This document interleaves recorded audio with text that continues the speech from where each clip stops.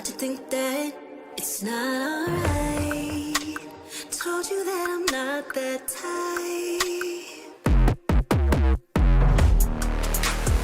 Didn't mean to get you so excited. Tried to tell you not to fall in love. Why you always hit me uninvited? Was hoping you would get the picture. I've had enough. Now it's time for me to turn around. Thought you knew what this was. Yeah, I am superstar. You were never the one for me. Never should have fell for me. Take back your heart. Why don't you take it back? You never had a chance. I'm gonna take back the one heart. Call it a savage love, just till I had enough of us. I'm good, babe. I'm on my own. This ain't a phase. Just let me go. Told you that I'm not that type. Don't bother wasting breath. Begging for one more chance.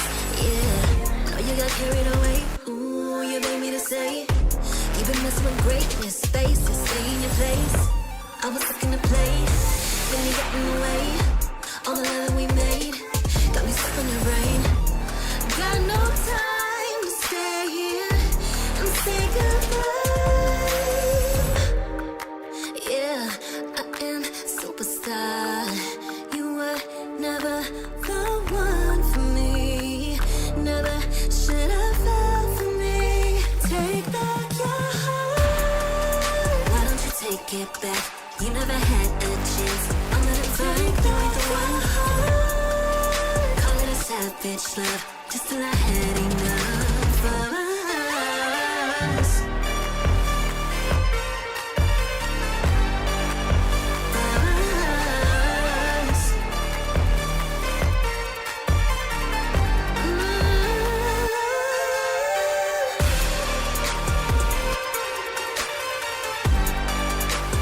Take back your heart.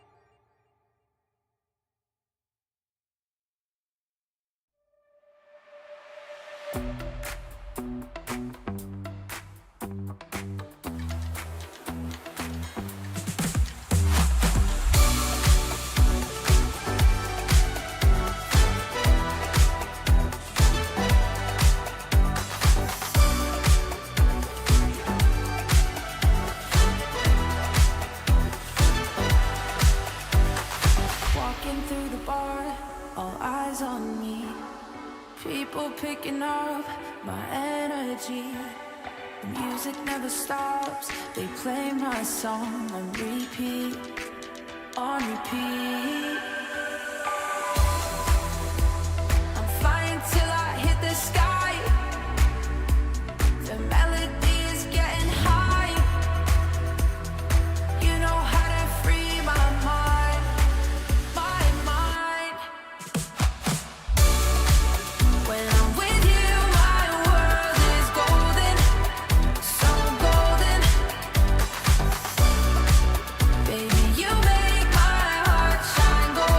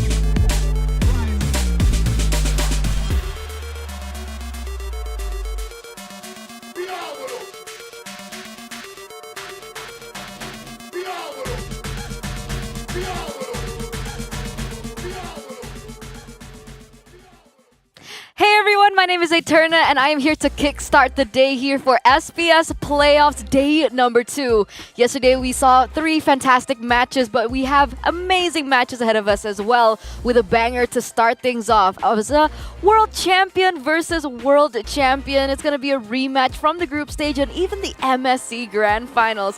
And with that, we are going to open things up for day number 2 of Playoffs SBS.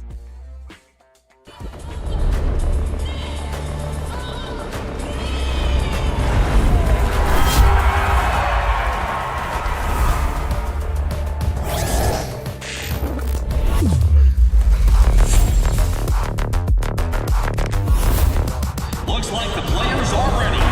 Here we go!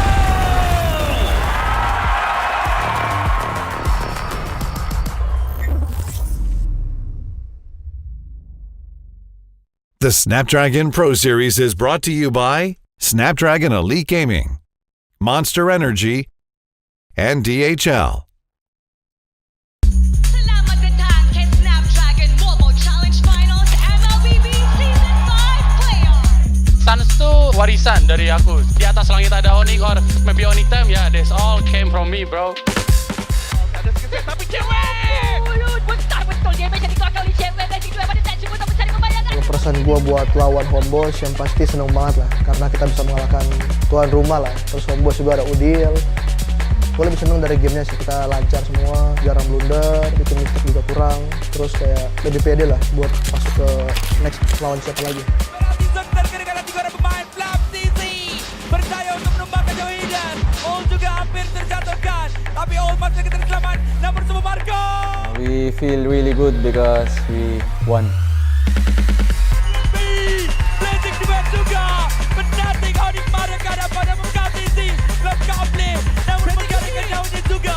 Benny Cutie kembali dengan double kill. Parang pinagmukha namin na medyo madali laban. And hindi naman po sa pagiging mayabang, pero nakita ko po kasi yung team namin ngayon sobrang sync, and sana huwag na lang po kami makarma. Jangan galak-galak, bang.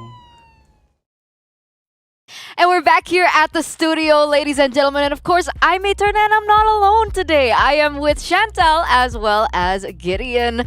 Hey guys, how are we feeling coming into day 2 of the playoffs? I'm not sure if I got enough sleep because I'm really excited to see the games today. I mean, YRG versus FCAP and all the games today. I don't know what's gonna happen. Maybe a long game, maybe a fast day. It could be. I mean, I would say that you're looking pretty green here. Personally, for me, I got my makeup on. I'm feeling very pink overall. I'm excited for this matchup more than anybody else. Yeah, I mean, I agree with that sentiment, right? We have the Immortal Giants still standing at their 123 win streak, 123 day win streak, by the way. And if they still make it today, they are going to be on their 124th day win streak. Wow, that's a mouthful.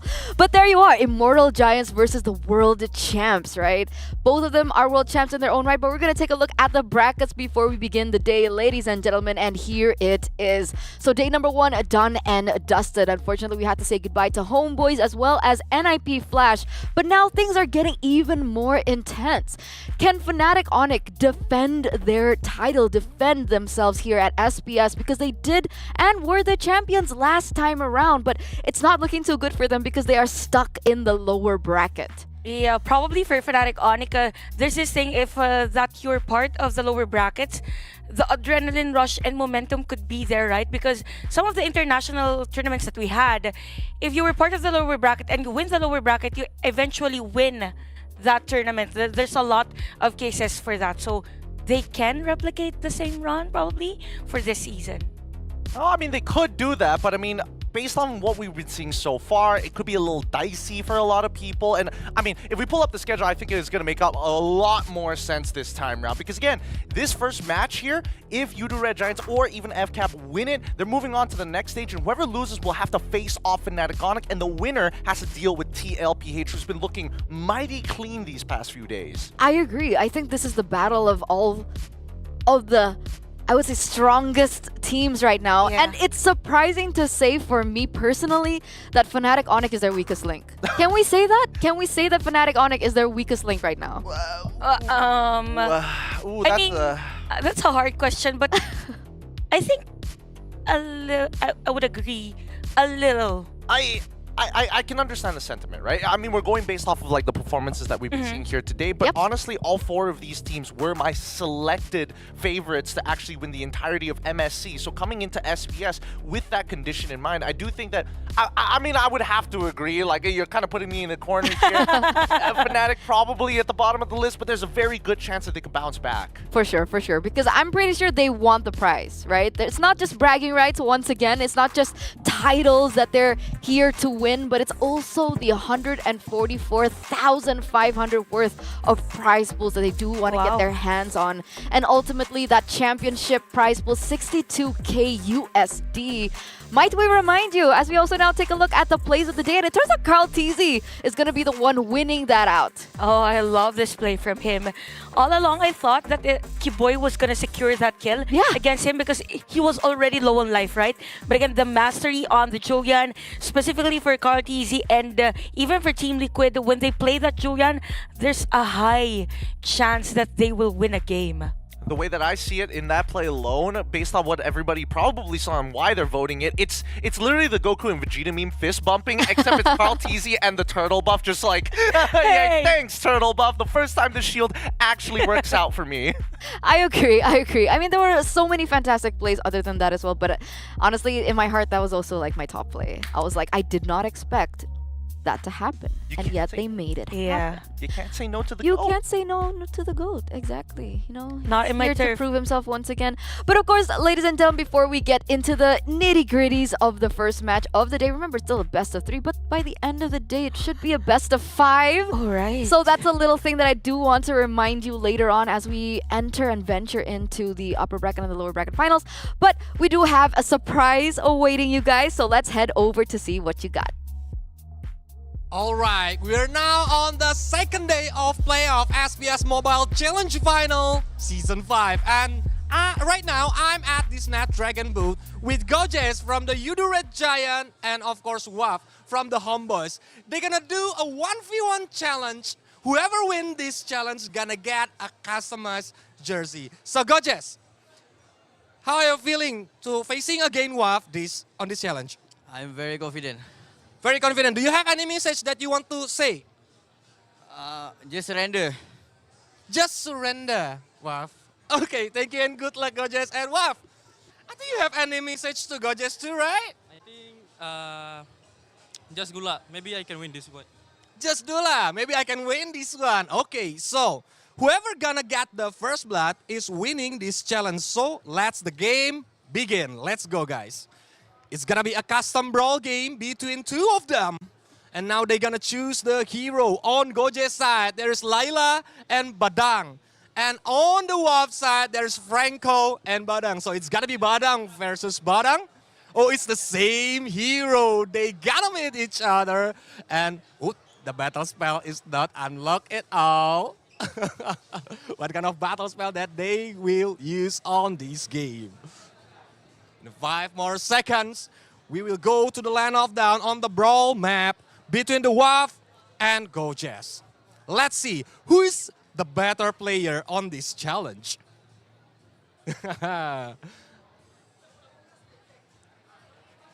Okay, because this is a brawl map, they need to buy the items before they go out and facing against each other. With Gojes trying to go up there and using the execute. So both of them is using the execute spell. And of course, because it's a brawl map, they gonna have flicker to engage or disengage from the fights.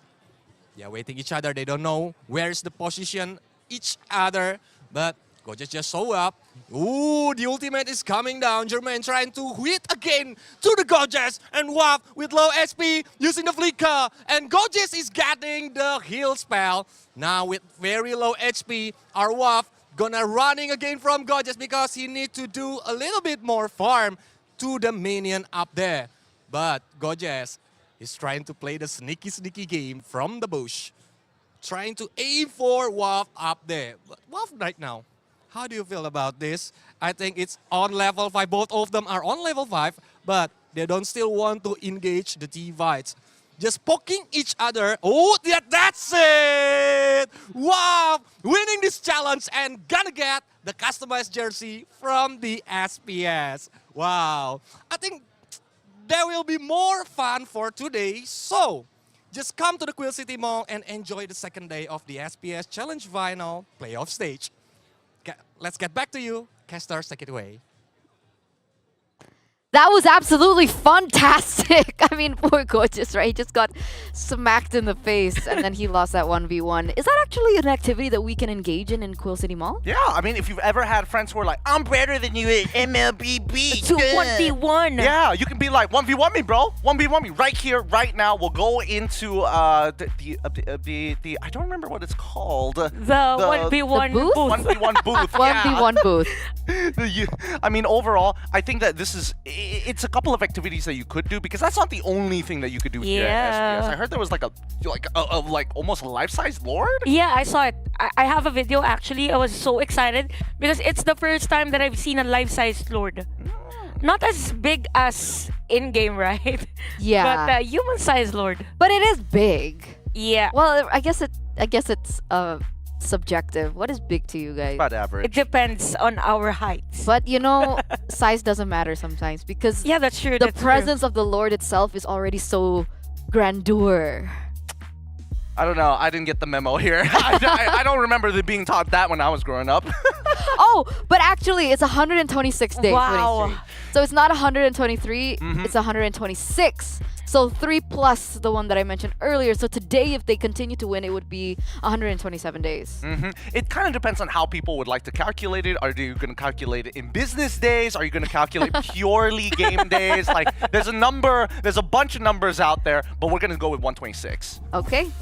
And when we're talking about the Udu Red Giants and their 126 days of win streak, we are going to take a little look into their statistics coming into this match against FCAP. Oh wow, I really like that they both have 83.33%.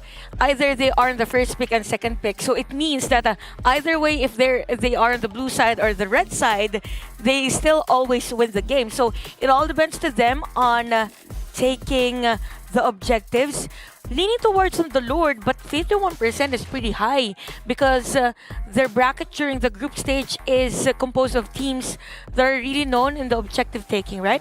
And I mean, it goes to show here, right? A lot of Zosk being played, a lot of Moskov as well, just to make sure that, you know, Stormy as well as Innocent have their pretty decent heroes. But I think that the worst part about it all is despite having an 83.33% win rate, we're seeing a lot of dedicated bans getting rid of the Fanny, the Ling, and as well as Chip. I'm going to omit it. But the fact that Fanny and Roger are so highly prioritized in the ban list really goes to show where teams are afraid of. They're afraid of both sick guys and as well as Innocent. Yeah, I agree. I was gonna say that for the most part it's standard, but when I took a flashback into their roster, I was like, Sakai's okay.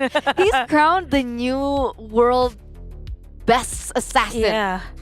Do you agree with this? He is the mid-season cup champion. It's hard. It's hard. difficult. It's hard. Because technically now winning the MSC, you're technically a world champ too. Yeah, that's true. That's true. Yeah, because it's now the mid-season cup. You're right. I do think that it is going to kind of like it puts them on a pedestal, right? But that's a good and bad thing because even when we're talking about like FCAP versus Udu Red Giants, before Udu Red Giants even got to that position, people were like thinking, all right, FCAP is the one that drew a target on their back, and now it's being applied to Udu Red Giants. It's gonna be hard for if you think about it, if you compare Flapties, Kyle TZ with Sakai's, they have the same hero composition, but they play it differently, right? I think Sakai's more on the aggressive side, but Kyle TZ is more of a team player, yeah. I don't know, left and right, they're juggling for them. I mean, they're technically junglers. Yeah. Juggle.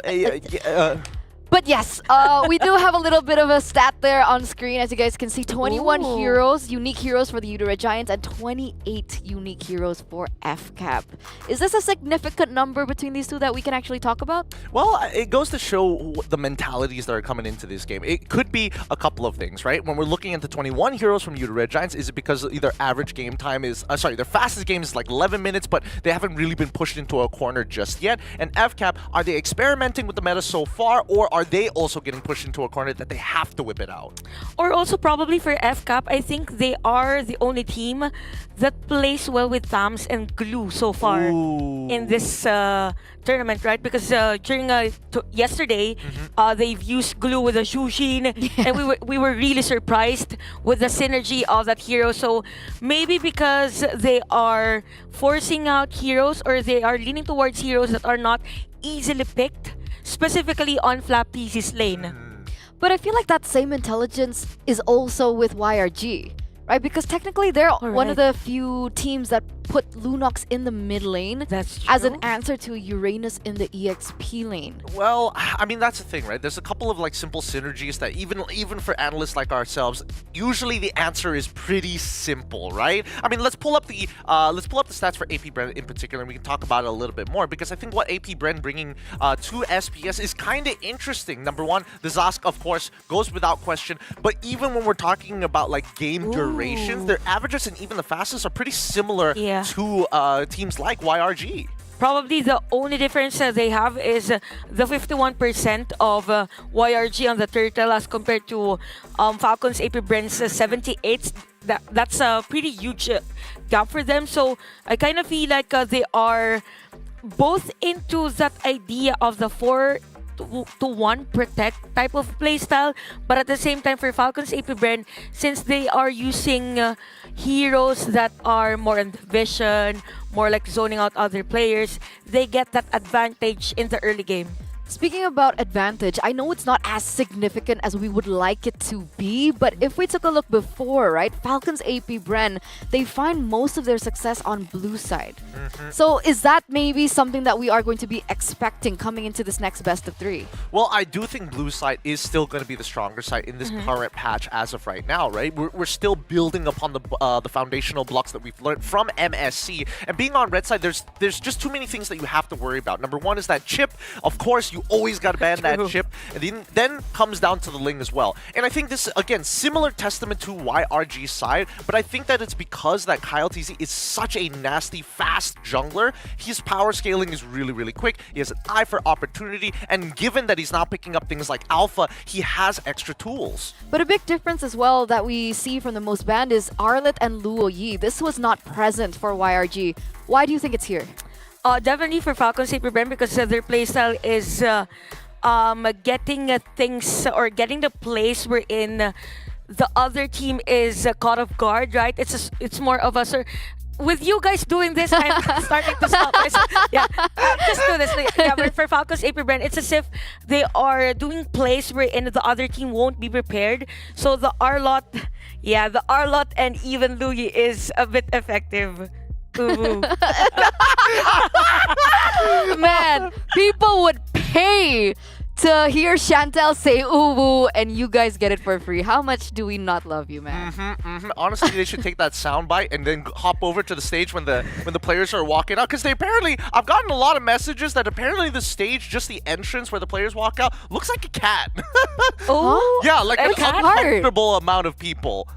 Which part of the entrance? The main one, walking out into the stage before they split. Oh, the tunnel? Yeah, the tunnel. It looks like a cat. It looks like a cat. When we get into game, that's when we'll talk about it. But yeah, for now, the cat. So far, in terms of match-up history, YRG currently in the lead, right? MSC 2024, 1-4-3. Even in SPS, the group stages, they beat them 2-0. So the real question is whether or not Falcons have kind of like adapted, because I don't know whether they're scrim partners or not, but eventually when you face off against a strong opponent, you start picking up on their habits. Yeah, that's true. I think for Falcons AP Bren, with that 2-0 in this tournament, I feel like they overthink a bit on how they will defeat YRG, because if you sometimes focus too much on defeating an opponent, you lost that identity of yours, right? You start to lose focus on over your own strategy.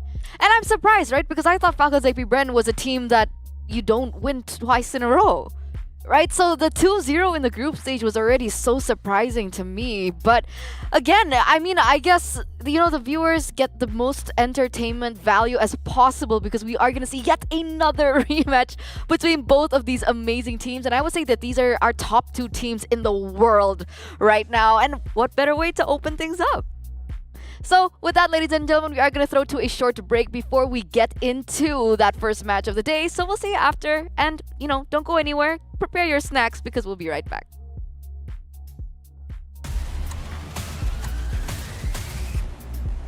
For me, to rematch again Falcon IP brand in the playoff, I feel excited because they are good opponent for us, so we can learn a lot from them. Attendees is also down by the lifeline. Oh my god, attempted to play the backside. Grandma taken out. Humes will be able to get out, but Sakai is... I think it's a really good factor for us to win against NIP Flash because we get to face Yodo Red Giants again and we can prove that we can win against them. I think Yodo Red Giants is really strong, but we already know what to do when we face them, so I feel really confident and so are my teammates. For me personally, I think they're really like solid team, strong team if you want to compare like other opponent, because we know they are like consistent in the international tournament. They are really solid team. I think we can win again against them in the playoff. We just stay disciplined and focus our game. Yodo Red Giants, good luck to us and let's give the audience a good match. We are undefeated and we're gonna stay that way.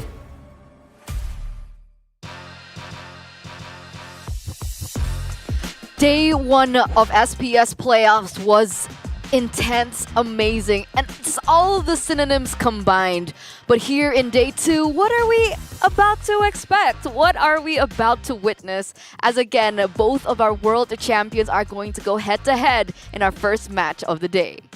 You know what, for today, I just want this game to be extended into a game number 3 because we saw that the 4-3 run of a YRG, right? So if this is more of a rematch of the world champs, probably longer games if you guys want that. I mean, I would like to see longer games, but considering the average times that we've seen from these players, generally it's going to come down to like 2 or maybe even 3 big team fights with 1 auto attack worth of difference. And with that, let's bring up the official team lineup for the Yudu Red Giants. We have Kram, Sakai, Stormy, Yums, as well as Innocent. Now this team looking to be a very dominant force in the MLBB space, which again to me is still surprising that Malaysia was able to pump out some quality teams like this, and they continue to dominate, and a lot of it is just coming through strong laning, but more so their chemistry. Their fluid style of gameplay allows them to be extremely creative with the way that they approach the map and their opponents. And you know what, for YRG, they are becoming that scary team because they're almost flawless in executing their team fights and specifically on how they play around Sakai's hero. Sakai's, man. What has he played so far? Let's take a look. Okay, Julian, Haya, Alpha, Ling, Roger. Am I missing anything? My favorite for him is the Fanny. Definitely the Fanny. Yeah. Yeah. I do quite like his Fanny, but I do think that his Ling is even scarier because there's that global presence. You just never know. If you're low, he's coming for you. And you're just like, please, I don't want to take a bad trade late. Please don't call the Sakai's on me, man. And now we are going to take a look at the team report for the Yudu Red Giants. I wonder whose report it is. Let's take a look. So Yudu Red Giants just came off of MSC with a huge win. Basically millionaires. They don't have to play a day in their life anymore, but they still want to play. Competitive MLBB is their way of life, and they continue to show it every single day here at the SPS. They are one of the invited teams, but they've already taken down pretty much everybody in their group, stopping at nothing to make it to the next stage. Now they do get a bye, and whoever wins the upcoming matchup is going to have to face them, and it's not going to be easy, but ideally we get to see one of the top teams take them on to really show that MSC just wasn't a fluke, and it really was SRG who deserved that championship.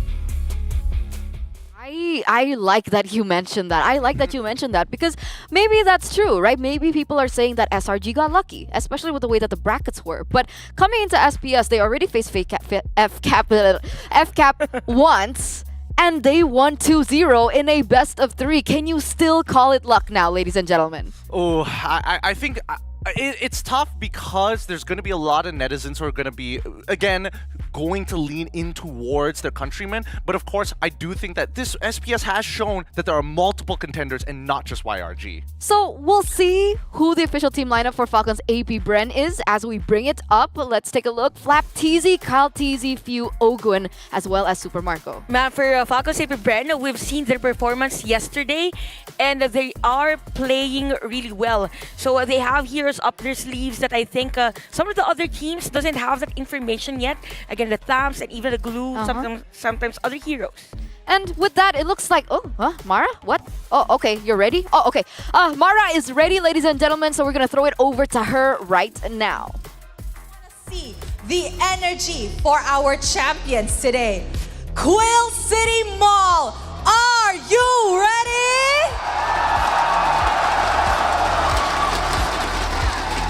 This is the battle that everyone's been waiting for. A rivalry that started not long ago. The defending world champions from the Philippines taken down by the Red Giants of Malaysia. A victory that shocked the world. And now they will face each other once again on this very stage.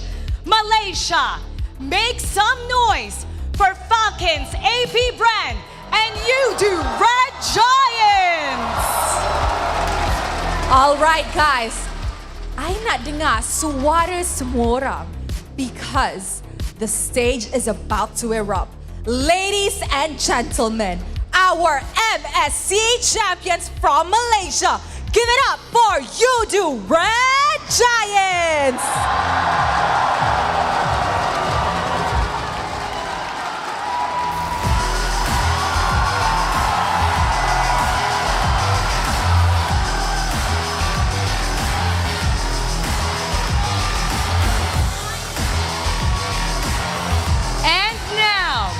Your two-time world champion from the Philippines. Let's welcome Falcons AP Brand.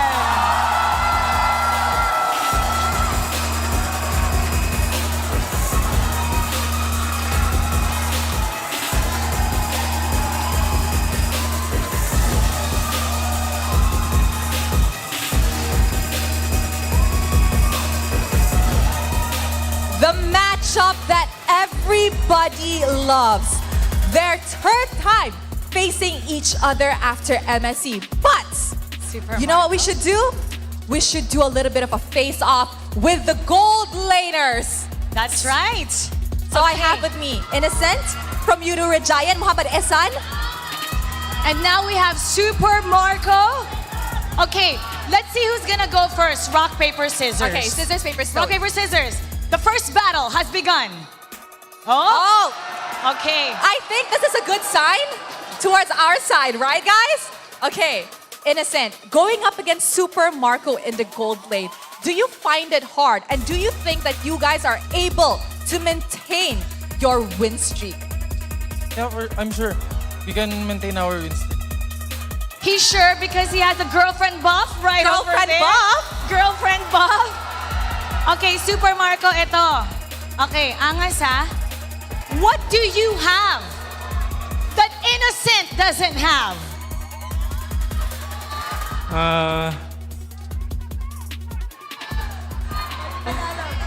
Ano ba salang? What do you guys have that they don't have? May varsity jacket kami na malapit tsaka may flap TZ kami.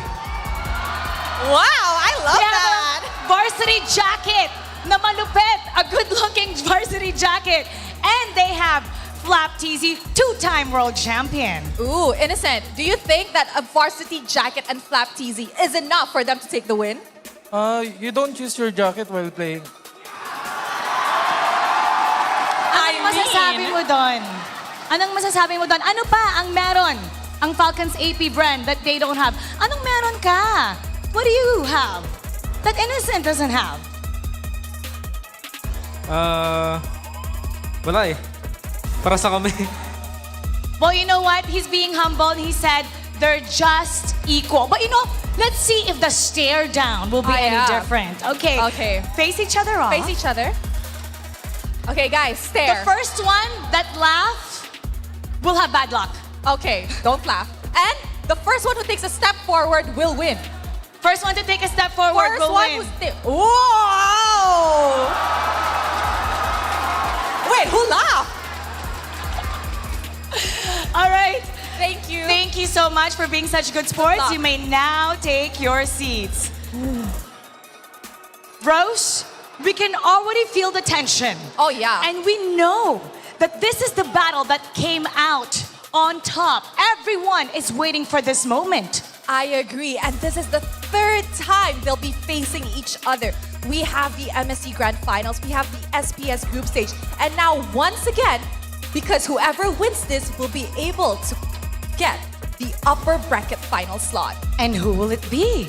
Now let's find out. We're gonna break it down even more and we'll go back to our casters. It's all yours.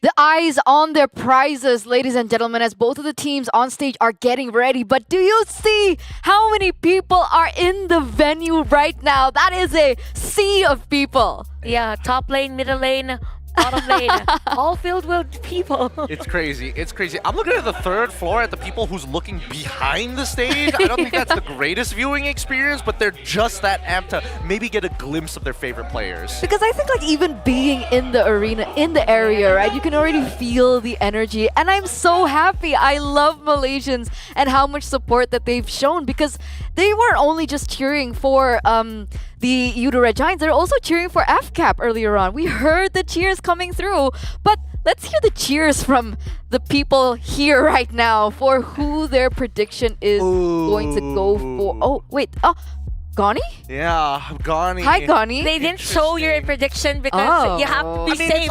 It's obvious. Everybody knows what my prediction is going to be. It's clearly going to be the 2-1 with quickly switching that over. Ninja Gani at his work. Bye, Gani. Bye, Gani. But yeah, no, I do think I'm going to lean in towards a YRG winning in this time around. And I can understand your sentiment leaning towards your country. Yeah.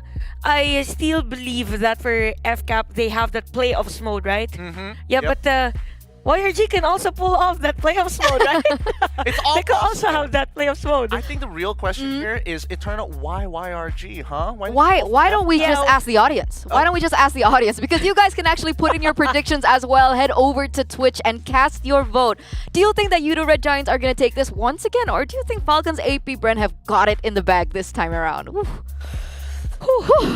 You know what? With the Save other myself. day, with the other day, it's actually nice that we've seen YRG lost a game against FNOC. Fnatic Onic. Yeah. Fnatic Onic, because somehow it exploited the weaknesses of the team. And I think, I think that FNOC is in a very unique position because they're not as rigid and they're more willing to take risks, right? If you have to risk associate, I think that Fnatic Onic goes for that big 50. They're willing to do 50-50s, but when it comes down to SRG and as well as FCAP, they'd rather just the 51-49, maybe even a 55-45. And that's why I couldn't sleep last night. What? I couldn't sleep last night. I was thinking about this match. I've been so excited to see this. It's been a blast at SPS. Literally, we're given a great match every single match. Yeah. Like, there's not one match that we're like, oh yeah, this is leaning towards this team, right? And it's just the upper bracket, right? Exactly. We're still here. We still have another day, guys. So let's head over to the drafting phase now as we get into it. Remember, we did see a little bit of more success found over on blue side. But it looks like Udo Red Giants have blue side this time around, right? This is blue side? Yeah. Okay, no swaps today. No swaps today here. Based on the bans, it looks like they are focusing down on some of the top picks that we've seen from either side in the graphics earlier, right? The Julian coming out, being banned out. The Fanny as well, on top of the Terizla, which I think is kind of interesting. And because of that, we have the Zask Open for this game that has 60% win rate, by the way. Very, very high, considering that the teams that played in the tournament are the best of the best, right? So there's no Band 8 yet with a Zask play. So if you're Falcons AP Brand, you're open with Roger, you're open with the Louis Arlott, because we saw this statistics the other day. it was mostly banned against them, so could be an option. But I'd rather go for the Edith and Roger. The Edith and Roger would be a very standard opening for Falcons AP brand. I'm wondering if they're thinking of maybe even like throwing in the Harith to get in the mix, whether they want to like play something a little more lane dominant with the Roger, and that's why these first picks really give a lot of information. Ooh. So Falcons AP brand decide to go for the Alpha and as well as the Roger. Currently, Alpha has a 65% win rate overall, which is quite abysmally high for a lot of these junglers, especially since it's not highly prioritized in the bans. Guys, wasn't this Alpha on the statistics for You to Red Giants? It was, but it also was on Falcons AP brand. I mean, they've picked it up 4 times in the SPS alone, and that begs the question, did they learn something off of the MSC defeat against YRG? Yeah, they've learned their lessons from YRG because this was when the majority of the assassins were banned, right? And I think at that time, Falcons AP brand didn't see the potential with the Alpha, and the YRG has been playing that well, so it's more of a counter pick, I guess, for Falcons AP brand for this game. So for you, the Red Giants, they get the Minotaur of Owen and the Harith that you've been talking about. Yeah, interesting. All right, so it kind of feels like YRG and Falcons AP brand are kind of switching, playing on each other's drafting patterns. They kind of had a body swap, maybe a Freaky Friday situation. So that being said, who do you think? Okay, all right, okay.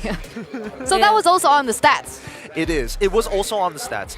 Loyi forces teams to play a different style of game. You have to double check with your bushes. You got to make sure that when you're covering the map, you are not slacking out, because if you do not end up checking every single one of these bushes, you never know if you're going to get hit from a flank angle. You don't know when you're getting pinched, and more importantly, so the information is just too valuable. Yeah, that's true. And I think for Falcons AP brand, they also know how to play around Luyi because they opened it up against the Fnatic Onika yesterday, and they were able to counter out the Suns.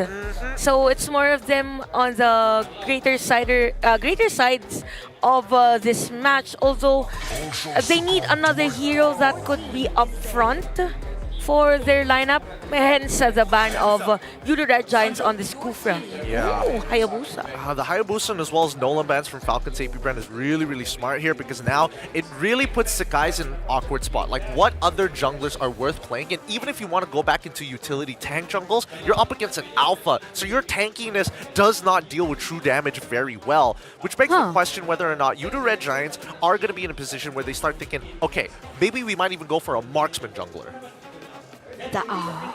Think about it, I mean, technically there is still one assassin that we've seen here at SPS that not a lot of these teams actually pick up. Only one team has picked it up. Lancelot. I think I could see it in your face that it was going to be Lancelot, but at the same time, it's so dangerous to play, right? You don't have a guaranteed escape mechanic. If you miss a single ability, you're just dead. The skill ceiling is extremely high, but I don't think anybody has gotten to that point just yet. Oh, I like this pick from Falcons AP brand. More division also. We want something that could be up front and that could be zoned out by the Minotaur because of the power of nature. So this is pretty nice, and even can charge against this Zask during the spawn. So I'm still leaning towards an XP lane that could have crowd control also, because that has been the flavor of Falcons AP brand's strategy. I think it's going to be really tough here, right? Because I think that You to Red Giants kind of get pushed back into a corner at this point of time. They have the Flicker, Minoan Fury to try and look for these big engages, but they have nobody who really can instigate. And Perna gets it right on the dot. Thank you. I'm here till 5. We can even hear the cheers from the crowd, because it's not every day we see a Lancelot. I don't think that this is a Lancelot meta, but it's YRG playing it, and we can see a Hylos. I used Hylos, by the way, when I was still learning MLBB. Yeah, I mean, Hylos is interesting because that means that he's going to be thrown up into the EXP. Yeah, he's going to be thrown up into the EXP. This is going to be pretty tough because Cram cannot trade against Hylos in the earlier stages. He can wave, I mean, Cram can wave clear, but that's the end of it, right? Every interaction against this Hylos is a losing battle. Here's the thing though, I had a opportunity to talk to Sanford about this Hylos in the EXP lane, and what he said was Hylos EXP is great against heroes that do not necessarily have too many escape mechanisms. So dash heavy heroes, but technically YRG, they do have a lot. They do, but it's about the laning phase, right? That's important. Getting out of that laning phase and then eventually using your ult as a utility tool for the rest of your team. So here we are as the Immortal Giants, ladies and gentlemen, once again challenge the reigning champs of Falcons AP Bren. Is this going to be yet the same story for both these teams, or will we see a different outcome? Let's head over to game number 1 in this best of 3 series. Welcome everybody, our very first game here. It's going to be Yudu Red Giants on the blue side up against Falcons AP Bren on the red with an immediate engage. And they will actually, Super Marco trying to test for this buff. Without their jungler, the information is valuable, but is it worthwhile? I think for Super Marco, he wasn't able to clear one minion against Innocent, so that is very crucial for him. And yeah, we could see now for the emblems of the Quantum Charge for Sekai, so probably more on the faster pacing of the game, but same goes for the 3 players of Falcons AP Bren. That could complement this glorious pathway from Flap Easy later on this game. So this is what you were talking about in terms of laning, that continuous damage from Flap Easy's Hylos. Yeah, from the Law and Order, it's just, oh man. It's Law and Order. You can't do anything against it, right? And I think that Cram understands that, all right, I've learned my lesson. I really cannot trade against this high loss. All I'm going to do is just fight for priority and give the necessary space for Sakai's to maybe invade or at the very least take away the River Crabs. But in the meantime, right, we do want to see how FCAP is going to utilize the information. They did spot out Lancelot on the bottom side of the map, knowing that it's missing, and they could technically rotate top because as of right now, the lane state for Super Marco isn't exactly going well. I mean, Innocent has a really, really nice freeze going on. Yeah, and it's actually Innocent with a higher EXP, if I'm not mistaken, against Supermark again because of that attempt from Falcons AP Bren to take the purple buff. But right now, we can see the turtle objective being started by both teams. Oh, Sakai steals it away, but this might just cost Cram his life, getting pushed by the Spear of Alpha, trying to go for a flank angle. First blood achieved by Flapteezy. So okay, for Falcons AP Bren now, we can see the layering of the skills again.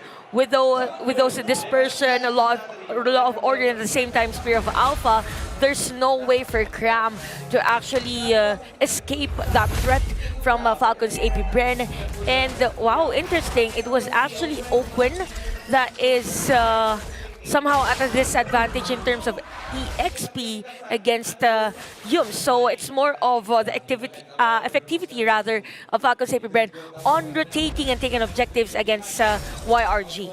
I mean, in terms of timings overall, Falcons AP Bren, as soon as that turtle spawned, they were trying to blitz it down as quickly as possible. So it's pretty lucky that Sakai's managed to steal that away despite being at a significant man disadvantage. But now, Falcons AP Bren, they've gotten some tempo, they've got priority over mid as well as the bottom side of the map. They're going for the big invade here. Ogwin getting the information onto 2 so far. Cram now here to back them up. And Falcons AP Bren give the space. Wow, that's a nice vision from Falcons AP Bren, but even for you, the Red Giants, they didn't force any team fights against Falcons. They just wanted to have Sekai secure that orange buff, and it's a huge thing because as long as you not react on a specific, probably a play or a threat from any of the teams, then you're safe from that threat. So it's more of these teams prioritizing first on getting the objective, taking the jungle, and have the turtle or set up a play on the turtle. Yep, and I think that Yudu Red Giants don't mind waiting to scale. They don't need to make crazy moves happen. And here we go, the knockup from Wild Charge onto Cram's side. He's going to pull 3 members away so that Sakai's can actually find an opportunity to fight elsewhere.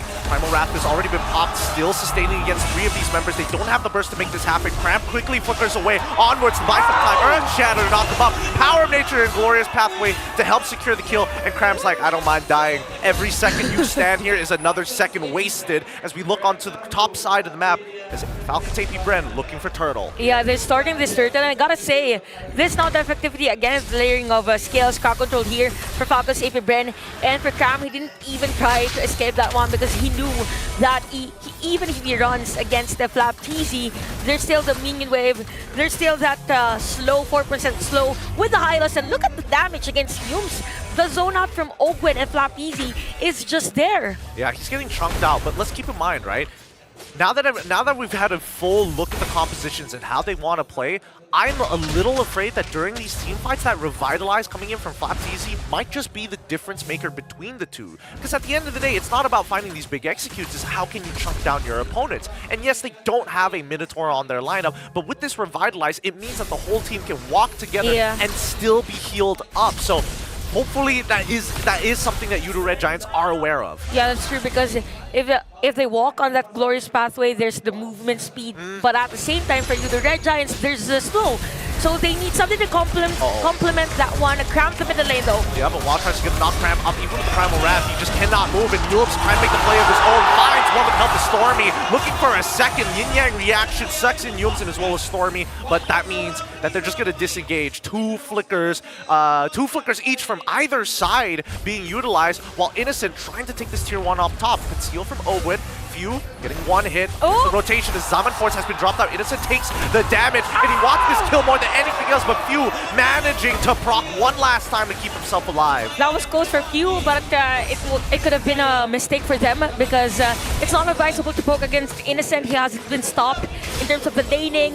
The goal is continuous, and it's really hard for Falcons to secure a kill against Innocent, because the only crowd control that they have is going to be that wall charge, and even the vacuums from Few. The Law of Order, yeah, but Innocent has the Purify, so as much as they want to kill him, it's gonna be hard. Sekai's bottom lane. He's tried Spear of Alpha Thorn Rose to be able to dodge the initial damage from the sweet wild charge as well, but he gets hit by the vacuum. Sekai using his ult and the Thorn Rose to buy some iframes. Look at this, he's buying as much time as possible, while the rest of his team is going towards Turtle side, and Falcon Safety Bread do not miss the timing on this neutral objective thanks to Sekai's. It's a buy time. It's a buy time here for YRG. And even though Sekai's was taken at the bottom lane, he has proven a lot against the Falcon Saber brand. It was a good 3-second delay on taking that objective against the Falcon Saber brand, but still Falcon Saber brand on the lead. 1.3k for this one. We could see now that for Super Marco, that is the endless battle. So the attributes will be very, very efficient later on. So there's the movement speed already for the Windtalker. We have the Flask for Yums. Probably they're just waiting for another item from Yums to go for that one big Minoan Fury. Yeah, he wants to go for the one big Minoan's Fury, but I think he needs to get tanked here. But here comes the rotations from Falcon Safety Red to stop Innocent. He hops over the wall, the wall charge knocks him back. Nature's Barrier is good, but Yums is just a little bit better. No bit motivational roll keeps him alive, and Crab flickers forward to find the Earth Shatter. Primal Wrath on towards Open side as Flapeezy is trying to zone them off. Once the Minoan Fury is done, Stormy trying to zone them off as a second layer. Another wall. Sakai hops in. He wants it. He finds the minion wave. They're taking down Loyi, and they want a little bit more. The puncture doesn't kill Open. Sakai still trying, even Retribution ain't gonna keep him down.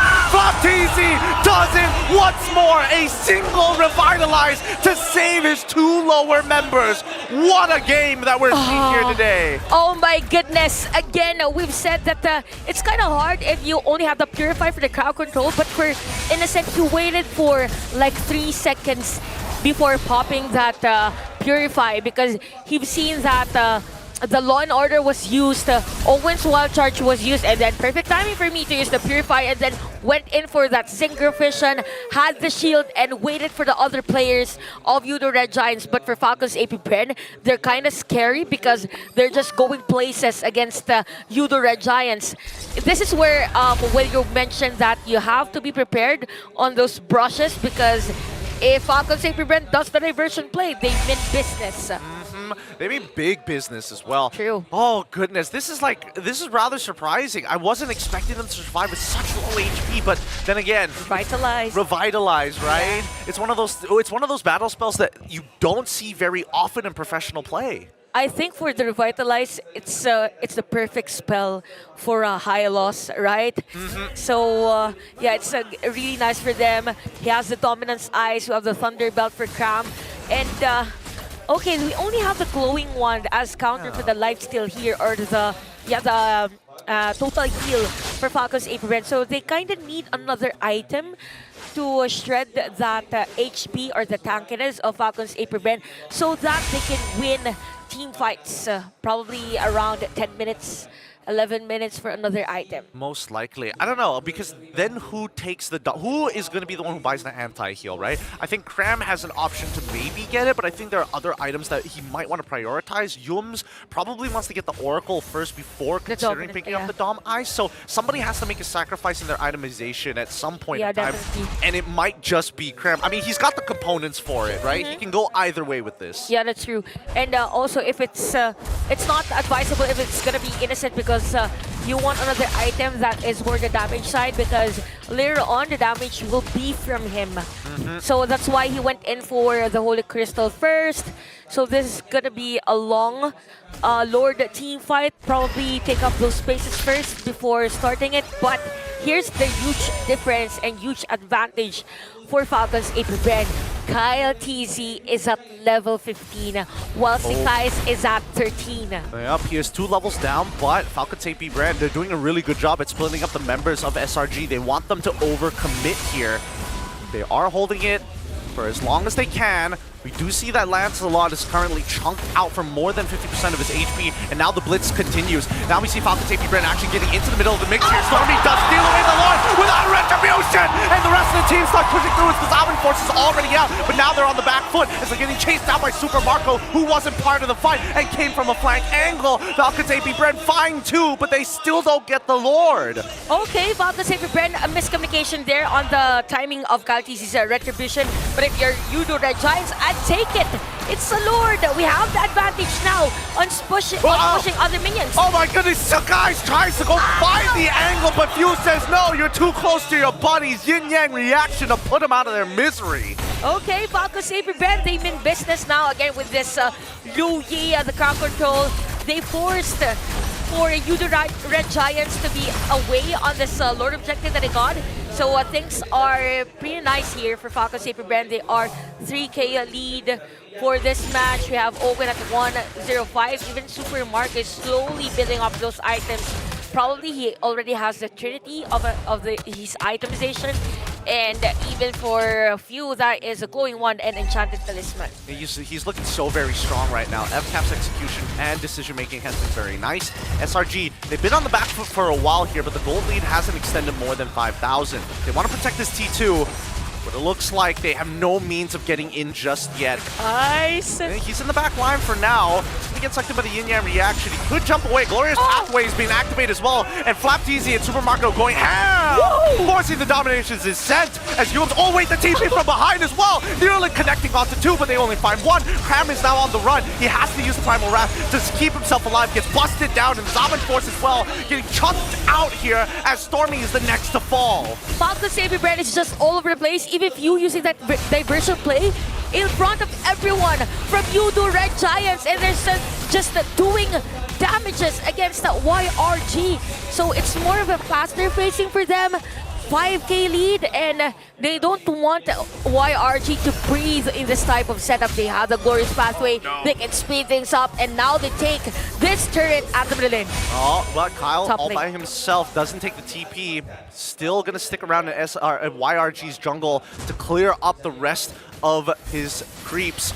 At this point of time, I think that Innocent, he's finally starting to scale. He does have the Divine Glaive, and now he can start shredding through that MR. Few opting to go for a Magic Lantern. Now, it's very nice that you've mentioned View, because we saw that the Sekais was actually targeting him. So for YRG, if ever Sekais will dive in again against you, it would be nice if there is going to be Innocent for that added damage. But yeah, looking at this EXP graph, it's a juggle between these teams, but definitely it's still Falcons AP Brand dictating this game because again of those diversion plays. Everyone is just ready to dive against the players of YRG. This is gonna be one crucial Lord for both teams. You know, Lanza, there's a high chance for a steal again. They were able to do that, but it was with Stormy's Nightmare Spawn. And that's why FCAP are taking the space. They're looking for Sakai's as of right now. They might opt to blitz it, knowing that SRG has to deal with the minion waves, but no, they're going to take the fight. Cram was the target. Forcing him to flicker out is a good idea. Falcons AP Brand get a free resource here. So that Yin-Yang reaction is causing a lot of problems for Yudo Red Giants to stick together. Baptiste once again zoning them out as Ogun walks up with the conceal. Nature's Barrier trying to cut off two so far. Minoan's Fury is out, and that's going to be a clear signal for Falcon's AP Brent to now start this fight. Gloria's pathway has been popped. They decide, no, let's back off here. We get a free Lord. Let's reset and do it all over again. Oh wow, what a nice zone out from Ogun and Flappeasy at the time. They're just zoning out the players of YRG, even dealing damage against Sekai's. And here's the thing, for Falcon's AP Brand, after taking that Lord, they continued on stopping the possibility on taking that purple buff for Sekai's, but he was able to secure that one.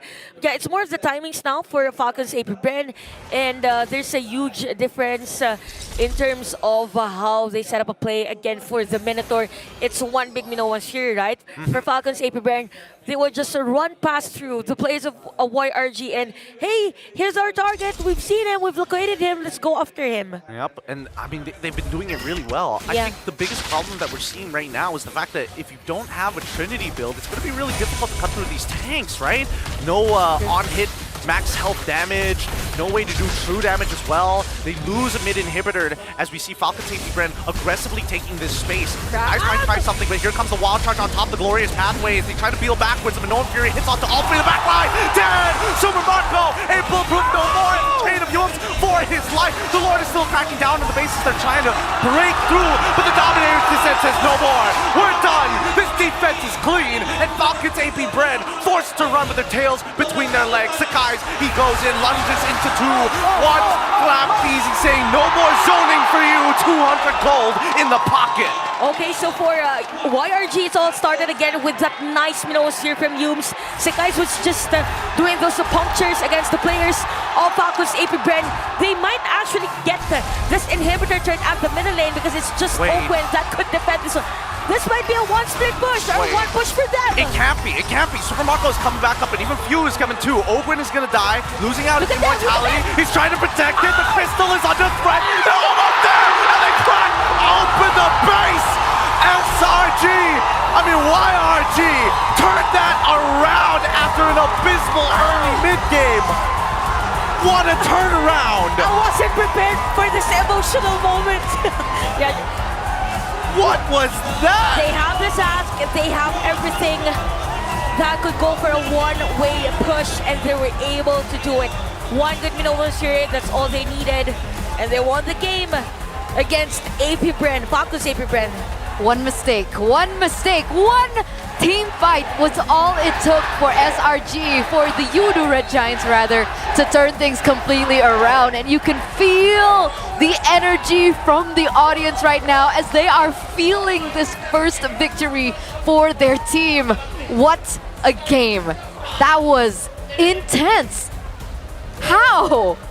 That should not have been the case. That's illegal. That literally That is feels illegal. illegal. They literally kicked down the door and said, you know what, we're going to take all of your stuff. We're going to take the lease to your house in front of your face, in front of the cameras. I can't believe it. Chantel's not having it. Yeah. She's not having it.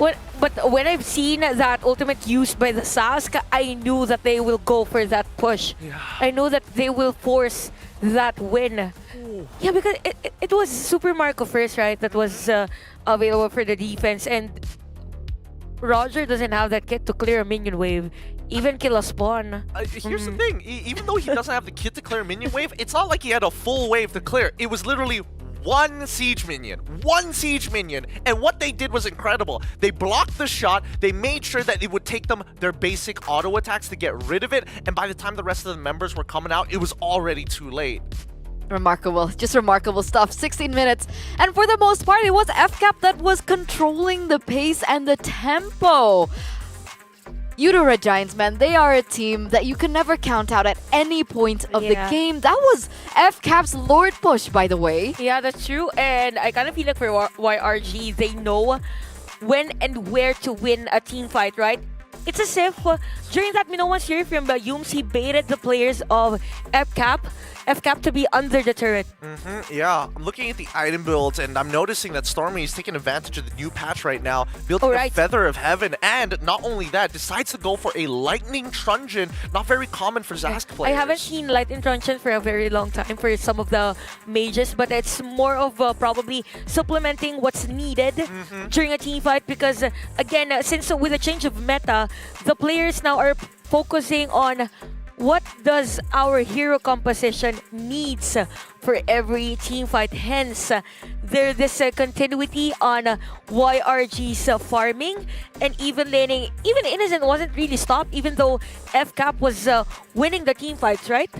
Yeah, I mean, yes, he wasn't being stopped in the middle of the team fights, but I think more so it's for the situation of if we are expected to fight in the glorious pathway, we are at a huge disadvantage. It's very difficult for us to take space. So we're going to back up ever so slightly, but then when the opportunity presents itself, that Lightning Truncheon becomes really, really powerful. Just Mind Flame, start running at your opponents at top speed. I agree.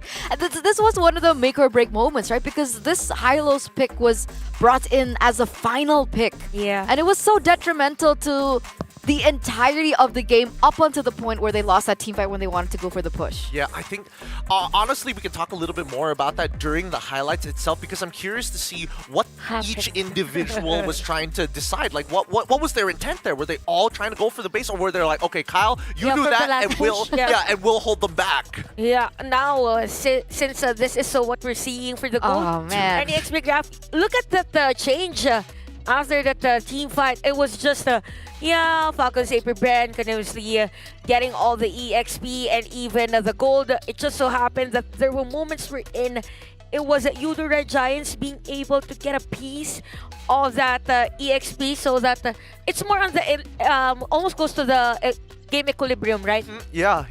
I mean, if this game had dragged on a little bit longer, then we would see the gold and EXP rise into their side. But this is the first time we look at a graph and it's like, wow, it's going all the way down for our favorite team. And then the victories are the opposing side. That's what I like to call a mountain cabin with a lake view. Oh, that's true. Yeah, and it's not the best of scenarios for the team that has the mountain cabin. You catch my drift. Yeah. Right? It's true. Yeah. Because this was brutal, right? Because Falcons AP Bren, again, they were dominating. We saw on the Golden EXP graph, that it was hinting towards them for the most part of the game until that very last moment. And we do have to give the MVP over, however, to Innocent. How do you think that he was able to impact this entire game? Well, definitely that KDA 1-0-3 knows that's it all, considering that Falcon Saber Brand was really efficient in their rotation. Says a lot how he did his positioning in a team fight, how he placed himself on that laning phase. So he just waited for that perfect timing for YRG to just deal damage against them or deal damage against... Oh, here. Here we go. This is the one that we wanted to see, right? We do see that Ogwin, he flickers in with the Wild Charge just to get the knock-up, but then you notice that in the back line, right, Yums has already zoned off 3, and that's when the big split happened. And I think only Kyle realized that this was an end angle, and everybody else was just getting held back. Oh, they even used the ultimate so that it will take up the damage. It will face the Lord up front. And they used, again, the ultimate just to focus on the turret. That's such a great use of, a great use, but I personally think it's more of a great abuse of the interaction, man. Oh, we could see that the fans are really happy. That's actually Stormy's family. Yes, oh, it is. They were there. We met them in Riyadh. Yeah. Oh, really? I remember him. What a very supportive family. Extremely. From Riyadh to their own country. Yeah, of course.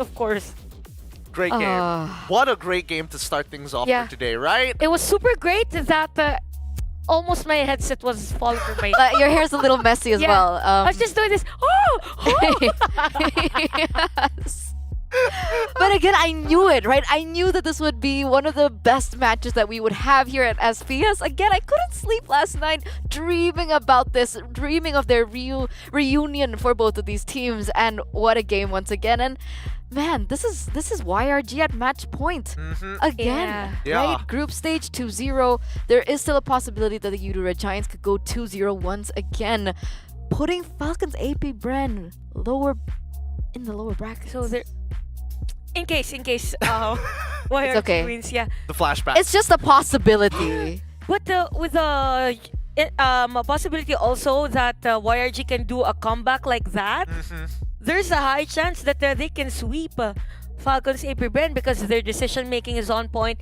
It's as if they haven't felt that FCAP was on the lead, right? Yeah. No, I totally agree. I think for like any of the netizens out there who's gonna be like, oh, they didn't watch the games at all, but they look at the results, they're just gonna be like, oh yeah, YRG so good. They absolutely destroyed FCAP. But then they don't understand how narrow the margins are, and that's why they're so. But watching both of these teams in a best of 7 and even in a best of 3, some really exciting stuff. Oh, it's like down to the pixels, man. It really is down to the pixels, guys.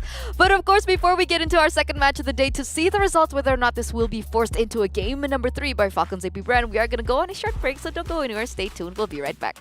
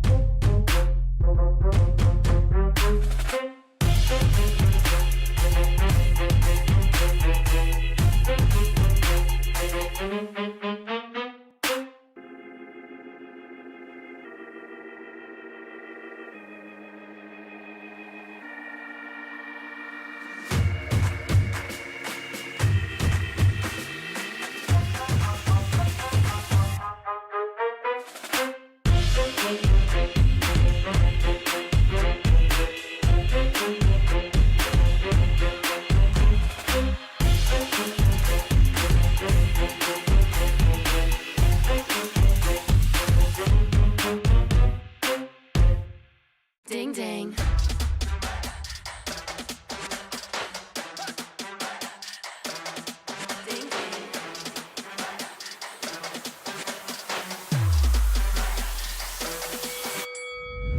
Why you just have that look upon your face with the underestimation? It is so yesterday. 'Cause baby, I can fly without you by my side. I can do a whole lot more than just look pretty. I know that it'll take some time to see, but you're never stopping me. I know that we ain't giving up. If you thought so, well, tough luck. So we're just gonna do our thing. Ain't over till the bell goes ding. We're gonna fight, so step aside and let us sing. We're gonna bring you down. If you think you'll stop us somehow, just let us do our thing. This ain't over till the bell goes ding. I am Flap TZ, explainer of Falcon's AP brand. After MSC, we feel really devastated because it's just one game away from winning and becoming true world champions. In the grand finals, I think we can win game 2 because we won early game and we're just gonna do Lord fight, but Sekai stole the Lord, so that's why we lost. And I think that's the biggest turnaround of us getting beaten, because if we ever beat them in game 2, so it's 2-0, we can take the momentum and go for 4-0, but we got comeback by SRG, so that's why we lost. They prove to the world that it starts today. Today is the day that you see Malaysia on top of the world. That you see Malaysia reach the horizons to see the world. I think they deserved it because they're really good, especially in the grand finals. Like, they showed their true potentials, especially Sekai's. And my relationship with Coach Arcadia, Innocent, and Graham were really good friends way back on NPL Philippines, so that's why I'm proud of them and they really deserve that win. I'm so excited going into the Snapdragon tournament, and I'll make sure that we will win this tournament without any regrets. During MPL, we lost against Team Liquid Echo because I wasn't really performing really well because of my sickness, and during MSC we already know their play style and we already know how to beat them, so that's why we won against them in the semifinals. And I think what will happen here in Snapdragon is when the both of us meet each other again, we will beat them because we already know how to beat them, so I think we're gonna win. Our fans in Malaysia, thank you so much for supporting us, and I hope you'll continue to support us in the next upcoming games. And sa mga kababayan ko naman sa Pilipinas na sumusuporta sa akin at sa amin ng team ko, maraming salamat. Sana patuloy nyo pa kaming suportahan sa mga tournaments namin kasi marami kaming tournaments ngayon. Salamat. And we're back, ladies and gentlemen, to the playoffs. Day number 2 here at SPS. And of course, we are still in the middle of our first match of the day with Yudu Red Giants picking up that first point in this best of 3 against Falcons AP Bren. I know Chantal is making a face at me right now. Let's cut to that face. Oh, she changed I'm that still face. not over it, by the way. Still not over it. I feel like I'm still on that game number 1. Dude, it feels good being on this side of the argument. You know, Malaysia, for the longest time, we just got dogged on by everybody else, and we're like, you know, if it happens, it happens. And now that it's finally happened, it's like, so this is what it's been like for the past 3 years for everybody else. And this is what it feels like to be on that side. Thank you. Look, you guys have made it to the grand finals multiple times. You've had your own taste of it. So you know the Philippines can't say anything. Can you not talk right now? I'm literally looking at Chantal and it's just like, yeah, that's rich coming from you. Yeah. She doesn't get a right to speak right now. She's on timeout. But anyway, hello fans. Oh man, look at that. Did they hear us? Can they hear us? They can. When we said hello, they waved. Yeah. I'm sure they can feel the energy, but it just goes to show how many people showed up for this one match. Yeah. By the way, this is just one of the best of threes that we have today. And they just gave us that one game that probably we will all remember. I'm pretty sure Falcons AP Bren are going to remember that for a very long time. Yeah. Right? It feels bad because technically they won in the drafts, they won in execution. It was that one moment that Udo Red Giants had, and they utilized it to take it over for themselves. So they must be seething right now. I hope they can recollect themselves as we enter the drafting phase of game number 2. And things are jumping in quite quickly. Yeah. Okay, what a very interesting ban for Udo Red Giants. Now I'm thinking, if you're Falcons AP Bren, are you to ban the Zask? Because definitely that gave him a headache from game number 1. I don't know. I don't think they need to, right? I think the real question is whether or not YRG are going to adapt to the upcoming draft, because previously, I think that FCAP straight up won the draft, like through and through. There was no area in which they were really weak at, but it just comes down to like decision making at the end of the day, which is kind of odd coming in from FCAP considering the lead that they had. But you know, it's YRG, and both of them are the best teams in the world. Having the it's a game of inches between the two. And I also want to point out as well on the note of the drafts that it felt like Falcons AP Bren put Udo Red Giants in a trap where they had to force the Lancelot pick. It wasn't the greatest picks. Oh yeah, I totally agree with that one, right? Now, Falcons AP Bren decide to keep with the same style of bans, but Udo Red Giants, the only change that they have is with the Alpha. First pick Zask as expected. Now Falcons AP Bren, are they gonna go for the same 2 picks in the beginning? Definitely, they'll probably go for the Roger again. And maybe, I was thinking about the Edith, but they have other heroes for Flapeasy, right? So maybe a Ruby, Roger Ruby, can be used by Oakwen, right? Roger Ruby, because previously Falcons AP Bren prioritized Alpha Roger. Alpha Roger, yeah. But also made sure at the very last picks that Flapteasy was going to get a winning matchup. I think that's a good game plan, right? Wait up to the very end just to make sure that we can get Flapteasy a guaranteed winning matchup with the EXP. All but right. also pair it up with a very interesting. Okay. They got the Harith and Minotaur because earlier, instead of the Alpha, Udo Red Giants banned out the Minotaur. Or no, it was Terizla. them getting the Minotaur instead. Yeah, Was YRG? Yeah, it was Yum's hero last game. Yeah, the last thing that they banned from Udo Red Giants was the Terizla, but they now get to pick it up for themselves, leaving it behind. So they get the Roger, they get the Terizla on their side, and we're already seeing the big cheers here because MPL-MY and all of their fans here in Malaysia, they love seeing Innocent on his signature Roger. It's scary. It's scary. But now, of course, Falcons AP Bren, they do have a chance to strike back here in the first phase. And if they do want to win it out in that EXP lane, they could prioritize something like the Edith, the CC, or the Export. Do you think they're going to pick up the EXP here before it gets banned out? I think with the unique heroes that Flapeasy can play, they could go for a last pick EXP hero. Same with the Hylos approach earlier on game number 1.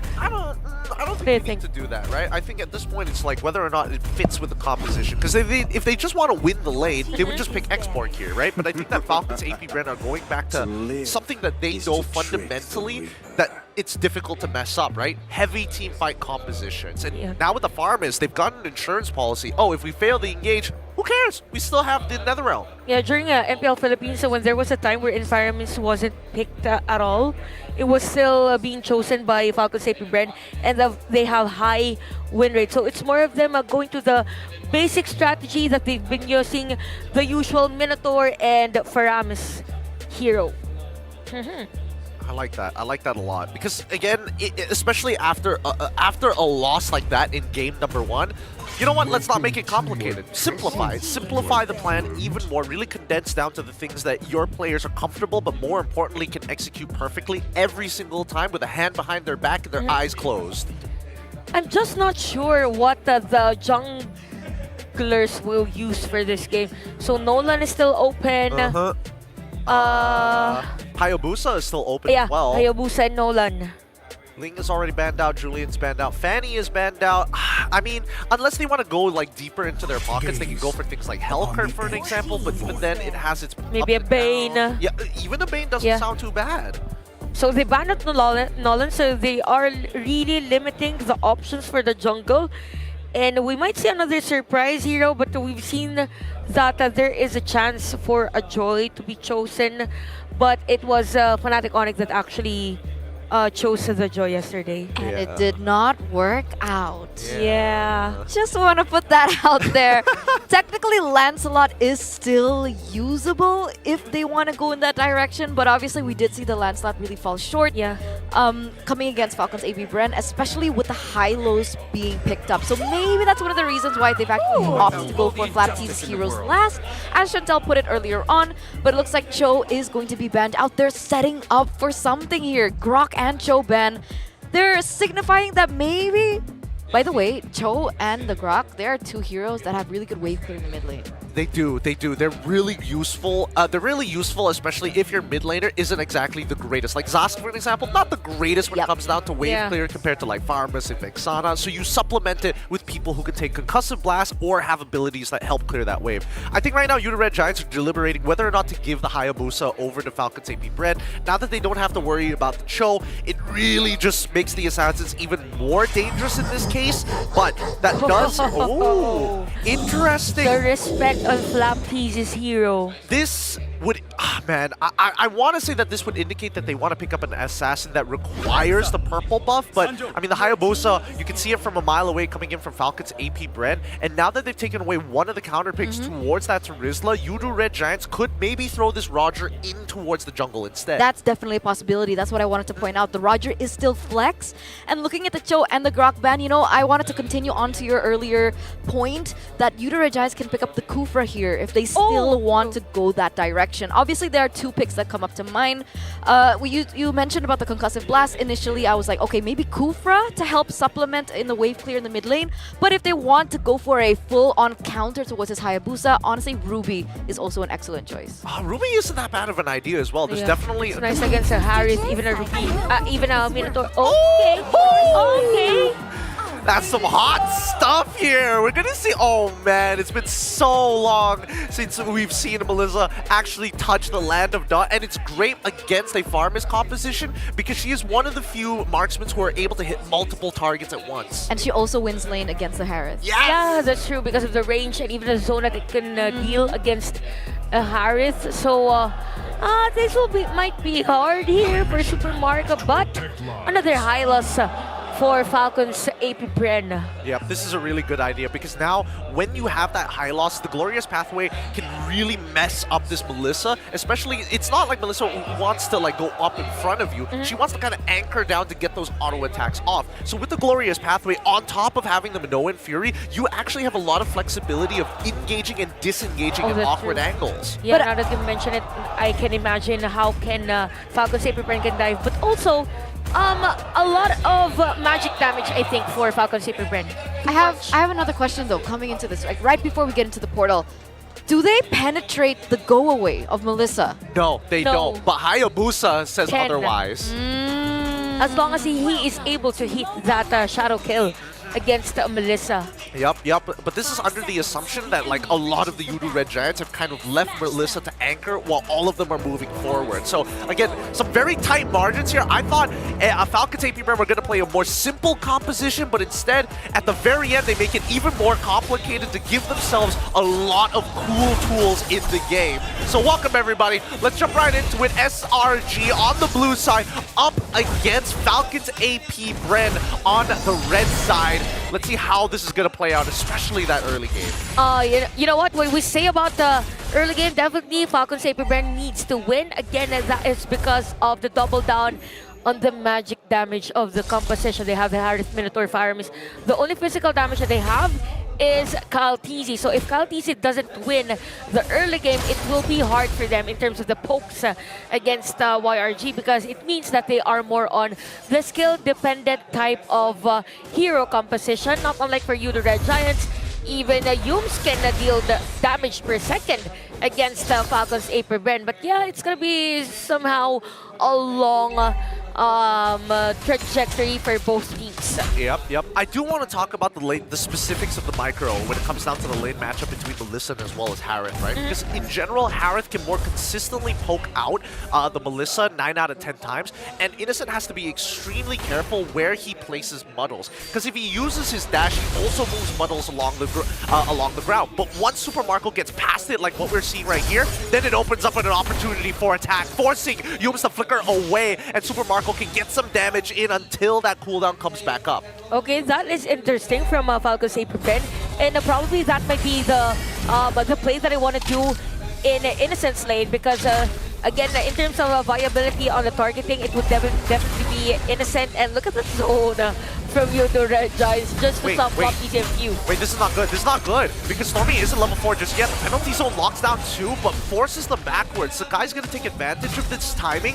just to blitz down the turtle. Now, Kyle Teasy misses out his own tempo, but it allows this play to happen as Ogun hops over the wall, has to use the Minoan Fury to disengage, and Flap Teasy and as well as Few just not in position. You know what, during that time, I thought Falcon Saber Bren will win that team fight if ever it was forced earlier by a YRG because of the positioning, right? But because of the advantage of YRG on the river side, it was actually them winning that team fight because they shifted their attention on taking the turtle so that they have the kit against Falcon's AP Bren if they force a team fight. So right now, YRG just placing themselves on the areas that they know they will win. As to why it's Ogun actually struggling on giving vision for his teammates. Yeah, I think it's very dangerous for Ogun to walk up this early on. Until he hit, like prior to this, if he doesn't have the Minoan Fury, he has no guarantee of surviving Yums if Yums decides to, all in him onward into Earth Shatter plus 2 extra members from YRG. So I get the perspective from Ogun why he doesn't want to open up the map now, but as soon as he gets his first couple of items, that's when you're expecting him to get more aggressive based off of the lane priority, but more importantly so, the lane leads being generated by both of our side laners from FCAP. That is true. So we could see now that for this teams, they are a bit slow first on positioning themselves. They don't want to give that information first between each other. That is mainly because they want some of the players to be part of the team fight. Oh, a nice play check, by the way, for Yumsi. He has to be safe. That's part of the instinct of being a pulse 5 player as much as possible. You don't want to use some of the skills for not checking brushes against the other team. So Falcon Sapi Bren not giving, again, that idea to YRG that, hey, we'll set up a play in this area, let's go in this area. But YRG one step ahead against Falcon Sapi Bren. Yep. For now, though, this next turtle is going to be an interesting fight. Everybody wants to get involved in this one. Ooh. We'll see that Hayabusa does need his purple buff, but now Cram forced to flicker out pretty early on. And even the Purified forcing Few to use that Nether Realm. This is a huge advantage for you, the Red Giants now. But instead of taking this fight, instead of threatening the turtle, they're just going to back away from this because look at the motions across the map. Isle does get his purple, but he's not going to contest this turtle for as long as possible. I really love how Stormy uses his skills because he zones out Few. That Nether Realm was really crucial on this turtle take for Falco Saber Bren. But the nice thing is that for FCAP, they are complementing that usage. But wait. Minoan Fury onto just one, and so far Muddles is doing a lot of work, melting away at Ogun as well as Flap Teasy at the same time. Allowing guys to find the kill into a second first blood for the side of Yudu Red Giants, allowing Skies to double kill. Oh wow, it's just YRG dominating that team fight against FCAP. Again, the range of Innocent is there. Nice usage of the go away right in front of the glorious pathway. It's as if no entry. Go away. This is our place. Why are you even here during that moment? So YRG's on the lead. They got the turret at the bottom lane, and at the same time, this is where the damage of Falcon's AP Bren is somehow struggling. It's really hard for them to burst a player from YRG. Few isn't part of the lineup.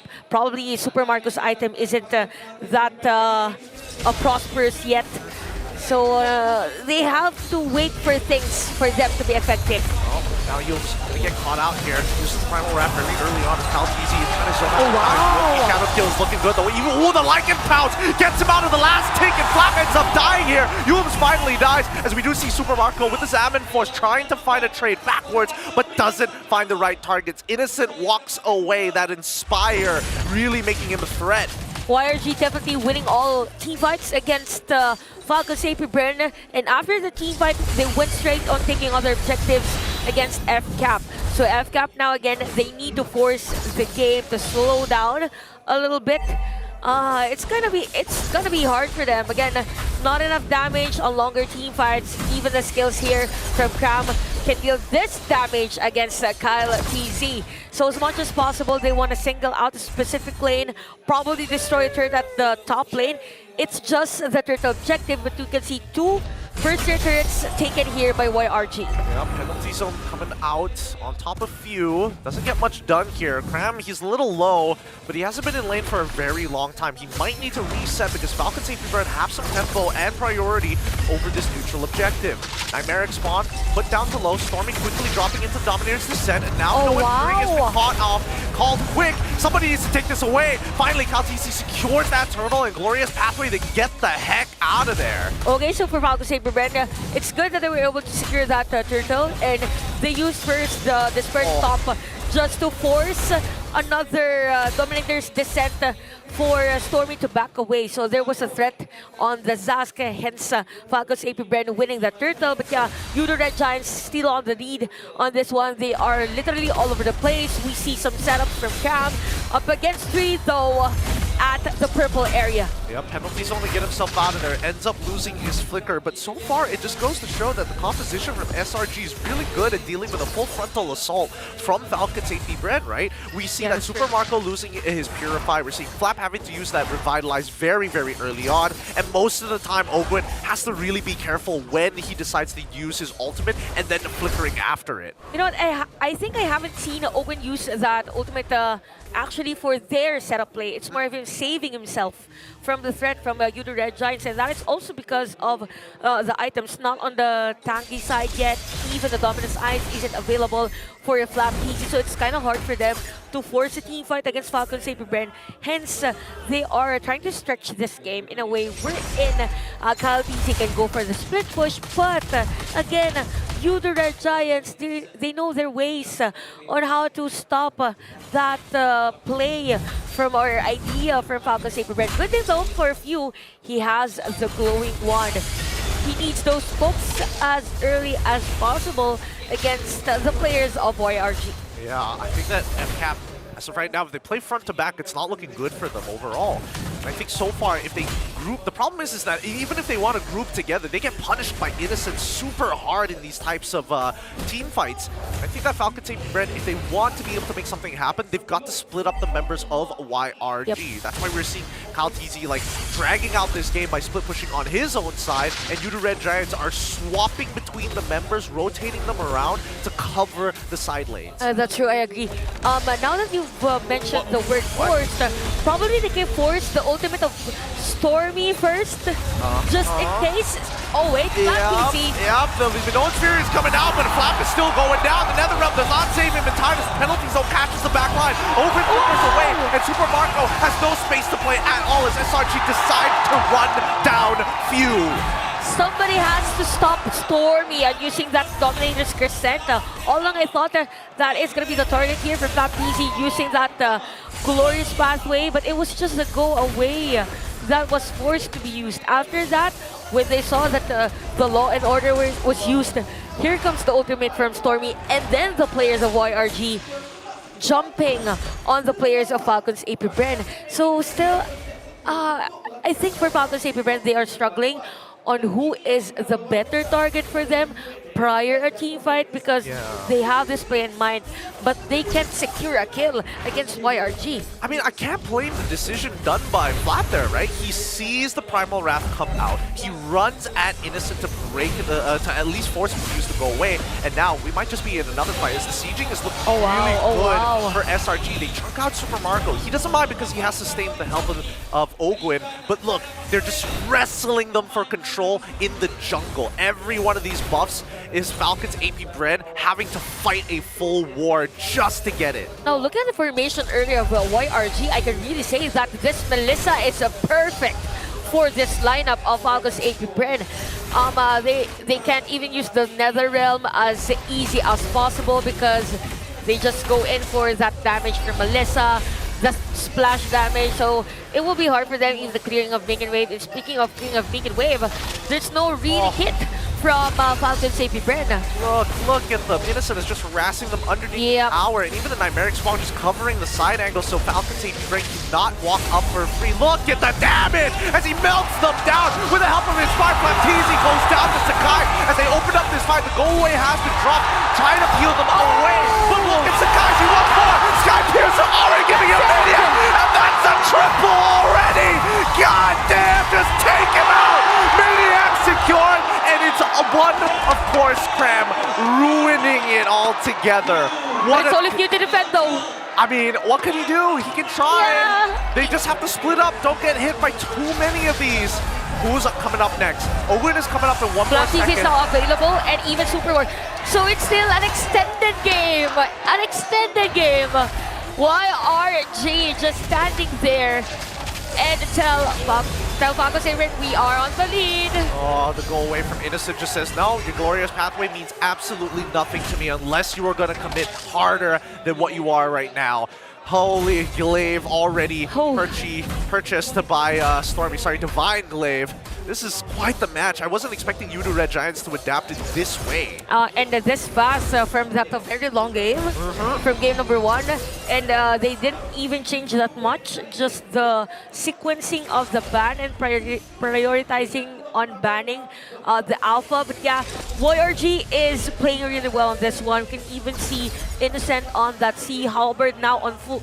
No, I thought it was on full item. He just went in for an item that is on the physical defense. But this would probably be an immortality later on. More on the safer side right after the go away. If everyone dive against me, I still have the immortality. I'm prepared for everything that you will throw to me. Yep, he's willing to die for it. Cram trying to zone them off, but so far, Innocent is doing a phenomenal job with the muddles to keep Falcon's AP Bren in check.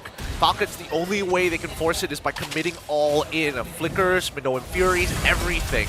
Cram and Sky is still trying. Sky gets stripped down to below 50% of his HP. Muddles is going to draw the line in the sand, but now that it is gone... Oh, I know. We're not seeing Stormy actually dropping down the Nightmaric Spawn too soon. He is just layering it on top of Muddles, and View is getting rid of it as soon as it spawns.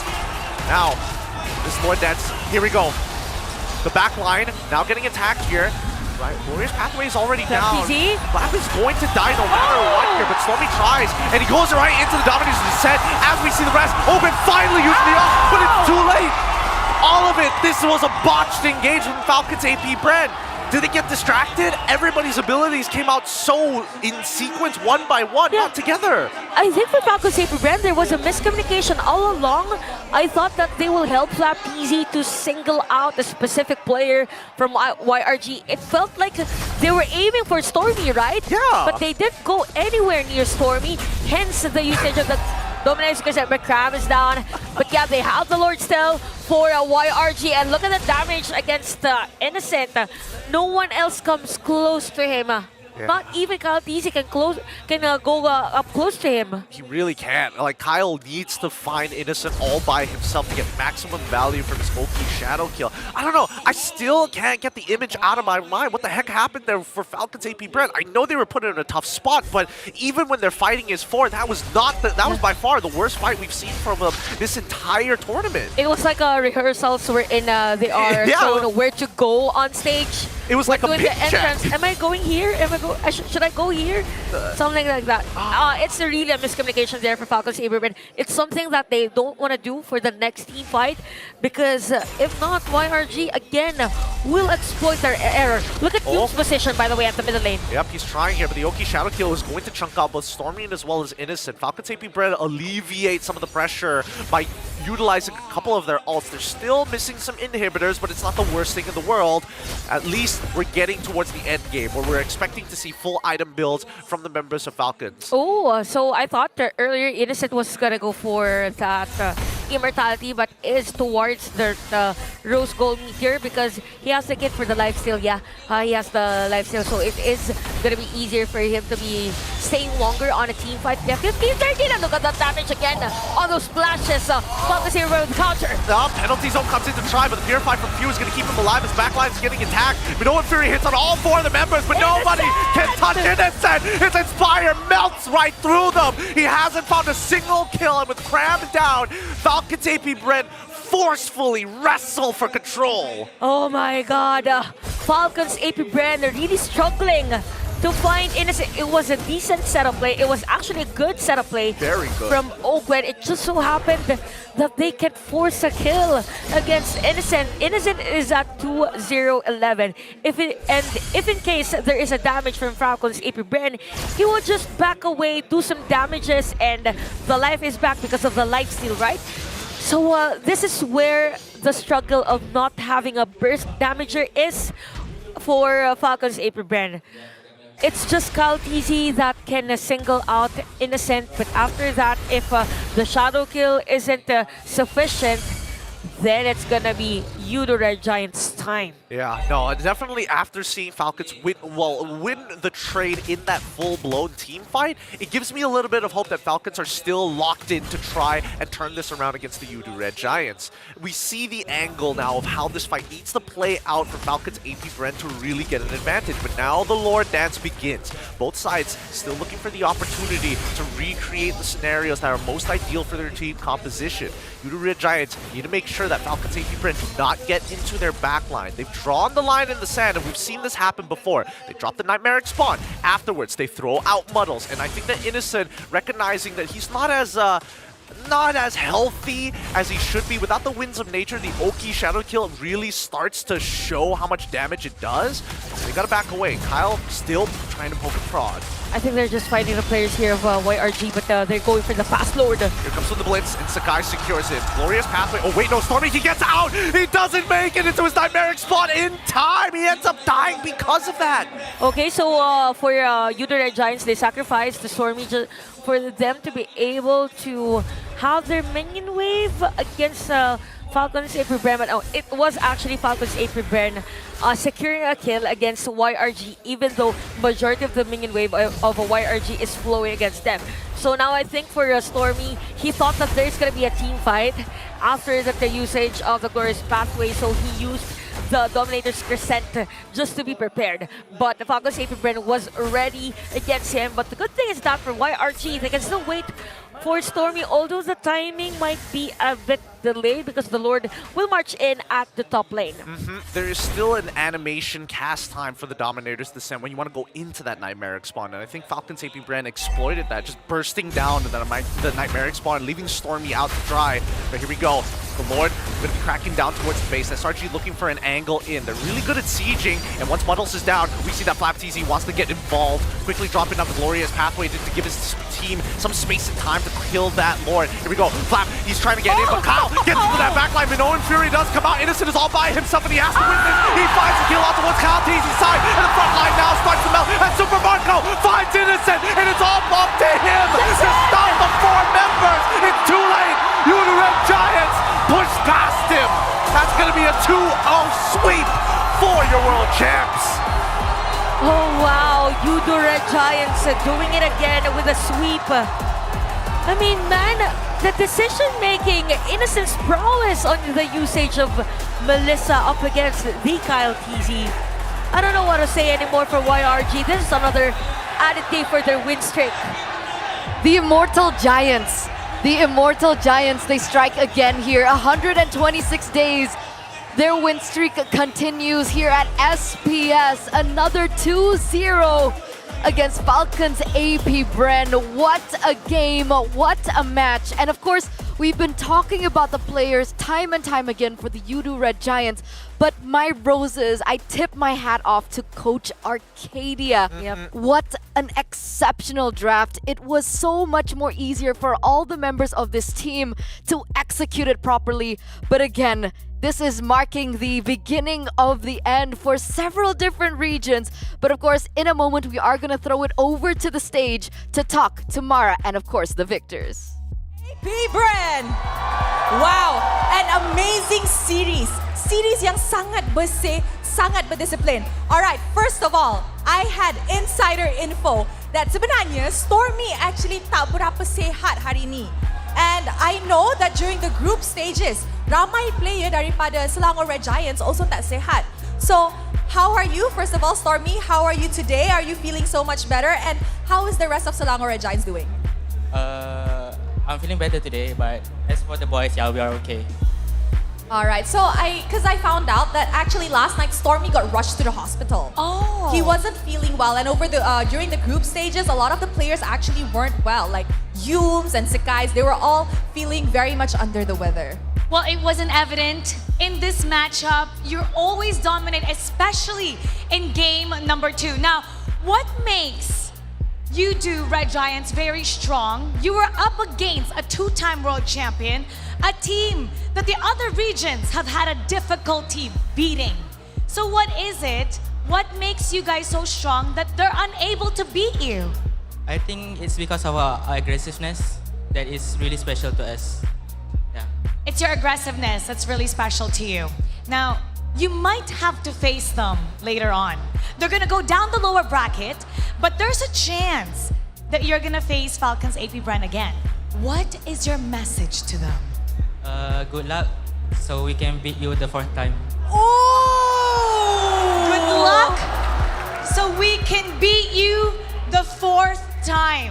Okay, quote. Let's quote that from Okay, Stormy. let's quote that first. Alright, untuk semua orang yang tak faham apa yang Mara tanya sebenarnya apa yang Yudo Red Giants ada that dorang tak dapat kalah bila dorang lawan against AP Bren. Like, what do they have and what doesn't AP Bren have? And dorang cakap, dia rasa daripada segi aggressiveness in game dorang, and that's how they actually win. Alright, your last match today will go up against Team Liquid Philippines. Another beast from the Philippines. And you guys have never met them yet in the international scene up till now. How ready are you guys going up against them? Because they said that Carl TZ is back to his prime. We are ready and super excited to face them. Yeah. Very ready to face them. Now, you sent a message to Falcons AP Brand that you might face again later. Now that you're facing Liquid Philippines, what is your message to them? Another Philippine team. Good luck. So we're going to have a very fun game. Good luck. So we're gonna have a very fun game. So would you consider now that Philippines are your greatest rival? Yeah. Okay, good luck later on. Job well done. Congratulations. And now from Falcons AP Bren, Super Marco. Come on down. Super Marco. Or all of you, sure. Yeah, you guys, all of you guys Sure. as well. Okay. Whoever wants to answer this. You heard Stormy. He said, good luck, do well, so they can beat you the 4th time. What do you have to say to that? I hope we reach grand finals first because Fnatic Onic is also strong, and maybe Liquid Onic or SRG, we will meet them also in lower bracket. So we will just focus on our first matches before thinking of grand finals. Okay, so basically, do not underestimate what Falcons AP Brand can do. All right, one final question from me. You guys will be going down to the lower bracket after this, which is literally after this match, and you guys will be going up against Onic once again. Now, in this matchup, do you think you guys have it prepared to climb from the lower bracket already? Kaya nyo, okay, kasi mamaya babagsak na kayo pababa, diba? Makakalaban nyo ang Fnatic Onic. So, nag-prepare na ba kayo kung anong gagamitin nyo going up against them? And ready na ba kayo? Kasi walang masyadong oras.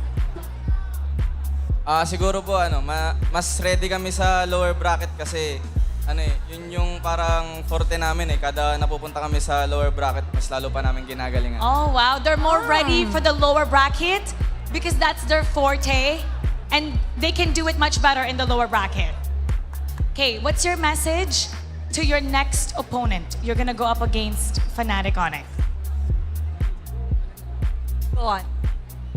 Good luck po sa kanila at bibigyan namin sila ng magandang laban. All right, he said good luck to them and we will try to give them a good match. All right. We'll see you guys later on. You guys just have a few more minutes, about an hour to go before you go on to your next match. Go ahead and prepare. I'll see you boys later. Rose, the answers, especially what Stormy said, that's very shocking from Stormy. I've seen him as a quiet person, but I can see he's gained a lot of confidence. I honestly think, and I personally think, that the MSC Championship brought the boys a lot of confidence and a boost of morale on their own. It's amazing what he said. Win so we can beat you the 4th time. Let's see what the casters have to say about that. We're gonna break it down for you. What you got? It's all yours. Thank you so much, Mara, and as well as Rose. Actually, I'm going to throw that question over to Chantel here. How do you think about that? Win again so we can beat you the 4th time. Well, that's how a tournament goes, right? Sometimes you win, Dude, it's great being in this position. Yeah, This is what the I don't know. Filipinos felt like for 3 years, by the way. 3 years! Well, I don't know what to say about that, but I just hope that FCAP wins the next game. I mean, you know, it feels good to just be AFK. I have no expectation. That's fine. I'm not used to seeing Fnatic Onyx and any team from Philippines at the lower bracket. Yeah. Not the lower bracket finals. It's a wild time we live in, Yeah. but are we not living for it? Yeah, dude, no, it feels great. It feels great overall. Filipinos, I still think that they are going to be the more dominant forces here, but again, as shown by the 2 representatives, TLPH and as well as FCAP. But I'm gonna be honest, I think that game 1, like, FCAP probably should have won that game. Yeah, it should have been theirs. It should have been theirs. It should have gone all 3. If they just won that and then they did it again, they played the exact same draft, and then SRG takes game 2, that would have been an epic game 3. Yeah, it should have been the story of that. It should have been theirs. It should have been theirs. It's crazy. But okay, let's not get ahead of ourselves because obviously after that match, we do have a little bit more of information as how the brackets are currently forming. But you know, let's circle back our way to game number 2. Again, that was a phenomenal showing of the Udo Red Giants, and I gotta hand it over once again to the draft. Yeah, definitely. It's about the draft. We've been discussing this earlier. Imagine that you have models as added damage up front, and you even have the spawn. So it's really hard for the players of Falcons AP Brand. It's just the skill that is being used for YRG, just to zone out the players of Falcons AP Brand. They didn't even need to face the players of FCAP up front just to deal damage against them. And that alone was very hard for Falcons AP Brand to penetrate. And even that's when we're talking about when they start to group up, right? When they begin to go in for this team fights. But even from that laning phase, Gideon, you know more about this than me. Talk us through all the 3 lanes. Do you think that YRG won in the drafting phase? Well, I think that for Cram, it's a much better matchup for him against the High Loss because yes, High Loss does trade a little bit better than the Terizla in the early stages of the game, but eventually, like once you get your once the War Axe is complete, then you don't have to worry about laning against the High Loss anymore. There's almost no way that you can lose that as long as you're playing against the wave. Stormy versus Few is a little bit more interesting, right? Because Stormy is able to kind of trade more effectively against Few, but that's when Ogwen comes in to try and supplement that. Same goes for Yums, but most of the time Stormy and Yums should be able to walk out of that lane first 9 out of 10 times. And then finally, Innocent versus Super Marco, where it's very much a skill matchup, right? The early few levels, it's really important that Super Marco punishes Innocent for dashing aggressively. Yeah, actually for Super Marco, the effectivity of his laning was there. It just so happened that his teammates can't actually be part of the team fight even if he wants to have a team fight for them. So even for YRG, it was really nice to see that Stormy actually had 100% team fight participation. So he's really the one that even zoned out or slowed down the players of Falcons AP Bren. So there are instances also we might see that on the highlights wherein Flap PZ and the rest of the players of Falcons AP Bren are finding Stormy, but it comes to a point wherein Stormy is just holding that Nightmaric spawn or that Dominance Crescent just to use that to have the players of Falcons AP Bren go away. Just to make them like commit a little harder. Stormy's like, oh, look at me, I'm 10% HP, I'm such a tantalizing treat, and then he disappears. such a bait. It is. It's debated. It's such a debate. And like it caused so many problems until Falcons AP Bren figured it out, right? By around roughly the 15th minute, as you can see by this graph, that's when they figured out, oh, the problem isn't Stormy himself, it's that Nightmaric spawn. Yep. So they're timing when they need to destroy that Nightmaric spawn so that Stormy is left out in the open. And even when that happens, right, our MVP Sakai is like, all right, you've committed all your spells, you're kind of low, this is my time to maybe get a Savage. And Cram's like, no, I'm gonna take 2 of those away. I mean, technically, we can crown him that unofficial Savage. I mean, it should have been his. It really should have been. It really should have been. But he made it look so cool. There was so much finesse into it. Hopefully we look over it in the highlights. But I do want to talk about the fact that Innocent's itemization in this matchup, I was expecting Flap TZ, or at the very least some of the other members, to pick up some armor here. But since nobody, the most that they had was Dominance Ices, Innocent didn't even need a Malefic Roar. Yeah, and it was easy for them. Even the damage from models alone is sufficient already to shred the HP bars here of Falcons AP Bren. And this is the problem here if you have a Hylos, right? Yeah, as much as possible, you want to run through the players of Euro Red Giants, but since you can't sustain the damage, it will be really hard for you. So this is also where in Flap PZ. This is what we were questioning. This was the weird one. Yeah, why would you run in front of the players of Euro Red Giants and have no gameplay? Oh man, I mean that's the thing. It felt like that one was the one fight that I think was pretty much a blunder coming in from Falcons AP Bren, and I can't even confidently say that because it could be a miscommunication. Regardless, it didn't go well, but you could see the idea that Falcons AP Bren wanted to accomplish in these types of fights, right? Be able to kind of isolate Innocent by himself while the front line is deep in the sauce, and that's why we see the Winter Crown being purchased specifically by Ogwin to be like, I'm gonna throw my body in front of this train, Winter Crown, and the train hopefully doesn't hurt me too bad. And even like as we took a look at the highlights, right? It was really great. It actually was well executed, but the problem was their backline couldn't handle the front line. So Super Marcos just standing there. Okay, I killed him. We got this. Guys? Oh, guys? Guys? You there? Guys? Why am I alone? It's like when you're talking to your significant other and then they knock out in front of the phone and you're like, are you still Are you there? still there? Are you still- sleeping?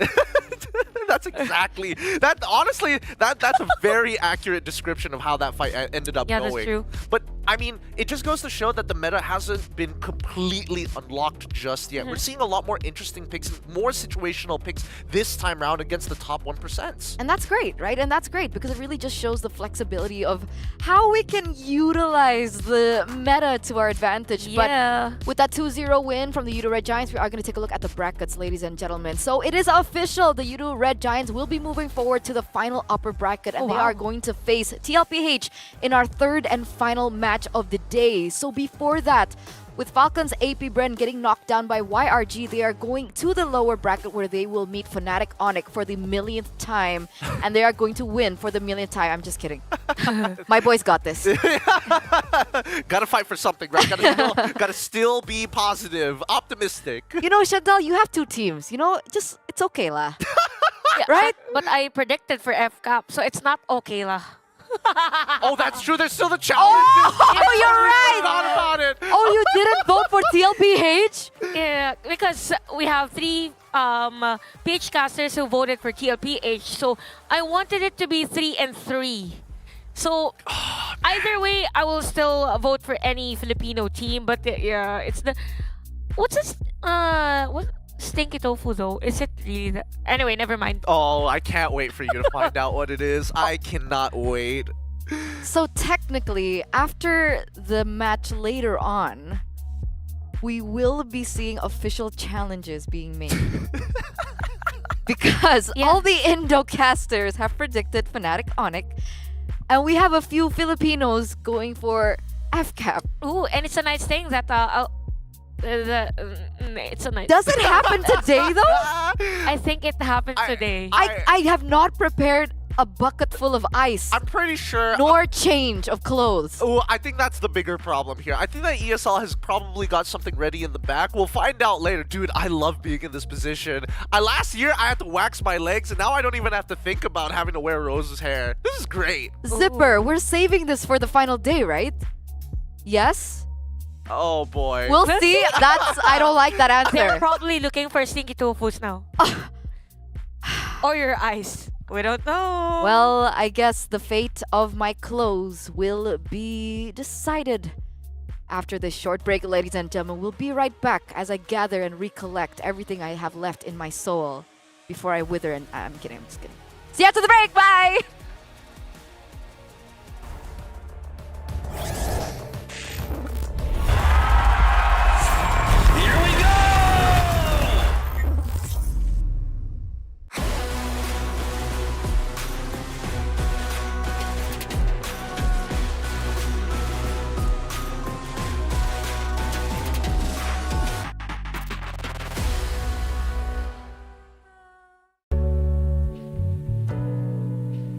Hello, I'm Stormy. I'm a millionaire for Selangor Red Giants. After winning MSC in Riyadh, I felt really happy and proud because this is Malaysia's first ever highest achievement, if I'm not mistaken, yeah. During MSC quarterfinal, we fought against, I think, Fireflies. At that time, it was 3-2. We were actually chill until we won. So, yeah, I think we were like, our mentality was good, so we won against Fireflies. Then goes on to semi-final. We fought against NIB Flash. We are really confident that we're going to 3-0 them because they already show their cards in when they fight homeboys. So yeah, we beat them 3-0. And then goes on to the finals. We actually are confident that we can win Brand, but it's a tough fight. But I'm really happy and proud with my team. But together, mortals turn giants are invincible! When we touched down to Malaysia, it's my first time ever experience this kind of things. There's a lot of media, fans, and I feel really appreciate it. And yeah, thank you so much. To be honest, on my opinion on Group B, all the teams that we in Group B is what we fought before this. So it's quite surprising that I think Snapdragon wants us to rematch. So I hope that we can beat them again.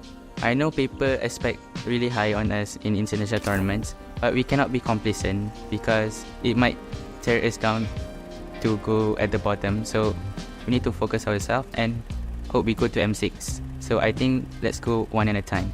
Our expectation is to make Malaysia proud again and win this championship in Snapdragon Pro Series. To Selangor Red Giant fans and Malaysia fans, thank you so much for supporting us. I hope you guys support us on Snapdragon Pro Series in Kuala Lumpur. And see you guys there. Bye-bye.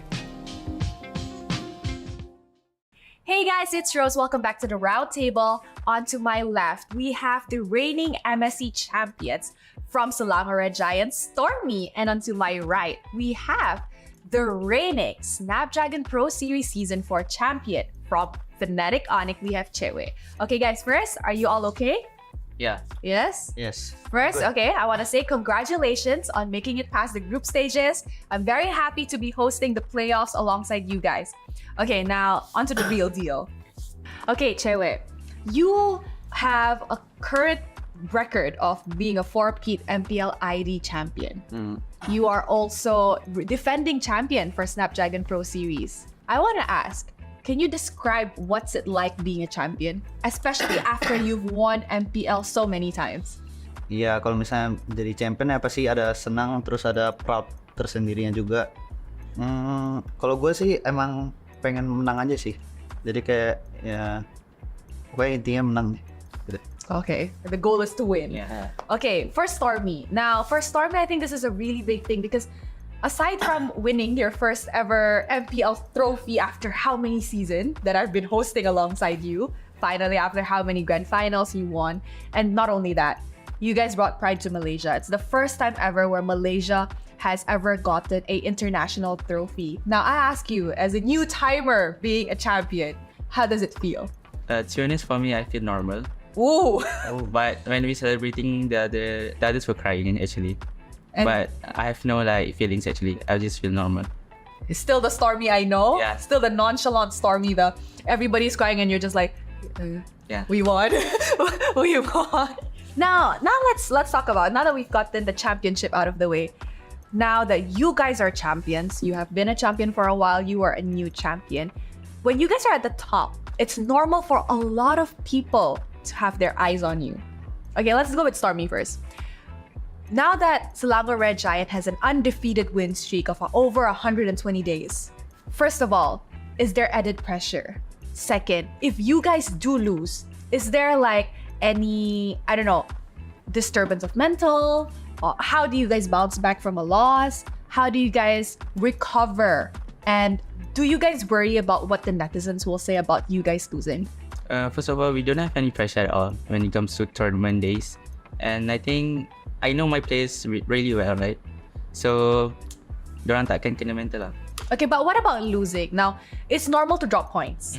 You guys have dropped points here and there. How do you guys bounce back? How do you guys discuss behind the scenes on what action to take for the following game in order to not get disturbed and to not make the same mistakes? So actually, after the game, if we lose, right, we actually have a slightly review with the coaches, but we rest first and then we have a slightly review. So we try to improvise from what we do and try to fix our mistakes. What about what the netizens will say? Now that the entire Malaysia, I can definitely say this with confidence, the entire Malaysia's eyes are on SRG. To be honest, we don't care. Don't care. Yeah. Okay, let's go with Chewe. Chewe, being champions for so long, now that you guys are in SPS, first of all, you guys didn't do so well in MSC. And I'm pretty sure a lot of people were upset with that. How did you guys take the netizens' comments? I think for me, there's a lot of space to improve, even with ourselves, with our team. Yeah, just let them say what they want to say. So whenever you guys lose, does it ever come to a point where it disturbs your mental state? Of course, sometimes there is like mental or whatever you call it, but if we want to manage to the next tournament, I think we must to reset. Yeah, it's like reset. Okay, so this SPS, you guys dropped a few matches here and there as well. But how is the discussion like so far? Is it good looking towards playoffs? I think we still have like, I think 2 days to meet homeboys. Yeah, just let's see. Okay, I like that. Now, you're gonna be a big brother here. He's gonna be your younger brother, okay? You won a lot of times. And when you win, there's a lot of stuff involved. There's fame, there's money, everything. As a champion who has won so many tournaments, can you give one advice to our newly crowned champion? An advice from an older brother to a younger brother. So that's mean I look old. I'm not saying that, Chewe. I'm just saying you're more experienced. Okay. Just stay humble, I think. Okay, stay humble. Stay humble and yeah, just do whatever you want with a positive way. What do you do with your prize pool money? I'm saving it. You're saving it. How do you think they should invest or save up their money? Because they're young. So, you know, when you're young, you have money. They have a lot of money now. They're very rich, right? Wow. Wow, rich. So now that they're rich and they're young, you know, when you're young, you're gonna be like, oh my God, I want this, I want that, I want this, I want that. What's your advice towards that? If you want to buy like things or stuff, yeah, I think you can buy it for your self-reward, right? Yeah, but if you can invest some, yeah, it could be better. There you go. You heard it from the man himself. The veteran. The veteran, not the old one, just the. Orang pertama. Orang kedua. Orang ketiga. Okay, I guess we have a winner. So, I want the 3 winners to come together. Yeah, all the 3 winners. Okay, ni semua pemenang kita. Okay, stay kat sana. For the final match, ni tiga-tiga ni akan dapat hadiah. Tapi satu sahaja yang akan dapat hadiah yang sangat-sangat menarik. So, korang kena tiru hero aksi ini. Look at the screen.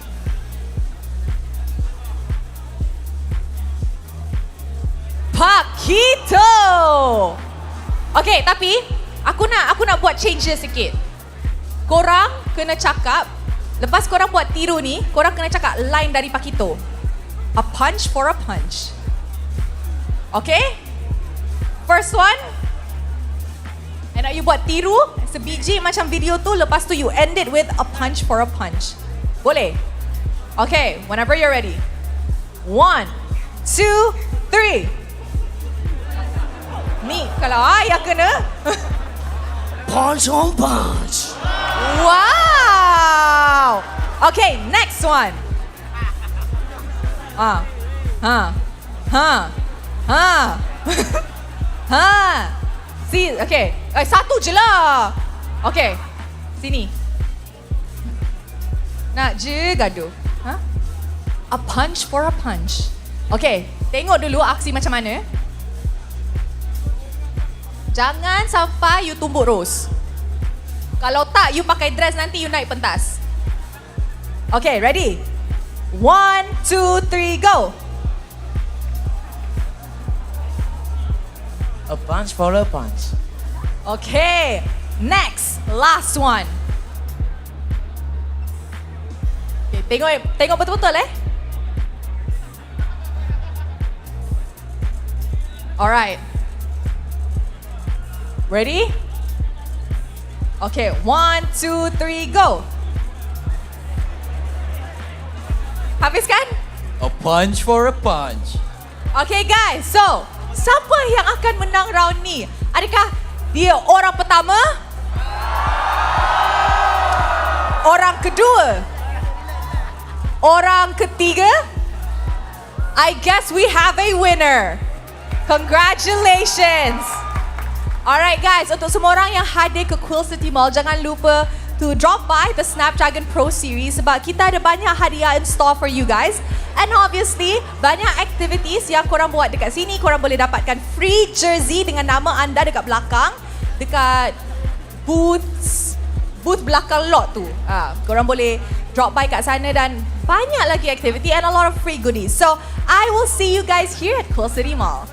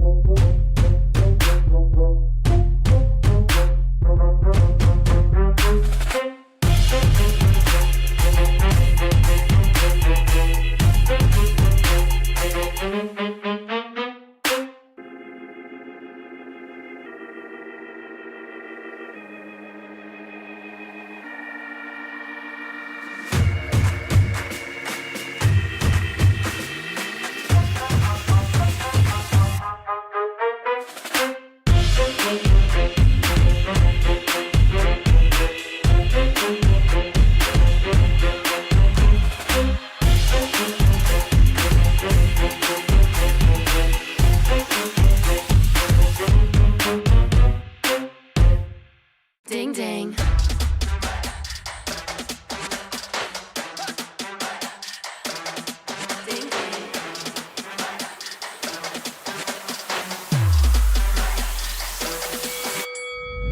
Why you just have that look upon your face with the underestimation? It is so yesterday. 'Cause baby, I can't fly without you by my side. I can do a whole lot more than just look pretty. I know that it'll take some time to see, but you're never stopping me. I know that we ain't giving up. If you thought so, well, tough luck.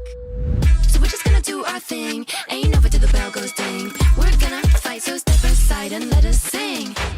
We're gonna bring you down. If you think you'll stop us somehow, just let us do our thing. This ain't over till the bell goes ding. This ain't over till the bell goes. This ain't over till the bell goes. This ain't over till the bell goes. If you think I've had enough, well, I guess you don't know tough. I'll never be the one to back down. You haven't been the first one to show me doubt. 'Cause baby, I can't fly without you by my side. You're never breaking me, never stopping me, never making me be less than all of me. Know that it'll take some time to see, but you're never stopping me. I know that we ain't giving up. If you thought so. The rest of the boys lifted the trophy up. What was it like for you guys to see that? It was such a very proud moment, and I just remembered all of us just crying.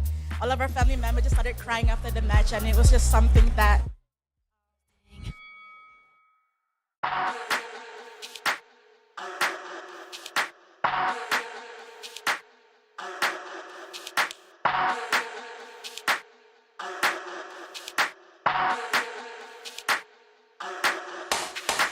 let's get waved, let's get lit, let's get high, let's come have it. Let's get burst, let's get mash, let's buy a bottle and splash that cash. Guess what, it's time for action. You're feeling fine, main attraction. Your vibes, not satisfaction. Feel the baseline, chemical reaction.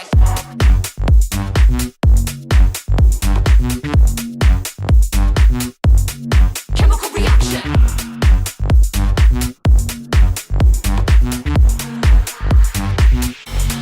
Chemical reaction.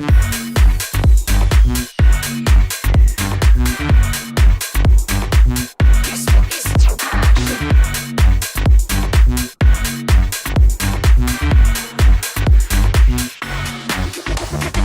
come, let's have it. Bad boy rhythm. Come, let's have it. Bad girl style. Okay, all eyes on you. Come, let's have it. It's time to get. Actually, Epi brand, they're so strong. Position yang cukup baik. Satu finance last. Berjaya pula satu penggunaan penalti zone karena 3 orang pemain. Ya mereka kuat lah, soalnya kan kita 2 turnamen terakhir kalah kan sama mereka. Terus mereka masih kuat juga, masih runner up dia masih kemarin. Yes, we lost to Yodo Red Giants, but I think we can win that game, that series, because we had the lead early on and we choked mid to late game. Mereka nggak punya key player, mereka berlimanya kuat banget, kompak main as a team. We really much don't expect of the outcome. We just play our game. Yeah, I feel really confident and so are my teammates. Jangan galak-galak, Bang.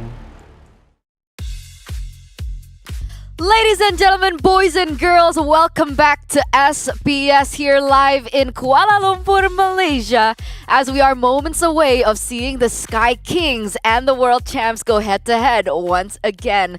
It has been a tough battle for Fnatic Onyx as they have been beaten by this same team for almost every time that they have met. But of course, before we begin, I just want to say, hi, I'm Eterna. And with me is not Gideon anymore, but we have Goni as well as Chantel. And what better desk of casters to come into this final lower bracket game? You know what? It's Oh, and Chantel, also, man. which caster gets to do the challenge first? What? What? I just saw it. What There's- I think Thank you, I think Skipper. Zipper and the team is ready for this. They've been Zipper, waiting for man. this. You know what? I'm very nervous for Fnatic Onyx, honestly, and yeah, hopefully going up against FCAP. It's a tough challenge, but Yep. I think I'm confident that you will challenge first. Well, yeah, I'm just happy to see this rematch of a rematch of another rematch of all, just Rematches. the rematches. So wait, where did we begin with Falcons AP Bren as well as Fnatic Onyx? It was Definitely M5. M5, and then they met again. They met like 3 times, I think. Yeah. Yeah. And they lost all 3. Well, it seems like FCAP is Onyx. Well, FCAP is the kryptonite of Onyx, or the other way around. I mean, technically, a lot of teams out there are the kryptonite of Fnatic Onyx, if we have to be honest, right? It hasn't been the smoothest of runs, much to the detriment of all the Indonesian fans out there. Obviously, this was our our OP card, our trump card among all cards, because we've never seen an Indonesian team do as well as Fnatic Onyx so far. But it seems like this tournament, they're quite shaky, especially group stage, but against Homeboys they were able to take that 2-0 though. So maybe just from that they can bounce back. I still believe in them. I still believe in them. And I kind of feel like for Fnatic Onyx, since they were able to watch the game earlier, maybe they have this idea already on how to defeat FCAP for this match. Maybe. We'll see. I mean, hopefully. Okay, let's take a look at the official team lineup for Fnatic Onyx. Let's bring that up real quick. We have Lutfi in the EXP lane. We have Kyrie, Sans, Keyboy, and CW. So earlier on in the interview, we did see Boots having a little bit of discussions with the hosts and so on and so forth. And they even have mentioned that all 5 members of FCAP are strong. There's no key player in particular, because every one of them needs to be respected. I agree. I mean, FCAP, again, even though after their loss, they're still a strong team. They're still a team that is just a contender throughout MSC and as well as this tournament as well. So, yeah, Fnatic Onyx, they need to bounce back. They need to refine their gameplay. Yeah, so we'll see the official team lineup now for Falcons, AP Bren. Our world champs, Flap TZ, Kyle TZ, Few Ogun, and Super Marco. So still the main lineup, still the main 5. 2 times world champs for Falcons AP Bren, and they're coming back again after that loss. So obviously, there is a discussion to say that from their previous loss, can they rebuild themselves coming into this matchup against Fnatic Onyx? Because technically they didn't have as much time to reassess what went wrong for them. That's gonna be a fast adjustment actually for Falcons AP Brain. But what really nice for them is that they're up against a team that they already know. It's almost they're almost cream buddies in international tournaments. They know how each other play. So it's a mixture of now how Falcons AP Bren will let go of what happened from match 1, because there are instances somehow wherein you're so into that game that you can't move on, and your mindset is for your strategy against YRG. So they have to be focused now on the Fnatic Onyx. And now let's focus on our predictions real quick. Let's bring it up. Okay. You know what? I honestly think it will be a 2-1. Me too. For Fnatic Onyx. Oh, but what happened there? I got a little excited because I just want my delusionalness to seep into the team and the players, that hopefully that they can perform better here. Because obviously the rational prediction would be Falcons AP Bren. I have to put it out there, right? But what do you guys think, right? What do you guys think? Do you think Falcons AP Bren can take this? Or do you think that Fnatic Onyx have the chance to take this? Because remember that as we are in the lower bracket, one of these teams will have to be eliminated from their SBS run. So do put in your predictions. Lock it in now in Twitch to let us know what you guys think. Because we are watching you and we love you. We care about what you think.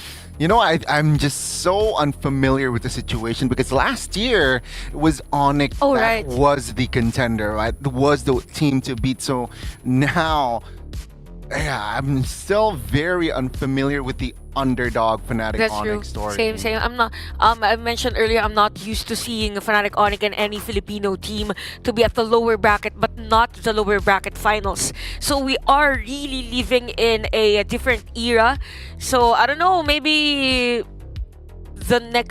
we have one more day left after today. Probably another surprise for us, or maybe I will be surprised for this game. I don't even know what to expect now. Yeah, we've talked a lot about what we should expect, the reasoning and the background story for both these teams. But let's take a look at a little bit more of the analytical side of this matchup, right? Fnatic Onyx and Falcons AP Bren.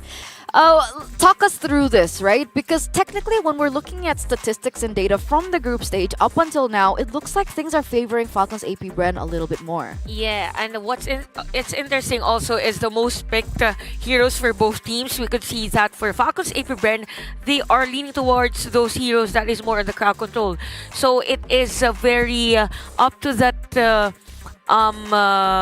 observation from Boots that they're playing as a team. Because they are heavily relying on crowd control, as much as possible you put up the space for those damage dealers, and it also means that there are heroes that can be used by the team that could be prioritized on the latter portion of the picking and the banning. Yeah, I mean, for this patch, right, team fight-wise, I think Falcons AP Bren, they're really strong in that area. So, you know, Fnatic Onyx, they need to be careful of that on executing and also draft-wise, what are they going to pick? Yesterday, we saw Kyrie rocking the Joy and the Nolan. Doesn't really favor their side, though. So maybe Fnatic Onyx this time, coming into this match, they want some conventional assassins, right? They might open up a Hayabusa, if possible, Ling as well, because In the first game, I believe Hayabusa was open and they opted for the Nolan instead. Yeah, there's going to be definitely a lot of emphasis onto Kyrie and, of course, whatever Coach Yeb chooses to pick for him. We can even see from the previous statistic that it was Moskov and Julian, right? Yeah. So a lot of emphasis on both CW and Kyrie to try and win this out every time they go into the matchup. But now we're going to take a look at the detailed team statistics for Fnatic Onic in particular.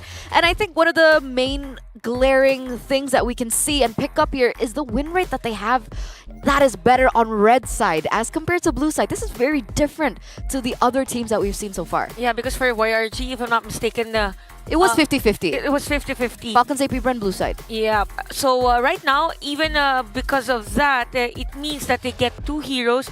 It's most probably a hero for Chewe and their sustain hero or their stand-up player. Yeah. EXP most likely, right? And yeah, maybe with the red side, we all know as well from the MPLID side, Yeb really likes that last pick value to be on point. And again, detailed team stats here, nothing too crazy, I feel, apart, of course, from that. Yeah, I think everything is just, expected, right, Chip? Prioritize to be banned. And if you're going up against Kyrie, of course, you want to ban the Fanny and the Ling out, of course. The Zask is such a staple hero in this current pageant, And I think for Fnatic Onica, they are one of those teams that still prioritizes Vexana because it's not. I can't say that it's very unusual to see a Vexana, but it's not prioritized as much as compared to the previous tournaments that we've had, right? So it's more of a Valentina, more of a, like other heroes, or probably because since Zask has been banned for them, so they have no other option, or the options for the mage or for a Sans hero has been limited for this or for other games. So, yep, very interesting since FCAP is a team that opens up a Zask. They opened up Zask twice against YRG earlier. So maybe we'll finally see Sans getting a hero that he can utilize to be a little bit more aggressive, right? Because that's what Sans is known for. Understanding when we talk about Fnatic Onic, we usually scroll back into two main pillars, right? CW, now CW as well as Kyrie. But I think people are starting to forget what Sans was able to do and the impact that Sans usually has in the game. And so far, it feels like it's a different Sans as well. He hasn't shown as bright as he usually does. He's usually very aggressive in the mid lane, usually making all these amazing plays, doing a lot of zoning as a mid laner. What do you think went wrong with Sans? Why is he different this time around? You know what? I really think he is less flashy, but impact-wise, he is still their main anchor. You can see from the numbers, right? On the mage, I think Sans still delivers. He is one of the either top 3, top 2 main damage dealers per game, of course, if they win. But yeah, it's just less flashy, less of the flicker plays. We saw that from Keyboy though yesterday. Sure, it failed. Yeah, it was against Carl TZ, unfortunately. But yeah, I think Sans, his approach, his mindset now has changed. You know what? Let's just be less flashy, but also still be effective. Probably more of a team player now, and not focusing on having a player be killed prior team fight. Probably something like that. I guess we'll see the outcome, ladies and gentlemen. We did have a few moments to talk about a little bit more, but let's see what the stage is looking like as we welcome both of these teams onto the arena. Ataupun juara dunia Falcons AP brand. Tuan Tuan dan Puan Puan, we've reached the pivotal part of this tournament. Once seen as the greatest rivals in a land of MLBB, Philippines versus Indonesia. One team will move forward in their pursuit of greatness, while the other faces the harsh reality of elimination. Only one team will move forward, and one team will go home. Tuan Tuan dan Puan Puan, make some noise! It will be Fnatic Onic versus Falcons AP Bren. Who will survive? Now let's introduce the teams. And with that, the first team up on stage, the four-peat Indonesian champions, the defending champions of Snapdragon Pro Series. Give it up for Fnatic Onic!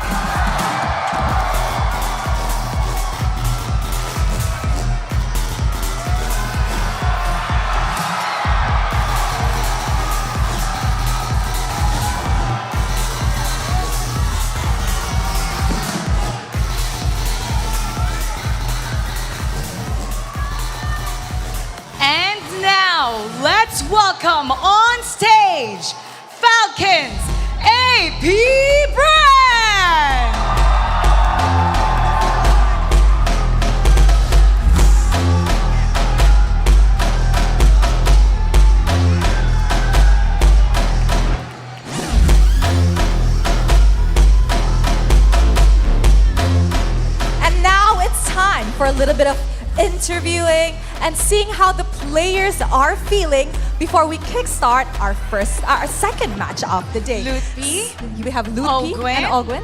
Lutpi. All right, move over forward. here. They're ready to start face off. We haven't even asked the You question. guys are ready to face off each other, eh? We'll start off. What did you say? I'm ready. You're ready. Okay, you just finished a difficult matchup. So how were you guys able to maintain composure to make sure that you're ready to face off Lutpi?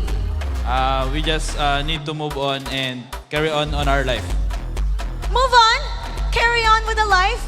That makes sense, Rose. I love that. You know what? Bounce back mentality. It's all in the mental, as what Lafel would say.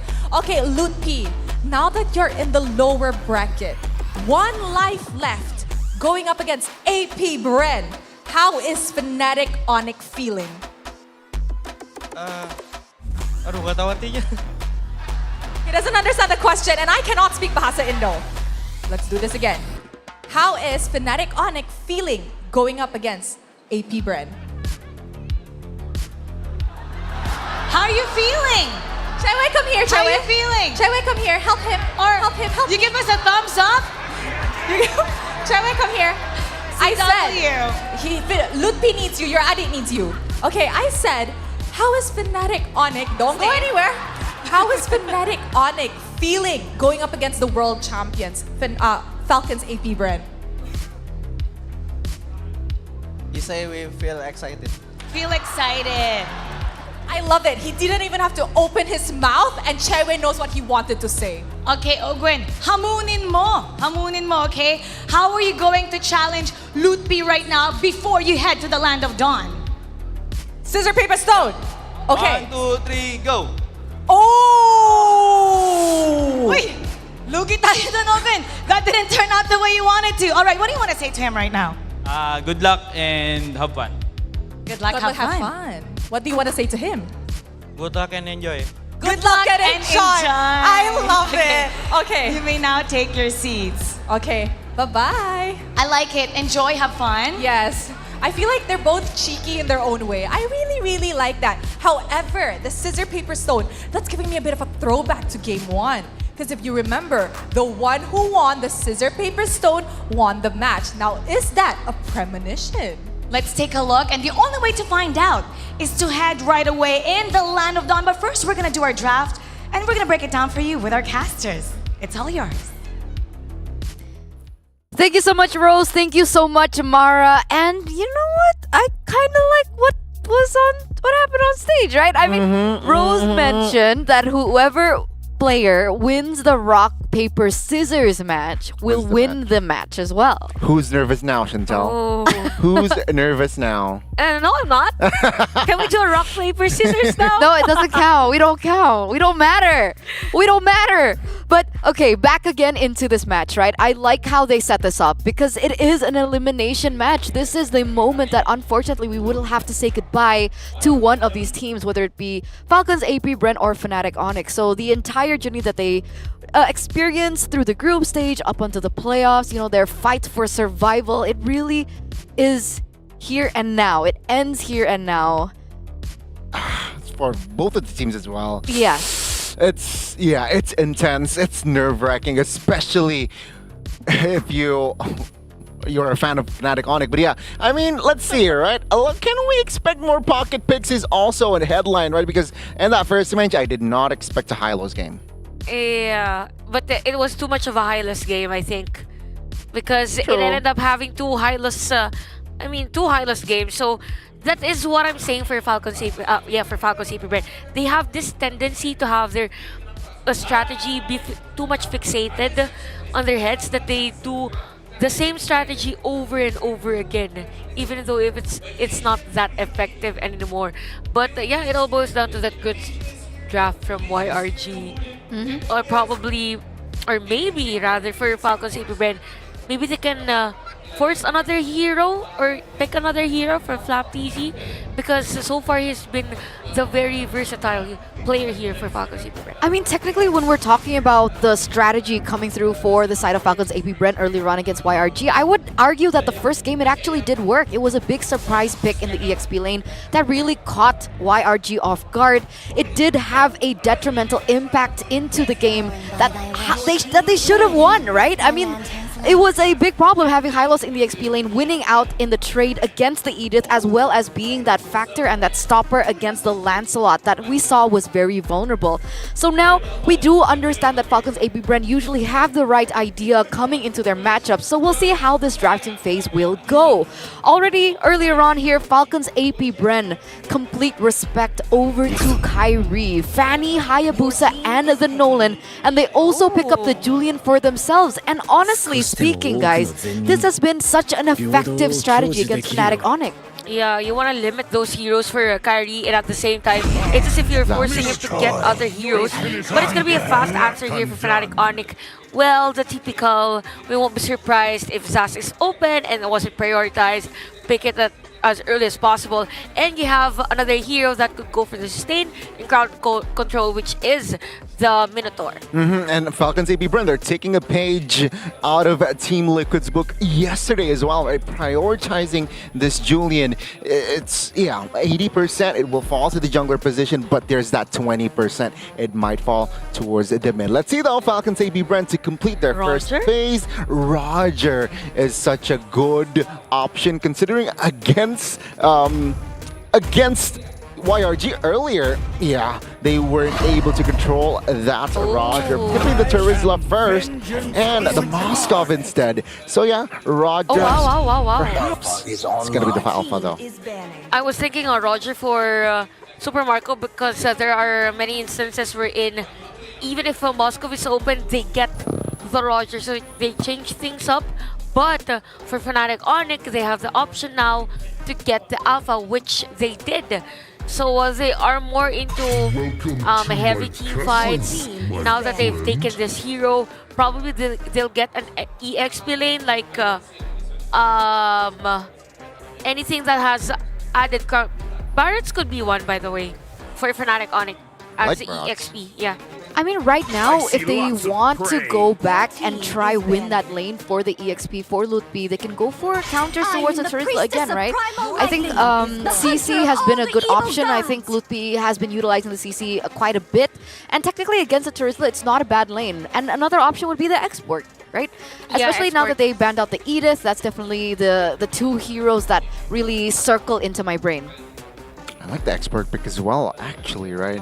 But I mean, Fnatic Onyx, they're really limiting the roamer option right now, considering, there's no hero for Ogun. We've picked up the Minotaur ourselves. Asking a big question, what will he play? But Falcons AP Brent, they're also committing towards CW's hero, right? Harith Roger banned out, and it's gonna be the Claude here, picked up instantly. This is a perfect marksman for Fnatic Onyx. You have that Minotaur and then surprise them with the Blazing Dual Claude. So the players or some of the heroes of Falcons AP Brent will be forced to have Purify as their spells.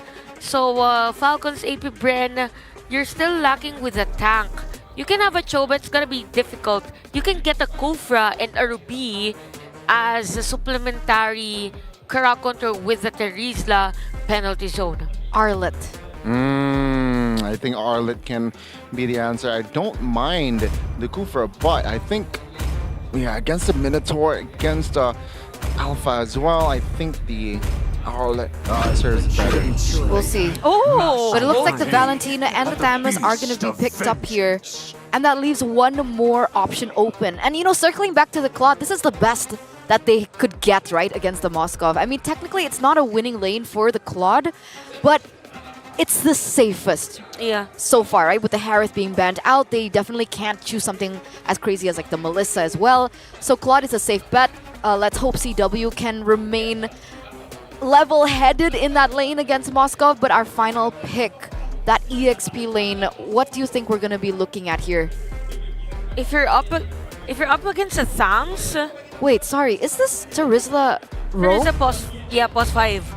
Definitely. Reporting for duty. Definitely. So, it's an X-Borg for Fnatic Onyx, which is the best option for them. They're just lacking in terms of the crowd control here for Falcons AP Bren. It's just the Terizla. But since they have the Valentina, it could supplement with the IMU Minoa's Fury. Yeah, that's a big problem, right? There are a lot of, I would say, resources from the side of Fnatic Onyx that definitely this Valentina can utilize to their detriment, and this is a big problem. Like, hopefully Fnatic Onyx, they can just utilize the bare damage that they have without that playmaking capacity that they're lacking as compared to Falcons AP Bren.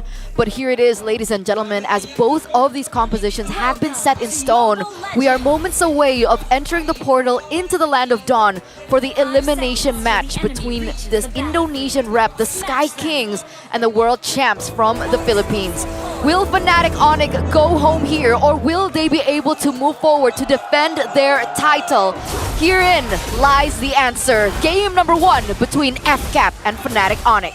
Ooh, I'm super excited for this game. I don't know what to expect, but yeah, there's gonna be a difference already in terms of the rotation between Kaltizi and Kyrie. So for Kaltizi, as much as possible, you want to expect him to be faster in getting those jungles so that they will have the edge in terms of taking the turtle objective. Now, at the rotation in terms of laning, it's gonna be an even matchup between an X-Borg and the Thams because you can counter the other one. You can get the Frog armor using those sights. Same goes with the sustain or HP of a Thams. But yup, gonna be a crazy game, I guess, for both. Yeah, I agree, right? That's something that is highly unusual for Flapteezy on the Thamus. We'll see how it works. I mean, technically right now it looks like Flapteezy is clearing a lot quicker now, forcing a recall over. But look at this, Kalteezy jumps in, deals a little bit of damage, but it looks like Lutpi will still be able to get out. Yeah, but that is going to be very detrimental here for Lutpi because he might not be able to get the minions, some of the minions here, which is very crucial in the early phases of the game. So Falcons AP Brennan, the rotation right now is being effective against Fnatic Onyx. So Fnatic Onyx, they're just taking their time. They're positioning themselves because they have the turtle now. Yeah, let's see here, right? First 2 minutes, no first blood as, yeah, I think both teams, they want to play it slow. Turtle, though, they might pull the trigger right here, right now. FCAP trying to zone out members. A few with the Minion Fury in hand. Let's see Kyrie Spear Alpha on towards Flapped out. First blood, and Kyle will respond with the turtle. Penalty zone on towards Keyboy. He flickers out. Lutpi's fine, and that will be it, right? DD with Sans jumping in as well, and that's a kill on towards Kaltizi. Lutpi still dealing out damage. It's a 2-for-1 plus the turtle for Falcons AP Bren. Kyrie might want more in the bottom side, and Kyrie finds fuel in the bottom side of the map. That is a nice juggle, but it's not done yet for our players as FlapTZ kills down or open with a double kill on that Terizla. All along I thought it's already done in terms of the team fight, but again, because of this melee heroes, all the skills that they can use against each other, again, we expected this game to be continuous damage against each other, and this is what Falcons AP Bren has been doing and Fnatic Onyx. Now, if we go back on the turtle take, it was taken by Falcons AP Bren. Again, even though FlapTZ was still at level 3, he zoned out Kyrie, but it was too early for them for a team fight, so they just got that turtle instead. But Fnatic Onyx, they know their edge in terms of the DPS that they have against Falcons AP Bren, hence forcing for longer team fights. Yeah, I think it's an equal game here for both teams technically, right? Considering Fnatic Onyx, yeah, sure, they got 3 kills, but they lose the newt. And well, you can see here the control. Oh, Ogwen being invasive might get punished though. Minion Fury will not connect as Ogwen will flicker out from that ult. Okay, so that is very crucial on the usage of the flicker and the ultimate, because there's gonna be the turtle later on. So as much as possible, since you're not that really the tanky type of post 5, as much as possible, we wanted to serve those resources prior bigger team fight. So yep, it's gonna be crucial for them. Definitely Fnatic Onyx is on the lead for this game. We have Kyrie on 2-0-1, by the way, but good thing is that Kyle TZ for Falcon Saber Brand is at level 7, so retribution damages won't be different, wouldn't be half different for this one. Oh, it's gonna be Galtizi winning the retribution again though, but the fight will collapse on towards FCAP's side. Flapteezy will be the trade open, misses his penalty zone. FNOC, they want to defend their purple buff, but it seems like FCAP have enough power to, oh, with the blazing the wet as well. He finds Oakland though. It's going to be Falcons AB Bren now backing away. Very, very efficient rotation from CW at the time, but there is the space for Super Marco to get that plates up top. So in terms of the laning, you know, Moskov and Claude could have a really different rotation spectrum that they need, because as much as possible, if you are Claude, you want to do the double laning as early as possible. Now Moskov want to do things slow. But for Fnatic Onyx, they know that the threat from Super Marco, that's why they are rotating on that lane. And then, yeah, Fnatic Onyx here, they need to stabilize themselves. I think they are somehow behind slightly, but CW, I like this type of aggressive Claude, right? We didn't get to see it yesterday, but it seems like now CW's mindset, you know what? I'm just gonna smell blood and get blood. And speaking of smell blood, there's added defense on taking all the blood from Falco's AP Brand, because Luffy has the Brute Force breastplate but was taken down at the bottom lane. So again, it's all about timings here. There's a cross map play. By the way, for Fnatic Onyx, they got the turret up top, while Falcon's AP Brand, they're focusing on Luffy. That is because also of the effectivity of an X-Borg against a hero composition like them. You have two fighters that is really more on the sustain side, so you want the true damage, right, from the X-Borg. Yeah, and it somehow supplements with the alpha as well. The passive will give true damage as well, and well, item-wise here, no power spikes as of yet. But Fnatic Onyx here, they want to contest this third and last turtle here. Let's see though, will Falcon's AP Brand be able to claim the perfect turtle? FNOC already in the vicinity, looking perhaps a potential opening with Keyboy having the flicker and the ult as well. Falcon's AP Brand slowly but surely hovering around Flapteezy though, moving aggressively on towards CW's hero, backing away. Retribution will fall to the hands of Kyrie, and now Kyle TZ will flicker out, but the last Insanity will claim his life. Take a look at the Lord Spear again. It's Keyboy and Few. CW receiving damage, blazing Nuet to the backside will secure Few. Sans and Flapteezy now in trouble. Flapteezy survives with 1 HP. Things are looking good, definitely for Fnatic Onyx, but if we look at the gold lead, it's still on Falcon's AP Brand side, because Super Marcus just doing objective taking against the Fnatic Onyx whenever there is a team fight. Yes, he used that Spear of Destruction, but he didn't really force himself to be part of the team fight, not unlike for Fnatic Onyx. They get to zone out, or CW is being zoned out by Falcon's AP Brand. So if we see the continuity of the farming, it's actually Super Marco continuously doing it, but because of the objectives that they get against Falcon's AP Brand, it's actually CW who is on the lead against Super Marco. So he has the Demon Hunter sword now, and even the Corrosion side, hence him being part of the team fight. Yeah, he has 2 kills, but I thought there was a larger gap between CW and as well Super Marco. So now Flapteezy at the backside trying to perhaps look for an opening, but seems like the damage here will not be enough just yet. Fnatic Onyx being clumped up as well helps covering. But yeah, Falcon's AP Brand here, comfortable lead at 2,000 gold lead. Yeah, but since Fnatic Onyx has been staying or sticking to each other so much, it gives space for Falcon's AP Brand to have their minion waves flowing up top and even at the bottom. So there is a bit of a struggle here for Fnatic Onyx. Are we gonna go for a 5v5 team fight, or we'll have CW clear the minion wave first and then have him as the backup of the team fight, or another damage for them, because for Falcons AP Bren, the formation again is having Super Marco clear that minion wave first so that it will flow, while for Fnatic Onyx, they're focusing on team fights. So it's gonna be crucial for them if another turret is taken down at the bottom lane.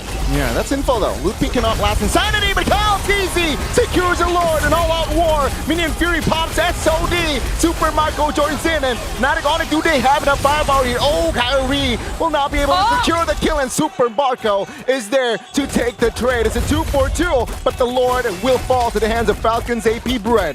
Falcons AP Bren, nice decision for them. Again, they know that Super Marco has the Spear of Destruction, so it will be a lot easier for him to be not part of the team fight first, and then have the players of Fnatic Onyx use those ultimates so that if ever he comes in, there's no damage enough to secure a kill against him. So 8-9 is the score of our game. Is just 10 minutes, and Falcons AP Bren is just doing a step-by-step process here.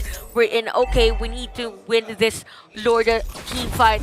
We need to secure it as much as possible. So for Fnatic Onyx, they are a bit reacting on Falcons AP Bren's strategy, specifically Flap EG's play.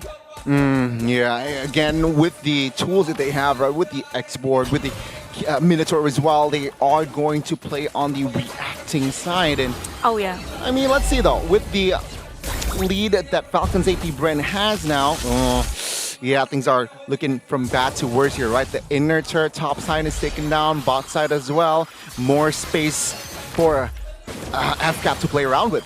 But what's really nice for the lineup of Fnatic Onyx is there's a high chance for a counter setup play. Same with what happened game number 1, FCAP and YRG. They just needed that good Minoan's Fury from Yums. Probably Kiboy can do that also, because they also have the Zask. They could have that surprise damage from CW, but probably for CW he needs a Wind of Nature as early as now, just to be secure, just in case Super Marco and other players from Falcons AP Bren will try to find him before a team fight. Yeah, that's the thing, right? Super Marco is already online as well. 3 items secured plus that Wind of Nature. So yeah, the damage from Super Marco will definitely be almost incalculable, but it will be so much. Fnatic Onyx here now. Okay, CW has a Wind of Nature, so technically he can put the risky play. He can give out the risky plays. Let's see though. It's all a matter of timing. Oh wow, this is pretty good actually, because Super Marco is just 100 lead, maybe a 50 against CW. So it just means that even though Falcons AP Bren is at 5,500 gold lead, CW still has the gold that he needs to be on par in terms of itemization. They, Super Marco and the CW has the Trinity. They both have the Wind of Nature. So it's just a matter of who has the better setup for whoever marksman they have, right? Because for Falcons AP Bren, yeah, Super Marco is at the bottom, same with what they did on the first Lord. For Fnatic Onyx, they need not to reveal the position of CW. Yeah, I mean, this is technically already a risky play, right? Fnatic Onyx, they somehow do not want to give the Lord freely. Considering, you know, sometimes being 4,000 behind 5,000 even, let's just turn our base and focus on defending our inhibitors. But take a look at what they're doing here, right? They're actually outside their base here, looking perhaps a potential opening. So that itself is already quite risky. Yeah, that's true. Probably because they know that CW can go for a surprising place to do it. But yeah, they need to bait first the ultimate from Ogwen, or probably the IMU Minoan's Fury. No, it's the Dominator's Sucker Sense that a few has taken for the IMU. So look at that shred of damage from CW. Yeah. So this is gonna be a long juggle at this Lord, but Falcons AP Bren, the minion waves are just flowing. Very disciplined, right? FCAP, they're playing the far lane quite well, and they managed it. Yeah, I think the wave clear is so on point up to this point here for the side of Falcons AP Bren. They might force an error here. FNO say they might want to pull the trigger ASAP. Okay, so Lupe is here up front. Look at that true damage against Open. So it's gonna be hard for that penalty zone as early as now, but we can see the last insanity being used. Oh, penalty zone as well, committed!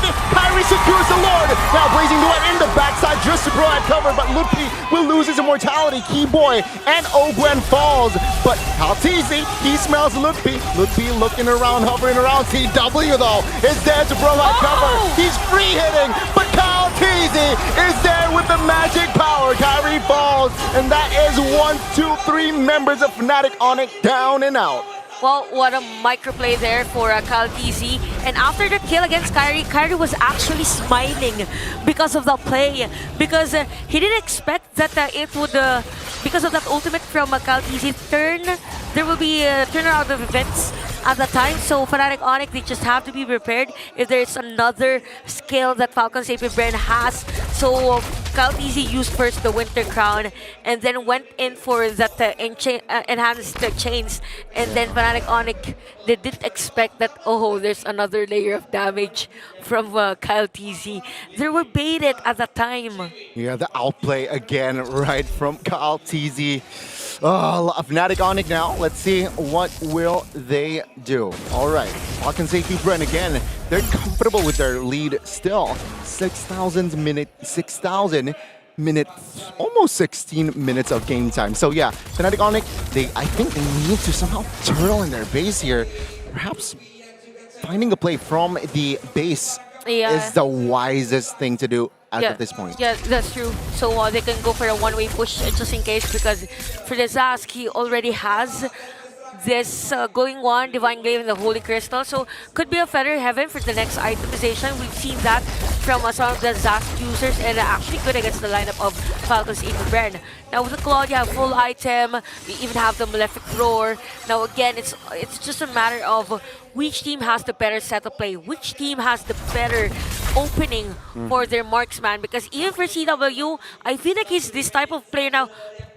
I'm okay, I'm ready. Just give something for me, and I'll just go against Falcon's AP Brand. Yeah, you need that perfect alley-oop, right? And, yeah. Well, let's see your purple buff contest, but it will not fall to the hands of FNOC. It seems like Falcons AP Brand, they've done it. They've stolen the purple buff away.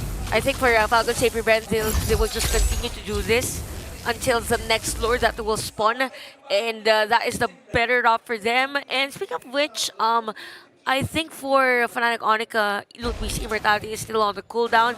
That's why they're not even forcing to be upfront against Falcon's AP Brand. So 17 seconds before this lord to spawn, and we could see the two fighters of Falcon's AP Brand just being in front of the players of Fnatic Onyx. And this has been a story of the game, right? Super Marco is at the exact opposite of them as to where the objective will spawn, so that he won't take any damage, he won't exert any more effort, but when the time comes that everyone is just open from Fnatic Onyx, he'll come in. Exactly, they're playing the Moscov's value to its utmost potential, right? They know how to play this Moskov very, very well, and that's how you play it, folks. Let's see though, the Lord is and should be, there will be a reset on the Lord. Yeah, they know that. there's a trap though, top lane, I think. Yeah, there's you and the Super Marco up top. So that is the reason why even Fnatic Onyx forced this Lord to be reset. I wonder what Flapteasy wants to do on that area though. Damage is there, Flapteasy with the flank as well. This might be it. Oh, on target roll here for Kyrie, but the damage will not come through just yet. Flapteasy backs away. Lutpi will lose his mortality. And now with Ogwen jumping in, let's see the fight. Kaltizi pouring out a lot of damage on towards a member there. Lutpi falls, and CW will try to find Super Marco off cam, and he will. Sans now into rubble. Ogwen though will lose his mortality, but the knockup from Kaltizi was huge. CW surviving. Ogwen losing a lot of HP, but Kill will fall first as well as Keyboy. That's a 2-for-2 for each team. Okay, we have the Kaltizi bought that the immortality, but I think that's too much up against three players of Fnatic Onyx. Hence a double kill for Sans, and it was an extended team fight. And a messy one for Falcon's AP Brand. there was the initiative to kill Kyrie prior this lure take, but it just so happened that everything happened so long. It was under the second tier turret. So it's something that you don't want to do if you're Falcon City Bren, but for Fnatic Onyx, they're doing a great job exploiting and punishing that error from Falcon City Bren. This might be the window that Fnatic Onyx need, right? Yeah. They got the Lord, now they're trying to turn the tides. Falcon Safety Bren still 2,500 gold lead. Well, Tito, CW got a little overzealous and punished there by Falcon Safety Bren. That's very crucial. They have the Lord. This could have been their way to take down an inhibitor turret even at the middle lane. So Falcon Safety Bren, nice defense for them. And I think they expected that CW will be farming at that area. That's why there were 2 players from Falcon Safety Bren positioned at that time. What a recovery as well, right? Falcon Safety Bren, they just know how to solve their problem mid-game, right? Again, they lost the fight, they lost the Lord, but they just instantly knew what to do right after. And for Falcon Safety Bren, what they need to do right now is to find and stop Sans. By the way, Sans is at 408. Yeah. And he has full item now, the Feather Evan and the Blood Wings. So expect later on, if ever, there will be a nice usage of the Dominator's Crescent in the middle of a team fight, and you have the last Insanity. I can't even imagine how damage it could bring against Falcon Safety Bren. I think that is going to be one of the main priority. You know, I think it's either you neglect Sans and like take care of 4 other members, or you take down Sans first and then you take care of the other members. But then again, yeah, I think I love what CW has been doing. Sure, he made a mistake earlier, arguable, maybe a costly one, but you know, I think he is just feeling himself right now. 21 minutes of game time. It's technically anybody's game. Yeah, this is a very intense game. Intense in a way that it's not full of team fights, but it's a game wherein you can't commit any error, right? Because if the Fnatic Onyx wins a team fight, it means that, for example, the other team fight, Falcon Safety Bren lost because they overextended and Fnatic Onyx punished Falcon Safety Bren. Same goes with Fnatic Onyx. So in a way, hard CC will be very crucial for the next team fight. It's nice that Kiboy has that added kit of sustain or the Minowan's roar as compared to Ogwen's Terizla, who can't really much extend the team fight. So as much as possible, if you use that penalty zone for Falcon's AP Bren, you need to do a follow-up burst, maybe another layer of crowd control. But Few has been using the IMU, right, on a Sans hero. Now he switches his priority, right? He wants that Dominator's Descent. Let's see though, with the Lord now, Evolved Lord, mind you.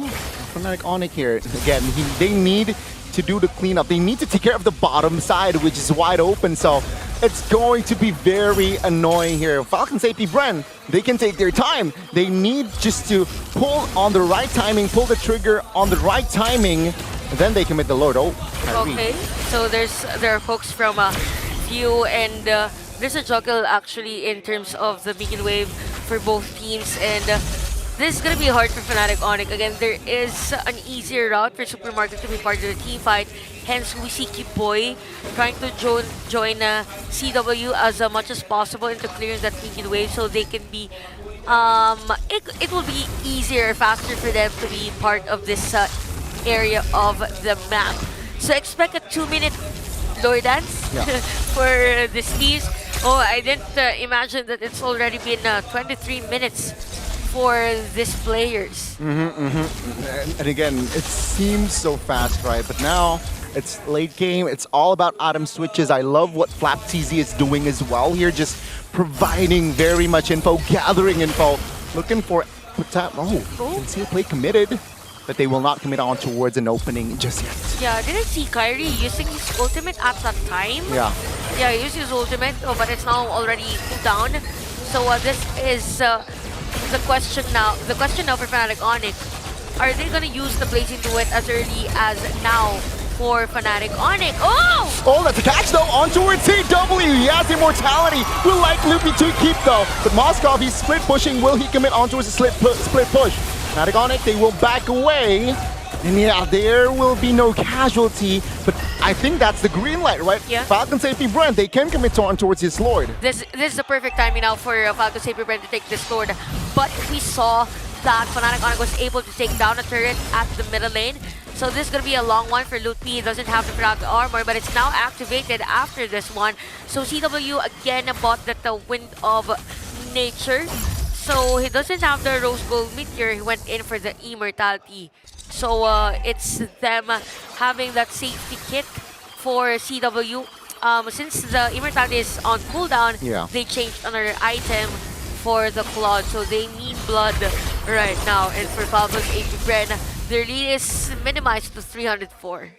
Yeah, it's again technically anybody's game. Sure, structure-wise, it's somehow it's even Stevens, right? One inhibitor for Fnatic Onyx, one inhibitor for Falcon's AP Bren as well.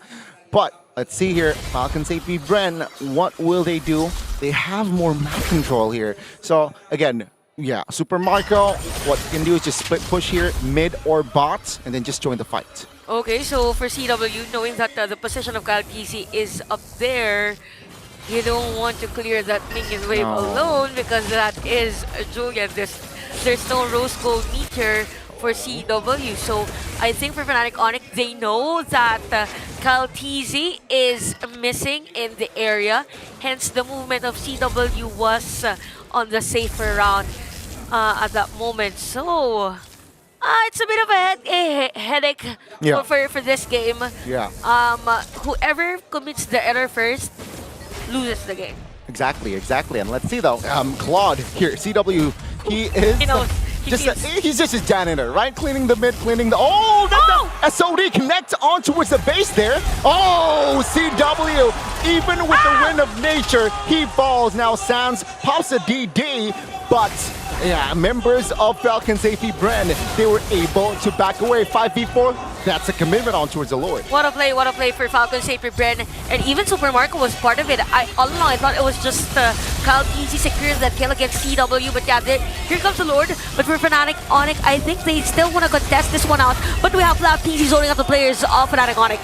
Flap low. Lutpi will be able still to pop that last Insanity. Ogwen backs away. Kyrie popping the ult as well, just for rotating and as well as keeping the passive. FCAP, it's not as easier said than done. Even though it was a 5v4, it seems like they cannot take on the Lord. Take a look at the mid as well, push in for Fnatic Onyx. Okay, nice defense also for Fnatic Onyx, even though CW wasn't part of the lineup. So we now see if you clear the minion wave at the bottom lane. As long as this one continues, it's gonna be easy for Falcon's AP Bren to secure other objectives against Fnatic Onyx. But we see now a setup play from the players of Fnatic Onyx. Same goes with Falcon's AP Bren. Oh, minion fury was huge. Super Marco though, he's just free hitting in the backside. One by one, immortality will pop and Kyle TZ secures keyboard. Now in the backside, Kyrie and Sans repositioning, but Lutpi is caught in a four-man gang. Super Marco again will just free hit on towards Lutpi, but Lutpi will go out with the last Insanity. I think this is it for Falcon's AP Bren. They can secure this one out. But Sans, I think he's gonna force for a vision against Falcon's AP Bren, but Kyle TZ secures that Lord. And Fnatic Onyx, they have the kit to defend this one out. They can secure a kill against the Falcon's AP Bren, but Kiboy is down 41 seconds. Let's see though, right? 21-10, 28-10 here. Lord will spawn. Fnatic Onyx defends with 4. This might be it. We're almost at a half-hour mark. Will Falcon's AP Bren pull the trigger to end this game? Ooh, I think they can, but they also have to take note that we have 2 Holy Crystals for Sans. Oh, that's a lot of magic power. Yeah, so if ever they step on that spawn and the Dominator's Crescent has been used, it's gonna be hard for Falcon's AP Bren to kind of negate the damage. Since you have the true damage, you have the slow, and you have everything for Fnatic Onyx, so they can still defend this one out. Could be extended for another 35-minute game. Why not? Why not? We're in it for that.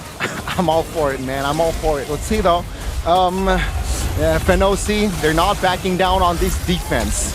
FCAP still playing it slow. Oh, take a look at the damage though. They're received by Ludwig. Kyrie will be able to jump out. Stunned though, but now K-Boy, Minion and Fury on towards one. The damage isn't really evident, but FlapTZ will back away and FNOC survives for another day.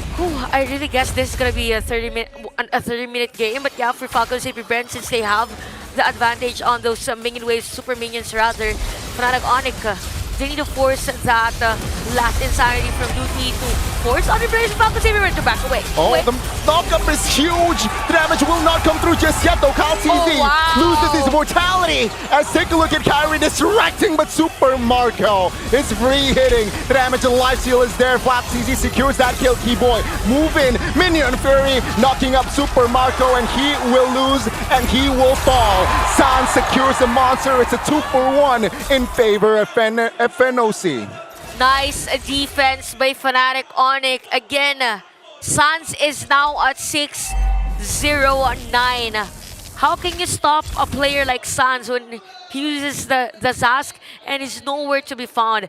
And we really have to commend the perseverance of Fnatic Onyx at that time. They used every single skills on point against Falcons AP Brand. And Super Mark, I think, he was too excited to kill the players of Fnatic Onyx at that time, hence them at this position. CW is available, by the way. They can go for that push if Falcons AP Brand can defend the minion wave. Oh, the flicker as well, Minion Fury, that's huge! The blazing duet cancelled! And now it is FNOC scattered. Lupi with the last insanity! Oh my goodness, you do Red Giants did it earlier!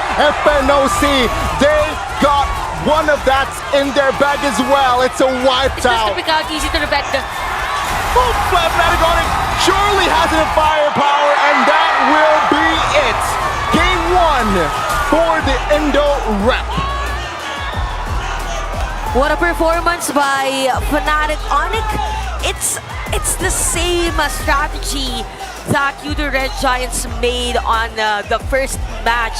They just waited on the perfect timing to go for a counter play and then kill the players of Falcons AP Brand. Won a split push. Even at the last moment, Falcons AP Brand wasn't able to defend their base. They weren't. Wow, guys, thank you so much for casting one of the longest series we've ever seen at SPS. It was 30 minutes plus. It really went all the way, but of course there was intelligence and finesse to the gameplay of both of these teams. Fnatic Onyx have definitely stepped up here in the lower brackets, and maybe when their backs are against the walls, that's when we finally get to see that performance coming out from them, right? But oh my god, that was one of the craziest plays I've ever seen. Yep. When they were able to take CW down in the bottom side as CW was defending, and then there was the Julian. Yeah. Like, the Julian was there to give visibility for Super Marco to utilize his ult over on CW. I think that was brilliant. It wasn't a mistake on CW's part. It was just brilliance, by the way, on the side of FCAP. It was a forced play from... It was amazing. Yeah, it was a forced play by Falcons AP Brand. And since the game became super long for Falcons AP Brand, they were impatient on winning the team fight. It was very evident on Super Marco's movement at the time wherein he was killed by some of the players of Fnatic Onyx. And you know what? I think you mentioned earlier finesse and patience, right? FNOC displayed a lot of patience in that game. They know that, you know what, FCAP, they will not pull the trigger. And take a look at the items. Yeah, it's a 31-minute game, so there was a lot of switches, but man, just the patience from FNOC that they displayed was just spectacular. I think another thing that is really important to highlight is the change in meta already. We saw earlier on Stormy's build on the Zask, and now let's take a look into Sansa's build. right? He has 2 Holy Crystals as well as a Feather of Heaven. There's no Lightning Truncheon that we saw for Stormy earlier, but this already shows the adaptations that these pro players are making, especially after the changes in the patch from the group stage to the playoffs. Yeah, that's true because they wanted more burst damage against Falcon CP Brain because you have 2 fighters that can also deal damage. So as much as possible, shred them down so that continuous pokes from the skills can be used by the players of Falcon's AP Brain. So that's really nice because for Sans, it's as if he's dealing the greatest damage against, or the most damage against Falcon's AP Brain, but it's not that noticeable.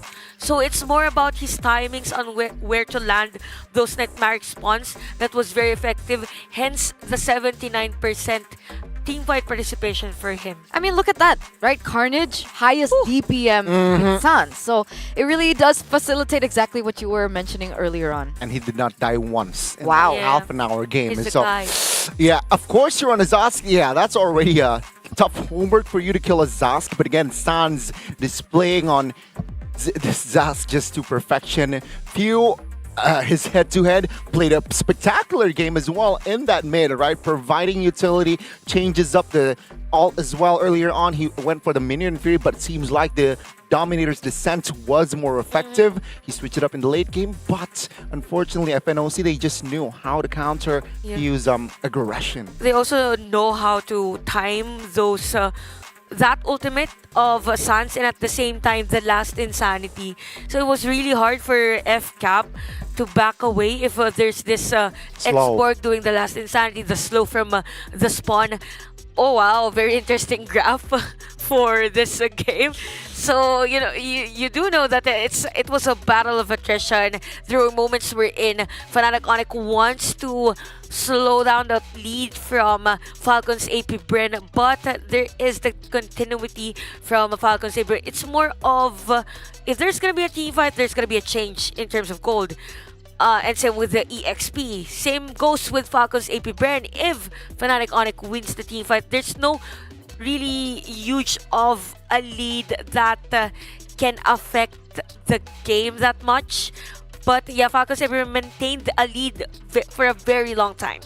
How does that happen? Yeah, that big dip, right? Yeah, that dip in the end, that was Onyx. That was Onyx game to win. But I again, we talked about Sans. I think Keyboy deserves a spotlight as well on that Minotaur. He provided a lot of options for his team. Oh, but wait a second. Okay. We're going to take a look at the highlights earlier on, but remember what Rose said from the beginning of this game, right? Whoever wins. Oh. Their job is not I know, but maybe she was referring to the first game? And I also remember what Coco said at the talents room. Whoever wins the first game wins the series. Well, we'll see. We'll see. But we do get to take a look into the highlights of how this game really unfolded for both of these teams. Because essentially, Falcon's AP Bren, they always had the right idea coming into these team fights. And there were so many moments where Fnatic Onyx were actually caught in a tough position as they didn't have their important items built in just yet. Yeah, that's true. And I think there were moments wherein Falcon's AP Bren wasn't prepared of the damage, specifically from Kyrie, even Lootby. It's as if they knew that, okay, I can deal this time. This part, I think. Super Marco dashed, and then there are still players from Fnatic Onyx. Yes, he has the immortality after the Winter Crown, but nah. He's Super Marco. It's 29 minutes of the game. You're not advised to be upfront of the team fight. But that's a big props over to Keyboy, our MVP, right? That was big, a huge critical moment for Keyboy because essentially if he utilized that ult to save Kyrie instead, then in the latter part of that team fight, they wouldn't have been able to just really stop Super Marco in his tracks. He actually got baited up twice in a row, and that was enough time for all the item switches to finish, and then the timing was just so perfect for them to ultimately deal damage onto Super Marco and take him out. And I think that was the pivotal moment where Fnatic Onyx were like, okay, yes, this is our game to win now. Yeah, all Keyboy needs to do is just look for the blink for Super Marco, and then he can jump, commit the jump, commit the flicker as well, and that's what he did in that bot side earlier, right? Super Marco jumped, Keyboy saw it, yeah, he commits all of his resources in there. And of course, the follow-up damage from side of Fnatic Onic will come through. That's one of the openings that, that might swing the pendulum towards an Onyx side. Yeah, if you are playing in a 30-minute game, you can think about a lot of things at that time. I think for the players, everything was just very mental and emotional, Yeah. that their decision making wasn't that tacky as they usually do. Yeah. Right? So, yeah, you're up against Fnatic Onic, and Fnatic Onic, you're up against Falcons AP Brand. Anything can happen. Yeah, it's definitely got to be mentally draining, right? Because essentially, Falcons AP Brent just came from a match, an entire match against the Udo Red Giants, and now they have to recollect themselves once again after that 30-minute game loss against Fnatic Onic. So once again, this is the battle of durability, the battle of mental stability from both of these teams, as they do have to reset and come in for game number 2. That will start right now. I'm just kidding, guys. We are going to go on a short break. We'll see you right after. Don't go anywhere. We'll be right back.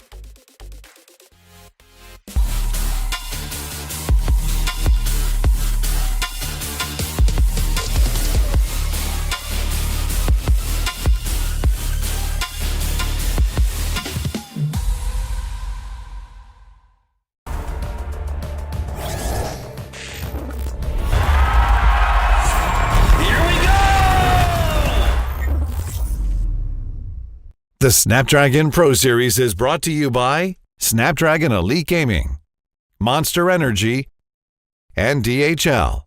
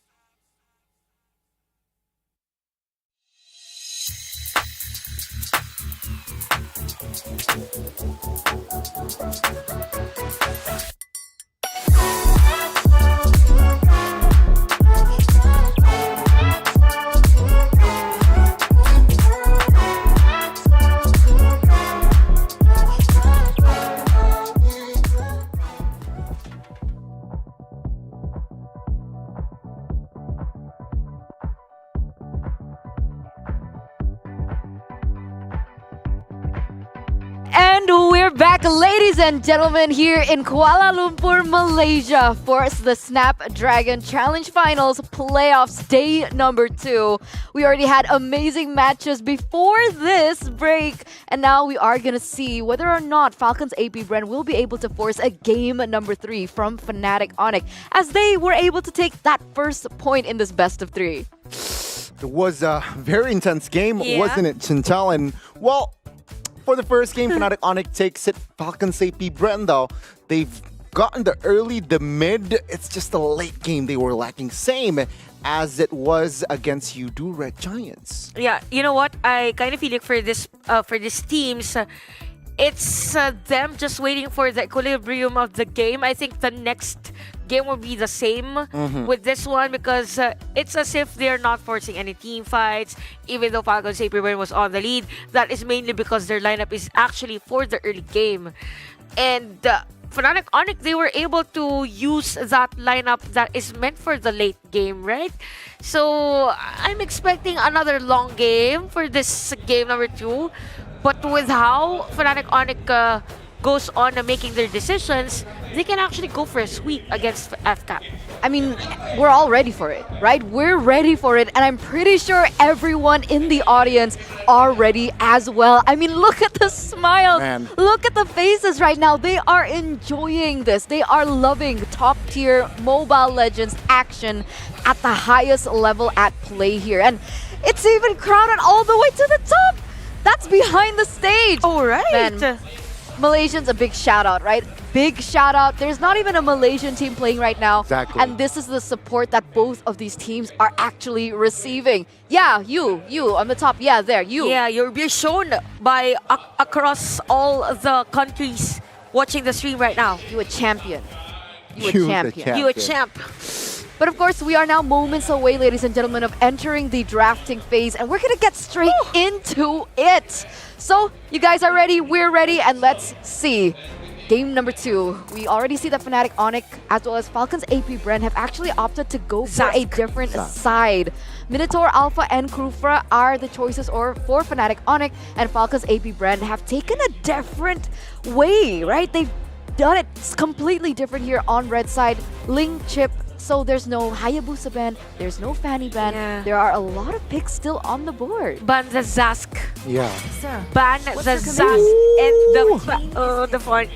Anyway, it's Fanny banned here by Falcons AP Bren, so it's expected that Fnatic Onyx again, they will get the Zask. And I'm still not over that Zask performance from Sansvaro 609, if I remember it correctly. Yeah. So you need a hero that could dive against, well, not specifically against a Zask, but could be in the middle of the ultimate of the Zask, or just one of the Zask. Yeah, it's a very interesting approach, right? Falcons AP Bren, they show a lot of respect towards Kyrie, seems like. Even though going up against Udo, they have troubles going up against Sans. Even against Onyx earlier, Sans was just a monster, right? On the Zask, it seems like Falcons AP Bren, let's just give the Zask away again. Let's see, will it be the Julian? No, this time it will be the Hayabusa. So there's also a change from their side. Yeah. So essentially all of the junglers that are assassin-oriented have been eliminated here. I guess other than that, it would be Julian, Nolan, as well as Lancelot. But of course, the performances have been up and down so far with the rest of those. So with Hayabusa and the Roger, Fnatic Onyx, do they want to pick up the Minotaur once again? Because technically the reason why the Zask was one of the key factors as to how the early game went was, I would say, the Minotaur, right? The fact that they could clear lane so quickly. Falcons AP Bren need to figure out a way how to win that mid-trio prio. But it's gonna be Julian, and so we now know as to where these heroes will be placed. So there's no complex, flexible heroes for Fnatic Onyx. We all do know that this Julian is gonna be on Kyrie's hands. This Zask will be hero for his sons. So yeah, Falcons AP Bren going for that Terizla. Fnatic Onyx, you're waiting for another hero that could go for the crowd control. But if you ban out something for Falcons AP Bren, oh, it's gonna be a signature T-Boy hero, which is the Cho.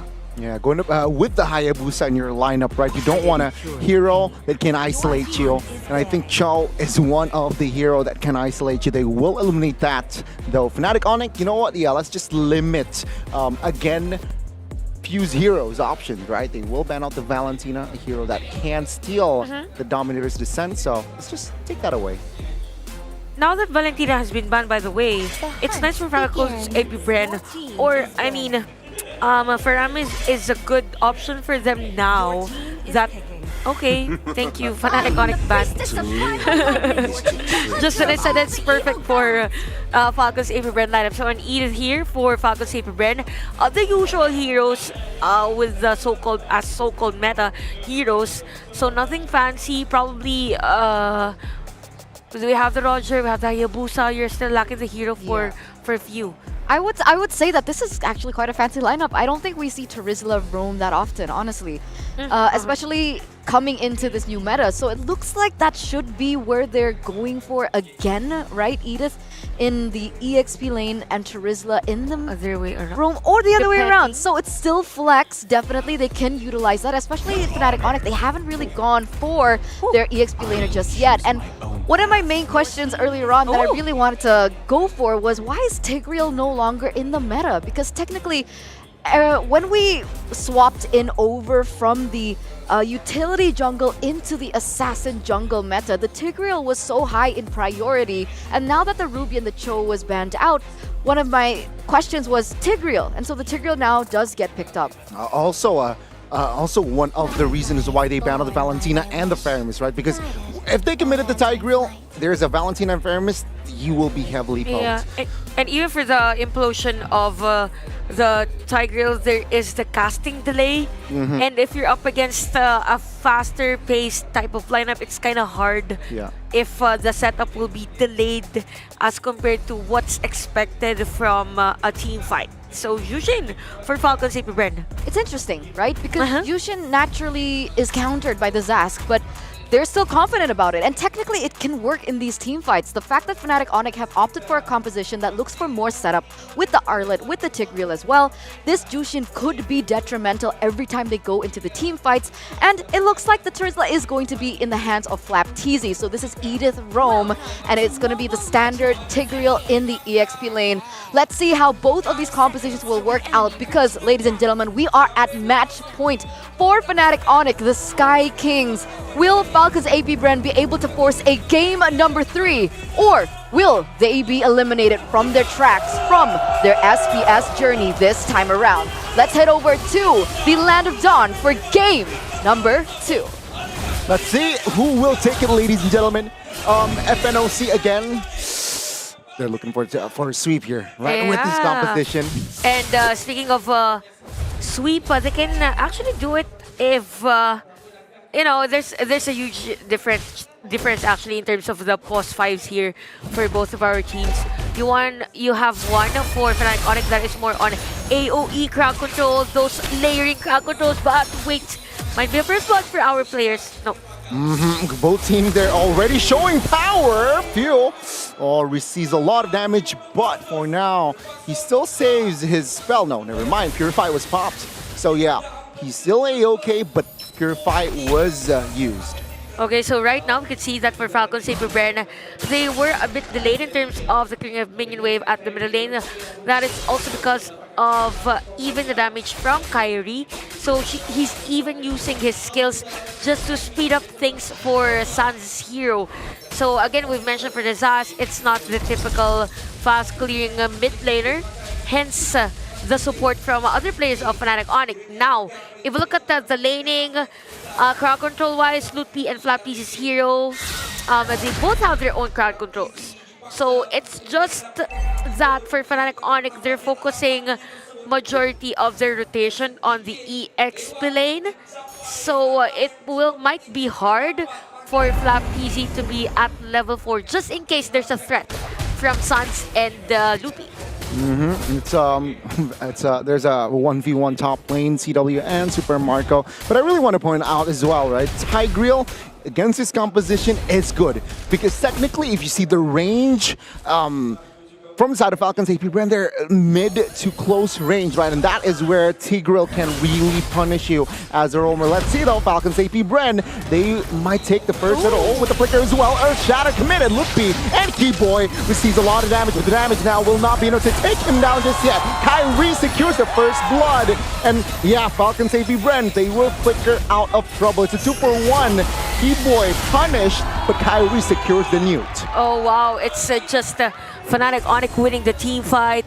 It was a nice setup from Keyboy, counter setup to be exact. And even Falcons AP Brand, I think they miscalculated that they will secure a kill against Fnatic Onyx because there was this enhanced change from Kyrie. And the AoE damage was so on point against Falcons AP Brand that they weren't able to escape that danger from Fnatic Onyx. So it's something that Falcons AP Brand needs to monitor those setup plays from Keyboy, because so far everything that is happening well from Fnatic Onyx is because of Keyboy's counter setup play. Okay, yeah, the tempo gone down. Very good adjustment there from the side of Fnatic Onyx as well. And yeah, let's see, Falcon AP Brand. They need compensation after that fight and after that neutral objective. Definitely, they need to have a cross map. This is what's lacking. Actually, for our teams, even on game number 1, there's not really much of a cross map play, even from Falcons AP Brand.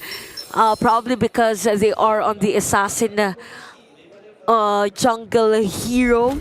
But yeah, if Fnatic Onyx is now on the lead, which by the way they are, because Kyrie's at level 8, Galti's at level 7, they might want to go and focus on other lanes, maybe EXP lane. Super Marco almost close into being down at the top lane. Still composed as well, does not panic and pop the Purify for his side. But yeah, for now, 10 seconds towards the next turtle. Both teams will definitely fight for this turtle. Let's see those sounds again, being the anchor in that mid.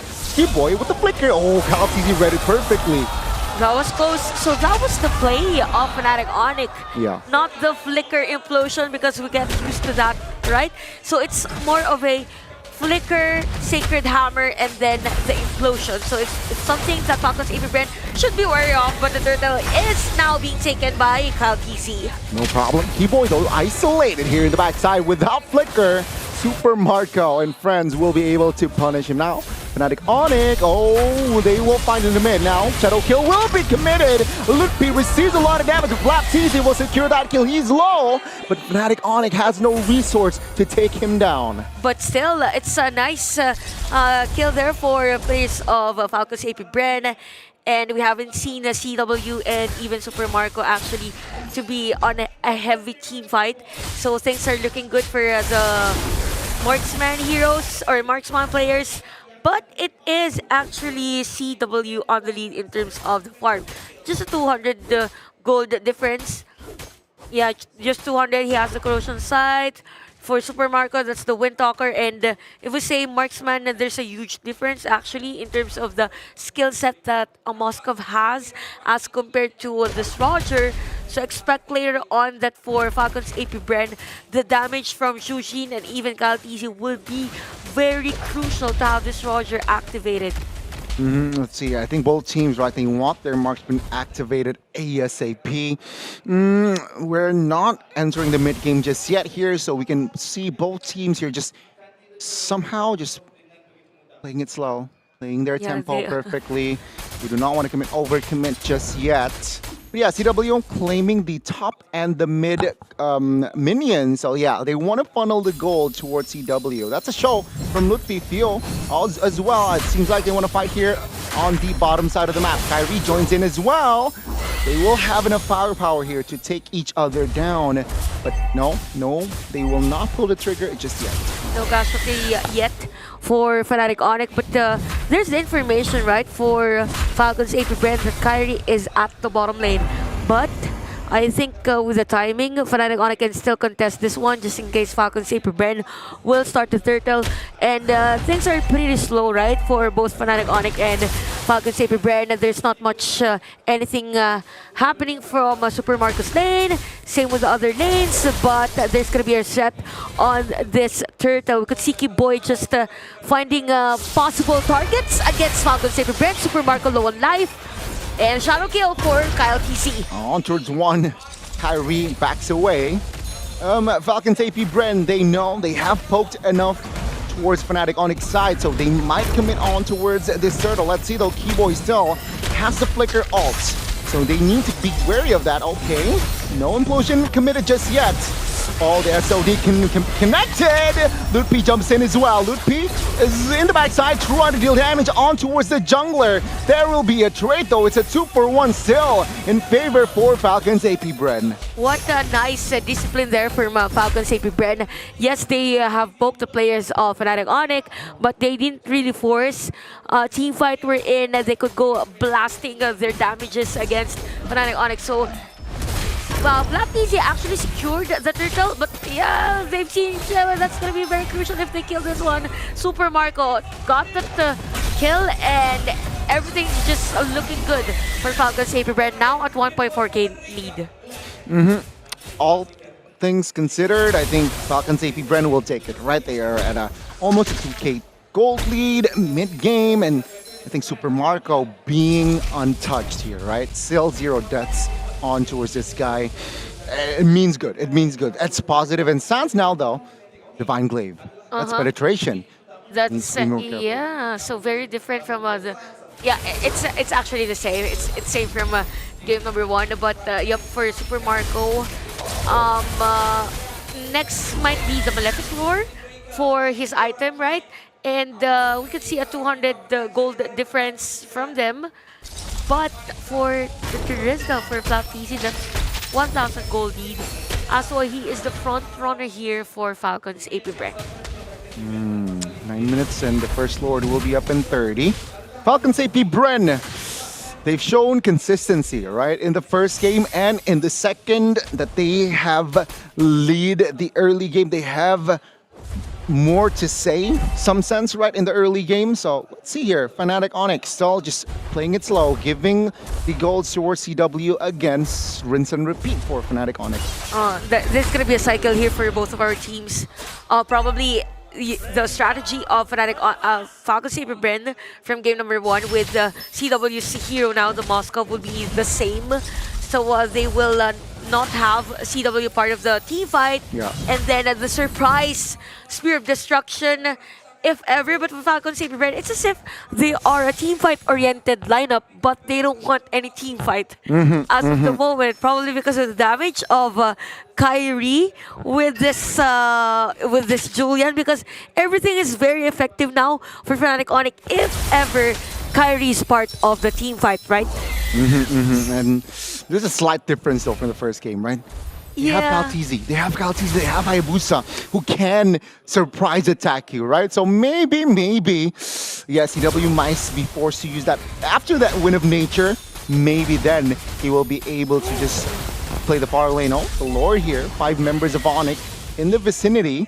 They will not commit, hence, yeah, the top lane very vulnerable. Falcons AP Bren playing the far lane. Even though without Moskov, they played it better. Nice juggle there for Falcons AP Bren. They forced the players of Fnatic Onyx to back away, even though they don't have any information. The 2 players of Falcons AP Bren were up top. So with this type of juggling in the Lord, it could be Falcons AP Bren's securing of this one, but it all depends on the usage of Sans on the spawn again. So I really like what Few is doing, just loading out the players of Fnatic Onyx. And take note, it's 2,400 gold lead for Falcons AP Bren. And again, a pretty slow juggling from both of our teams, but definitely it is Super Marco now up top in terms of gold. It's already a similar situation from the first game, right? Where they do not really want to commit on towards a fight if the window isn't confirmed yet. So they're just, they just want to play the macro. They want to keep it clear. And of course, Falcons AP Bren, just like the first game as well, they have a better management on towards the far lane again. probably for both of our teams, they're waiting again for that game equilibrium. Yeah. We're in. Whoever has better gold to buy that to do some shopping spree, do that immortality, switching into another item, probably will win the game. So I think it's the same setup that both teams want for this one, because they're rotating very differently from how they played from the previous matches that they had. And we could see Kaltizi and Ogwen in a different position right now, right? And the Lord has just been reset, by the way. Oh, flicker implosion by Keyboy. That might be it. Nope, the penalty zone actually might wreck the formations of Onyx, and now Falcons AP Bren. They have more say. 3 members of Fnatic Onyx. That was huge by Falcons AP Bren. The recovery. Definitely better trade for Falcons AP Bren. They even got the Lord because of that setup. And all along I thought it was a nice setup play from Kiboy, but they weren't able to secure a kill against Flapteezy, hence him using the flicker and sustaining the next damages that Fnatic Onyx brought against him. So for Falcons AP Bren, Kaltizi was also there, did some of the shadow kills, and a few was just stable on dealing damage against the players of Fnatic Onyx. So now they have the Lord at the top lane for Fnatic Onyx. They could defend this one out. It's just the first Lord of the game. They even have the Zask. They just need one more setup play from Kiboy. Let's see, right? I mean, now Falcons AP Bren, they are in the lead with this Lord, though. It's still the first Lord, technically, right? Or is it enhanced when it's the second Lord. It's enhanced Lord. It's enhanced Lord. Now Fnatic Onyx, yeah, Lord will charge top lane. Oh, Kaltizi almost finds a kill in that mid. Sans popping that the Dominator's Descent right on time.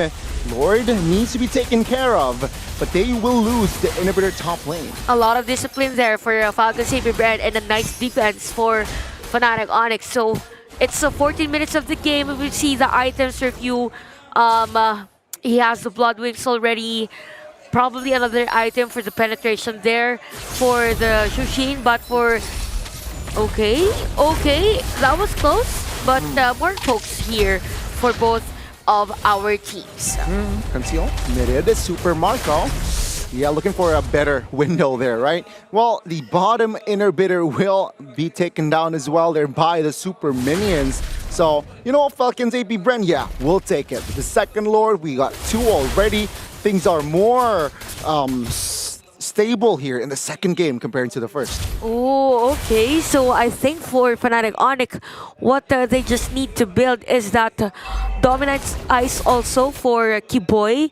Because yeah, Lutpi has the Dominance Ice, but it's actually Kiboy that does the AoE crowd control. So as long as he touches maybe 4 players from Falcons AP Bren, it will be a lot easier for them to shred to shred the damage against FCAP. So FCAP maintaining that 8k gold lead against Fnatic Onyx is already something. It's a matter of positioning now for Few and even Ogwen, because they've been jungling a lot against the players of Fnatic Onyx. Okay, just vision and pokes. You want to contest the purple though. Wow, Lutpi now. Oh, quite low. Super Marco from the flank. He finds one. Ogwen secures another. Sans finally taken down the first time in this best of 3. Oh, wow. And this might be it. Falcons AP Bren, a 10k gold lead.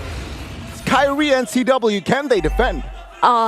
Defend it. I think they can, because CW is still open, but with all the pressures that they can get, I think it's gonna be difficult for CW since he is the last man standing. CW against the world, but this time Falcons AP Bren, they recover, they readjust, and they force a game 3. What a game for Falcons AP Bren, and they just forced a win against Fnatic Onyx, hence game number 3. And yeah, this is gonna be an exciting one, and we all know that this game was another test of mental fortitude, emotional stability, so it's gonna be something, that game number 3. Man, I knew it, Falcons AP Bren, they know how to do their homework, and yeah, game 2 was them doing their homework. we're going all the way. And what better way do we go for this matchup again, right? Everyone around the world, they are anticipating to see whether or not we will be seeing the same results from the matchup from both of these teams. And what better way to go all the way to game number 3? I am loving it, obviously. But again, thank you guys so much for the cast. It was wonderful. And let's talk about that a little bit, right? Because it feels like Falcons AP Bren outright just outsmarted Fnatic Onic. Fnatic Onic, they were engaging in these team fights with the same exact way, and Falcons AP Bren, they knew how to deal with it. We're gonna take a look at the post-game stats and the post-game statistics real soon, but it's confusing, right? Because technically here, this is what I was thinking about. Every time they go into the team fight, Falcon AP Bren, they always come up on top because they have such good counter engage, right? Every time Keyboard goes in, whoa, what was that Australian accent? Goes in, okay. Every time Keyboy goes in with the implosion, remember, from the side of FCAP, they have 2 Purifies, right? Super Marco has Purify and Few has Purify. And so it's very easy for them to get out of that implosion, deal with the initial damage. Meanwhile, Flap TZ goes in with the counter engage with the penalty zone. Yeah. And that's how things got really bad for Fnatic Onic in these team fights. And it's a wonder, right? Because technically, Fnatic Onic, they have 2 playmaking heroes. They had Lutpi with the Final Slash on the Arlet, and they also had the Tigreal. So, what I was thinking, what teams usually do in this sort of scenario is they utilize either one as a bait first for the Purify, or they wait until that penalty zone has been used. But Fnatic Onic, they kept going in with the exact same way, and they ultimately keep losing in these team fights. Yeah, I mean, Keyboy, I think one of the main factors that FCAP won that game or finally gets a footing on that game, right, was after the Flicker implosion play from Keyboy. Sure, it was fancy, it caught 3, but again, there's Purify, there's cover as well. So yeah, you're right, there was this big penalty zone as well that covered for his teammates. So yeah, I don't know. And we could also see the difference because for Sans at the time, even though there was a nice setup play from Kipoy and even for Lutpi, he doesn't want to put himself in a spot wherein he can't actually escape any threat from Falcons AP Bren, because if he uses that ultimate against the Falcons AP Bren at that time, he knows that there is another layer from Falcons AP Bren that could actually find him in the middle. Not the same as game number 1 wherein after the usage and then it's gonna be hard for Falcons AP Bren. It's a different story this time around because probably because of the Jushin pick of Few, the juggling has been very different between them, hence the story of this gold and EXP graph, right? All along we thought it was Fnatic Onic winning that game, but slowly the difference in terms of the hero composition for both Falcons AP Bren and Fnatic Onic was very evident that Kyle TZ was just jumping, diving against the other players of Fnatic Onic and even taking a kill against them. And we see this because essentially Fnatic Onic, they were leading in the early game. They were holding control of the early game. But as soon as all these neutral objectives start spawning in the Land of Dawn, that's when team fights are forced. And that's when Falcons AP Bren had the better footing in these particular team fights. Because with the drafts, essentially Fnatic Onic, they won the mid trio prio and they also won in the gold lane. The only lane that Falcons AP Bren actually had under their belt was essentially the Terizla versus the Arlet in the EXP lane. And that's why we saw Flap TZ being a little bit more active around the map, because he could clear a lot quicker. But of course, the MVP does go to Super Marco, right? Despite him being in a lane that was very difficult, it was already very difficult going against the Moskov as a Roger in the gold lane. It even gets more challenging, especially when Fnatic Onic start rotating and trying to help and aid CW in the gold lane even further. And yet, this part, the bulletproof Super Marco was still able to stay consistent all throughout, get his items, and he still did not die a single time. Yeah, and this is the part wherein there was a huge jump in terms of the difference now from Fnatic, Onyx, and Falcon's AP Bren. And at this moment, or on the areas we're in, there's a tiny space for Super Marco. He knows when and where to target the players of Fnatic Onyx, so there's no way for the line of Fnatic Onyx to back away or to run. If they dive in, there's no going back. It's something like that for Fnatic Onyx. Well, it's a very good execution from the side of Falcons AP Bren again. Well, will we see, of course, another adjustment from Falcons AP Bren? I expected this coming to the series. It's so exciting, man. Yeah. It's so exciting. The game will be resumed tomorrow, by the way. Forget already. Just kidding. She's trolling us now. She's trolling us. You know, the Indo Nations, they have hope under their belt after they lost all hope, okay? Being able to win that first game against Falcons AP Bren has really just resurfaced all the hope that we have in Fnatic Onyx. So let's finish it here and now, right? Yep. But yeah, for game number 3, what if they just ban out all the assassins? I mean, they did that in game number 1 and it didn't work. Alright. So actually... Let's go back to the Fredrin. No. To the Akai. No, Chantal. Let's not do that. Hopefully not. Hopefully not. But the Zask, finally, for today, it's defeated. Yeah, it has been. We'll see in the next match, in the next game rather, to end this match, how this will turn out. Will it be a 2-1 for Fnatic Onyx, the Sky Kings, or will it be a 2-1 for the reigning world champs? We're gonna see after the break, and we'll be right back. Bye-bye.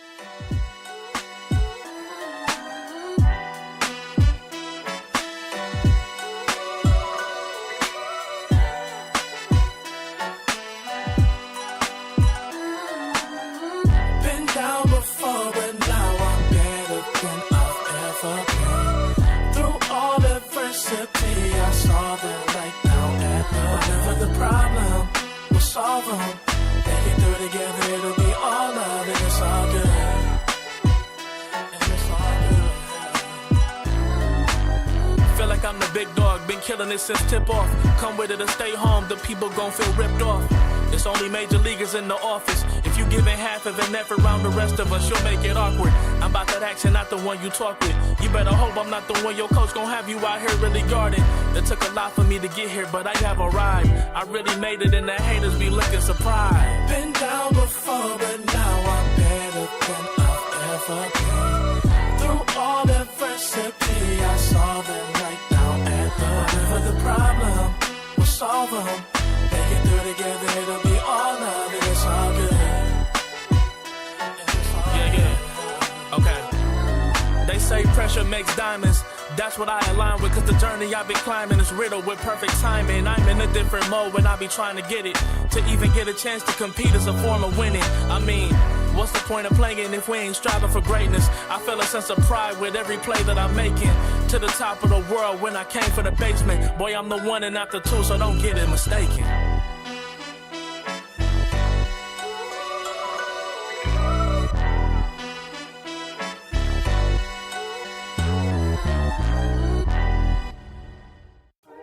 You waited all night for me to come back.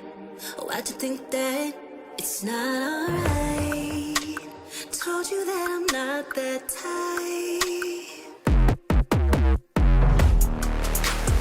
Didn't mean to get you so excited. Tried to tell you not to fall in love. Why you always hit me uninvited? Was hoping you would get the picture. I've had enough.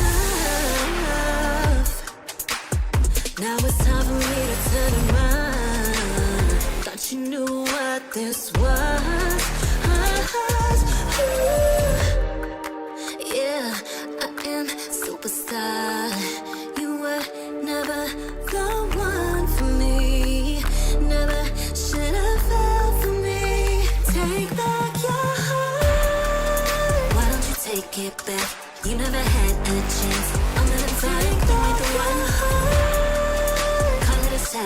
much love, just till I had enough of us.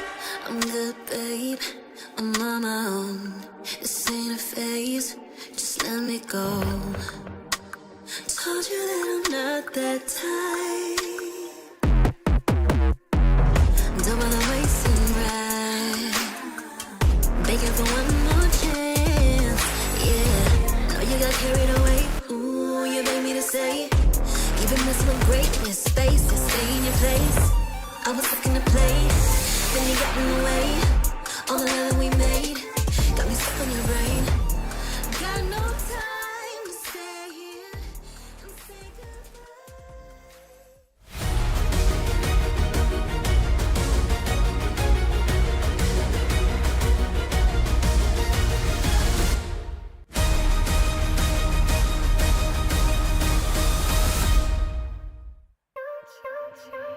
Ladies and gentlemen, we're back here in Kuala Lumpur, Malaysia for the Snapdragon Pro Series playoffs day number 2. We are now in match number 2 of the day out of the 3 matches that we have in store for you today. And now, to update you guys, for those of you who just tuned in, we are now at a 1-1 between Team Liquid. Why did I say Team Liquid? Team Liquid plays later, Eternal. Come on, get yourself together. Onyx, Fnatic Onyx, and of course Falcons AP Bren. And of course here, you're gonna be your desk host throughout the entirety of the day, but I'm not gonna be alone because we have Goni as well as Chantel here with us in the studio.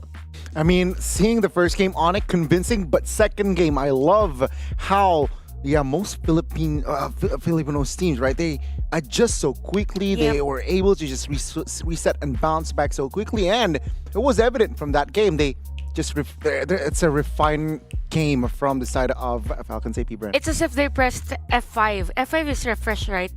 I don't They know. put some codes and then a place that refresh and everything was just perfect for Falcons AP Brand at that time. What is that? Wait, can somebody read that? I didn't bring my glasses. Here. Derek, Paul. I just want to commend the staff. Sorry guys, I can't read. Okay, I'll do it. I just Okay. want to commend the staff of the Snapdragon Pro Series team. What a great show and very aligned.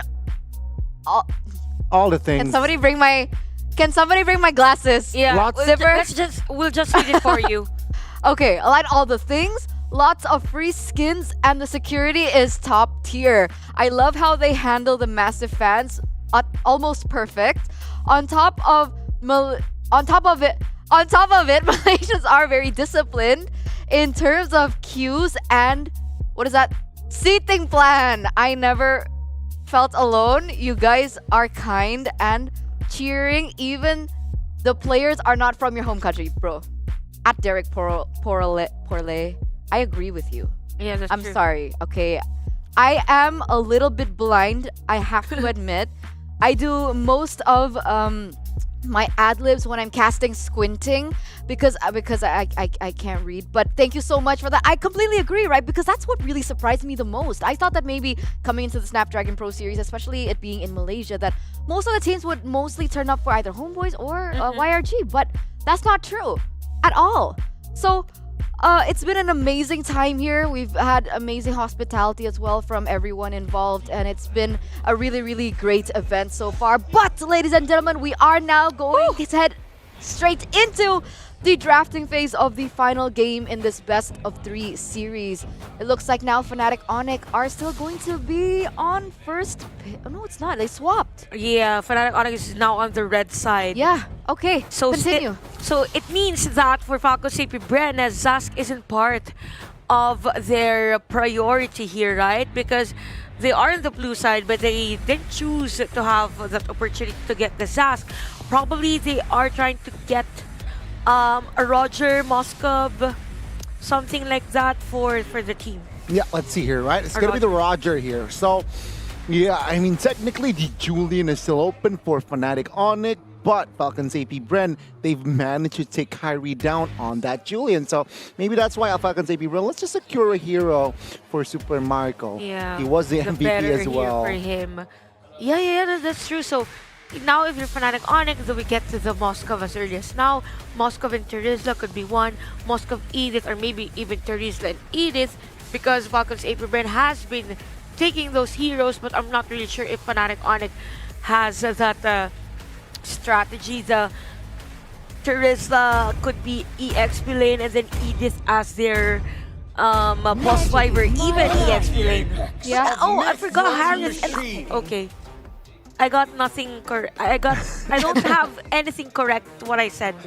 It's okay. It's okay. Fnatic Onyx, sometimes they're wild cards, Yeah. right? So the Alpha and the Harith are going to be the choices because they know, right? Falcons AP Brand actually, no, they don't.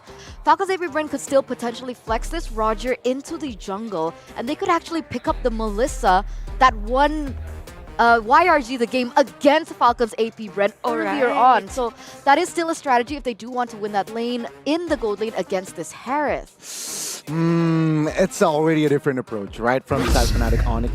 It's similar from the first game, but Falcons AP Brand. I like this. Yeah, they saw a different approach, so let's change our approach again. Let's pick up the Kufra early, a hero that can counter the Harith and the Alpha. Killing two birds in one stone. Yeah, it's a typical and natural counter against heroes like this. And they didn't even wait for Fnatic Onyx to have the chance to ban the Kufra, right? So if you're Fnatic Onyx, you want to get up a hero on the EX lane as early as now, or I'm seeing them pointing at the other areas of the heroes. Maybe a Varamis could be one, but I think it's too much. Because Valentina is still open. But could be. Yeah, I agree. I think using the Faramis here, they go for it anyway. I mean, essentially, this is the best timing, right? Because if they pick up the Faramis here, they can definitely ban it out in the second phase of the drafts, knowing that Falcons AP Brand will not be able to pick this Valentina up, and that should give them a little bit of leeway when it comes down to the team fights. But again, there is still a possibility of the Melissa being picked up here and now. So for Fnatic Onyx, I think Valentina as well as Melissa should be banned. That's true. They just banned this Valentina. So Falcons AP Brand, I won't be surprised if they get Lilia. They're one of those heroes, teams that use Lilia if ever the other team gets the Faramis. Again, against Alpha, against Harith as well. Lilia might just work, right? So Falcons AP Brand, let's see though. They will ban or limit Key Boys as heroes here with the Grok. They do not want to go up against a hero that has high route control and also a potential early game invasion from that Grok. And good wave clear, right? Yeah. That's the main problem. Again, Falcons AP Brand, they want to put themselves in a position where they need to have the ability to control that mid lane in order to control these side lanes. And so that's going to be a Lilia ban actually. So they're going to deny the Lilia. Interesting. What a smart move by Coach Sheb and Fnatic Onyx, because Falcons AP Brand is known to be a team that uses Lilia against the Faramis. So you're left with Vexana. Vexana could be one for Falcons AP Brand, but with a Grok ban, what's the other one to ban if you're Falcons AP Brand? Right now, I think if, let's say Falcons AP Brand take the bait and pick up the Melissa, Fnatic Onyx can still pick up the Arlet. Yeah. Yeah. And I think they can ban the Minotaur out as well, right? Yeah. You don't want to go up against a Faramis and a Minotaur. Very strong, but it seems like they're okay with it. They want to let the Minotaur go. Minotaur's been banned, yeah. Right, the first phase. Oh, that's why. Okay, 3 ban roams here towards Fnatic Onyx. Falcon AP Bren. Very, they commit on towards Keyboy. I was thinking Fnatic Onyx, you don't have the Ruby, but you can get the Edith. Pretty decent here composition for Fnatic Onyx. You can have the pokes, but a bit doubling down in the magic damage. So definitely, if you are Fnatic Onyx, you want heroes like Carry, Moskov. Moskov's still open, wow, for Fnatic Onyx. So it's gonna be Terizla, can be a Vexana. Oh, Luigi for Falcons AP Brand. Oh, it's gonna be annoying, right? Again, it has crowd control. Terizla has crowd control, and also Kufra. So now I think, the Moskov not really a priority considering that they have the Harith already. Fnatic Onyx to last pick. Beatrix? Oh, no. They have the Harith already. So you have another EX You're okay. Ooh. Okay. Brother, ooh. Okay, so with the Uranus, you okay? So was it meant for the Roger? So yeah, I think Uranus, its job is just to try to, let's see. Okay, let's see the watch party from Indonesia, as this is the fighting moment, the fighting chance for Fnatic Onyx.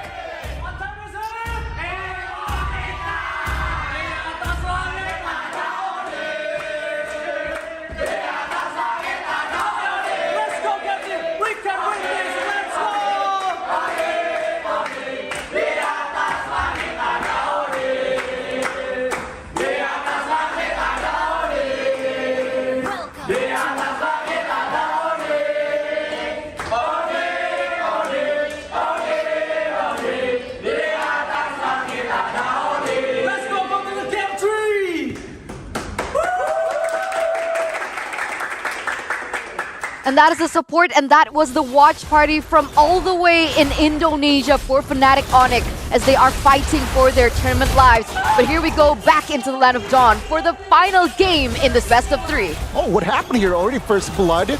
2 flickers spent as well. So they want to invade earlier on, but now CW and Keyboy, they know that Ogwen has no flicker. They're on the hunt, but it seems like there's not enough damages yet. Yeah, that's very crucial for Super Marco. Again, he's a marksman, and it was actually CW that has taken the kill against him. So if you are a Harith, and as much as possible, you want to win the early game, right? So definitely it's going to be CW on the lead.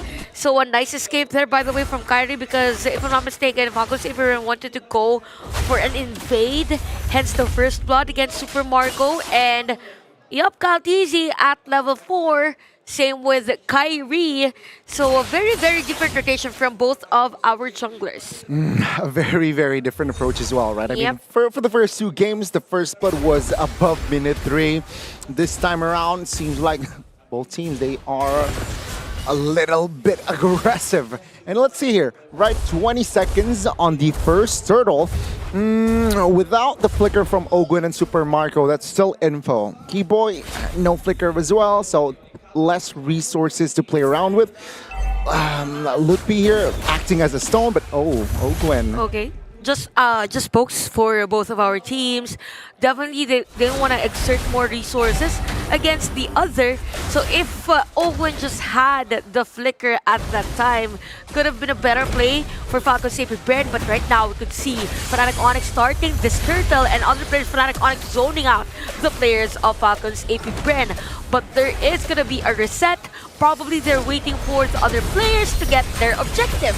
Yeah, it's a 3v3 technically. Turtle slain by Kyrie, but it seems like they will catch Baptiste. Flicker forced, and he will fall. Lutpi secures that kill. Primal route from Keyboy.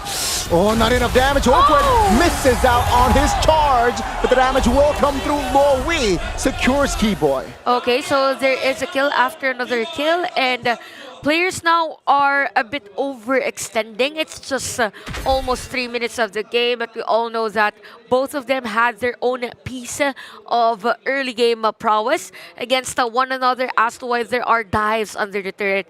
I mean, they even have the Uranus under their belt. So probably for Fnatic Onyx, they'll have Lutpi get all the damage and probably get the attention of some of the players of Falcons AP Brand. And when there is the perfect opportunity, then go for it. Let's go Fnatic Onyx. Yeah, I mean, earlier on, right, the approach, he went Tyrant's Revenge and Rage Wars Lutpi. I don't know if that's the wisest thing to do, because that's info. Take a look at the top lane, though. 2v1 Shadow Kill committed. Lutpi. Oh, he survives, but barely. Flapteezy will secure that kill in a 2v1. Kyrie looking for revenge, perhaps here. Flapteezy receiving a lot of damage through damage. Passive is there, and that's practically a solo from Kyrie. Yeah, and the reinforcement from Falcons AP Brand can't even secure, or it was a bit slow against Fnatic Onyx, as to why Fnatic Onyx is now on the lead. So things are looking good now for FNOC. So I kind of feel like for Falcons AP Brand, they're not really on that aggressive side of things. because again of the first blood against Super Marco. They need to even out that gold because currently Super Marco is at 2,300 gold. It's 3,200 for CW at the bottom lane. Oh, there's the Purifier. Man, Ogun needs to be hitting these charges, man. What a lucky attempt there from the side of FCAP. But okay, Kaltizi sent to the bottom lane. Keyboy and TW. Are they aware of this? TW now looking for the clear, but yeah, no window to engage, so they will back off. Oh wow, also no trade from Falcon's AP brand at that time. Nice positioning, by the way, from Kipoy. Probably because for Fnatic Onyx, they have the information that, hey, Kyle DZ is not part of the turtle take, so probably he will be at the bottom lane on CW's lane. So things are looking good now for Fnatic Onyx. 1,700 gold lead against Falcon's AP brand. Lutpi now has the Thunder Belt and Sans with the glowing wand. So just imagine the damage that Sans can give with those pokes and the Shadow Stampedes. I heard the conceal, by the way, so it's just Fnatic Onyx trying to zone out some of the players at the bottom lane. Yeah, looking for an opportunity as well, right? And FCAP, they are aware of this right there.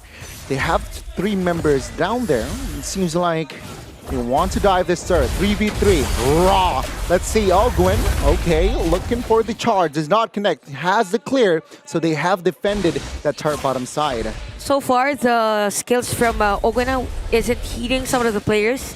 Here, I think that is the third time against Fnatic Onyx. So it's the same story of game number 1 and game number 2, right? For Fnatic Onyx and Falcons AP brand, they're just waiting for the perfect timing for a setup play. Wow, what a steal from Kyrie at that time. So it's if they're not letting Falcons AP brand breathe in this game. They are just all over the place, and you have a Uranus just taking all the damage of Falcons AP brand. Yeah, even now with the Purifier, ooh, with the Nether Realm as well. FNOC now, they want to re-engage Kyrie, finding the window towards Ogwin. He flickers out, and Fnatic Onyx, they will not overcommit. They know that neutral objective is soon it will be up, and they will rotate towards that side. Lutpi, who was low earlier, will also now be A-okay. Well, the second turtle will be up soon. The third turtle, rather. Seems like Fnatic Onyx, finally after 3 games, they have more stability in the early game. I really like how they're playing well with the Uranus. It's technically not a heavy Suru tank for Fnatic Onyx. It's more of, okay, Lutpi, go in front, take all the damage from Falcon's AP brand, get their attention, then we'll go and set up a play at the other areas of the map, which is very effective now for Fnatic Onyx, because since Lutpi is just running around places, and then there are 4 players, we just saw that earlier, there are 4 players from Falcon's AP brand trying to zone him or kill him, but isn't able to. So it's a how many seconds? Milliseconds of delay already from the play of Falcon's AP brand. Again, ladies and gentlemen, we would like to remind you that we are still having a technical pause. Yep. And 1 team will go home after this match. Oh, let's prepare the stinky tofu here. Yeah, no? and let's prepare the bye-bye dance. Yeah. But I'll be honest, I'm nervous now because things are looking good for Fnatic Onyx. No filter. Hey, it's the early. It's still an even ball game. It's the early game, you know. The final 4, sure, you will have an advantage in the early game, but because there are just final 4 teams, and I think these are the top 4 teams as of now. Yeah, I know. They just know how to solve their problem in game. They're just so good at the game. Imagine, guys, first game it was 30 minutes, right? Yeah. It was 30 minutes. The game number 2 was not as long as game number 1, but we all know that it could have been a longer game, right? Because these teams, Falcons AP brand and Fnatic Onyx, they're playing in a way as it's as if, okay, we will be activated around 15 minutes. Let's focus on farming first. Let's do the early laning quietly. let's go on our own ways just in case and focus on the mid to late game. Something like that. But yeah, we're back in the game and it's just 7 minutes. There's gonna be a jump from Ogwin. Oh, they're going all in towards Ludpi. Yeah, finally claiming the life of Ludpi now. They are re-engaged from the side of FNOC. They got the turtle, and it's a trade between the EXP laners. Still a good call for Fnatic Onyx. I think they actually won that trade. They had the better trade. They were able to take the turtle and then take down Flap TZ. So because of that, there's no upfront for Falcons AP Bren during that moment. So 3-4 is a score, 3,200 gold lead for Fnatic Onyx. And we could see some glimpses of glory on Super Marcus lane because he is able to push the bottom lane. But middle lane, there's a threat from Fnatic Onyx. Yeah, they want the mid. They will get the mid. Oh, and engage. Oh, there's a huge penalty. So Netherrealm now committed, but it seems like the damage will not be enough. Kyrie secures the kill. The backside TW falls in the hands of Super Marco. Flap TZ soaking a lot of damage, survives, but the damage will not come through. It's a 1-for-1, a row for a gold. That is a perfect timing for the reinforcement. Oh, wait. The diversion play! The huge play from FCAP, and that will take Kyrie down as well. Man, what the a nice diversion. play. What a nice play there for Falcons AP Bren. They knew that they needed to do something in the farming of Kyrie. Everything was just perfect. They set up a diversion play. Flap TZ did some damage at the middle lane. All along, there was a different play for them. So the 3,000 goal lead, it's just now 500. So when you said that it's just the early game, it was the perfect the way to explain how good Falcons AP Bren and Fnatic Onyx is when they're playing up against each other. And again, Ludpi trying to be the sandbag. The damage now is actually quite huge. Ludpi needs to calculate that. Lord is up. Fnatic Onyx, they want to try to contest again, maybe, but no. Kyrie, they just want to focus down on the Lord. That's a great damage from Flap TZ against Uranus. Hence, Ludwig finding it hard to zone out to the players and be upfront against Falcons AP Bren. And now we have the Nord being started here by Fnatic Onyx. The players of Falcons AP Bren are ready for the job. Same goes with Ogwen. Oh, he catches one. The damage isn't there, but he's actually now with another round. They want to re-engage. Flap TZ soaking a lot of damage. Ludwig as well here. Oh! The priority changes as Ludwig will fall. Now Sands in the backside! Flap TZ, penalty zone flicker finds 3. Kyrie finds a trade though. It's 4v4 now. Let's see FNOC. They will let go of the Lord, and FCAP, what a response. What perfect timing from Flap TZ's penalty zone, and we had it.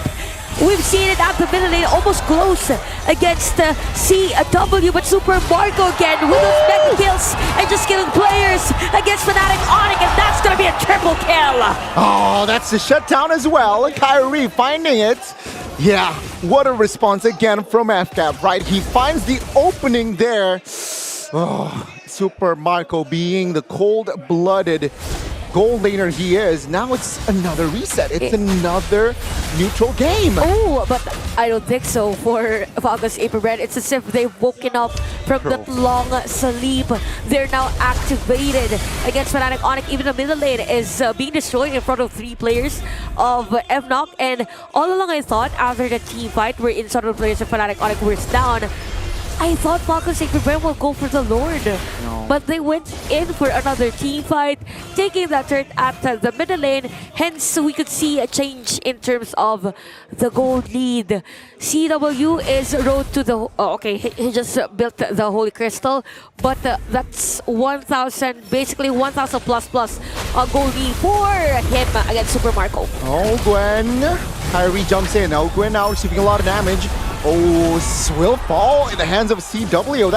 That's a green light for Fnatic Onyx, right? 5v4, Lord maybe, but remember Falcons AP Bren, they have enough firepower to retaliate. Yeah, they could have a surprise play from Q by the way on that diversion play. But Lord Lord! Oh, Kyle TZ secures another round now. All out war. Few in trouble. Flickers out, but Lutpi is on him. Few will fall in the hands of CW. 1, 2, 3 members now down and out from the side of Falcons AP Bren. Still balanced for Fnatic Onyx. Just so happened Falcons AP Bren was able to take this Lord. Good thing for Fnatic Onyx, this Lord spawned as early as now, because if it was timed well with the players that were taken down by Falcons AP Bren, or they have taken against Falcons AP Bren, it would have been a lot difficult for them. Hence them taking down turrets against FCAP. And another jump from Ogwen. Yeah, they saw an opportunity. Boy almost survived there, but Lutpi, you need to be careful because the damage from Super Marco is actually enough to take the double. And now Falcons AP Bren, sure they have the Lord at the bottom side of the map, but now they want to control the purple buff. Kyrie falls and Super Marco add another kill towards this guy. What a nice juggle there from Falcons AP Bren. I think Fnatic Onyx didn't expect that there's going to be a setup play on that purple buff, considering that the Lord was at the bottom lane. So we have Flapteasy now with the Winter Crown. It's going to be hard for Fnatic Onyx now that they are at the disadvantageous moments. The damage was enough to take CW down. The cover from Falcons AP Bren. Now they are still on the offense. What a turnaround of events for Falcons AP Bren. This is where we could see the difference in terms of the setup play that an EXP lane can do for a game, because because Lutpi is just there just to take all the damage from Falcons AP Bren. But Falcons AP Bren now has the damage to shred him, right? As compared to Flapteasy, he can go for a penalty zone, set up a play, but it could be another Lord team fight for both teams. We have Falcons AP Bren at 4,000 gold lead. Tournament lives are at stake here, and both teams refusing to back down. Now, Falcons AP Bren, they're leading. 4,000, more turrets, more structures. Yeah, Fnatic Onyx, they need something now, right? 35 seconds towards the next Lord here. Let's see, FCAP, they might want to commit to another contest. Yeah, Flapteasy has, again, the Winter Crown and that Flicker. So this is what has been very, very effective for Falcons AP Bren. You have the jump from Ogwen.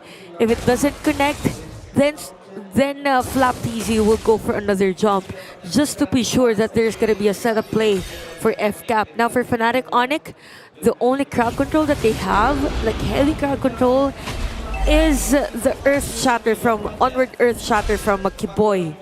Yeah, that's only about it. So as much as possible, they need to bait some of the players of Falcons AP Bren, probably have Lutpi take that Tyrant's Revenge for himself so that some of the skills won't be available, just in case there's going to be a team fight if you're Fnatic Onyx. And it's very scary now, right? Yeah. Seeing the position Falcons AP Bren, they have more tools. They have 4 flickers to play around with, right? They can re-engage with the flicker even.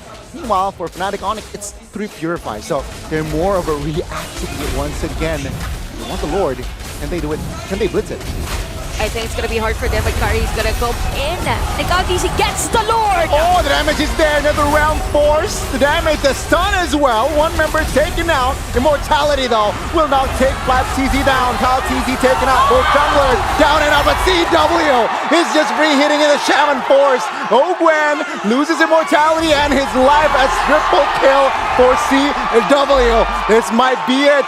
This might be it. Super Marco runs towards the back, but the Lord now is irrelevant. Okay, so we have 20 seconds before Kaltis is going to be alive for the next push of Fnatic Onyx.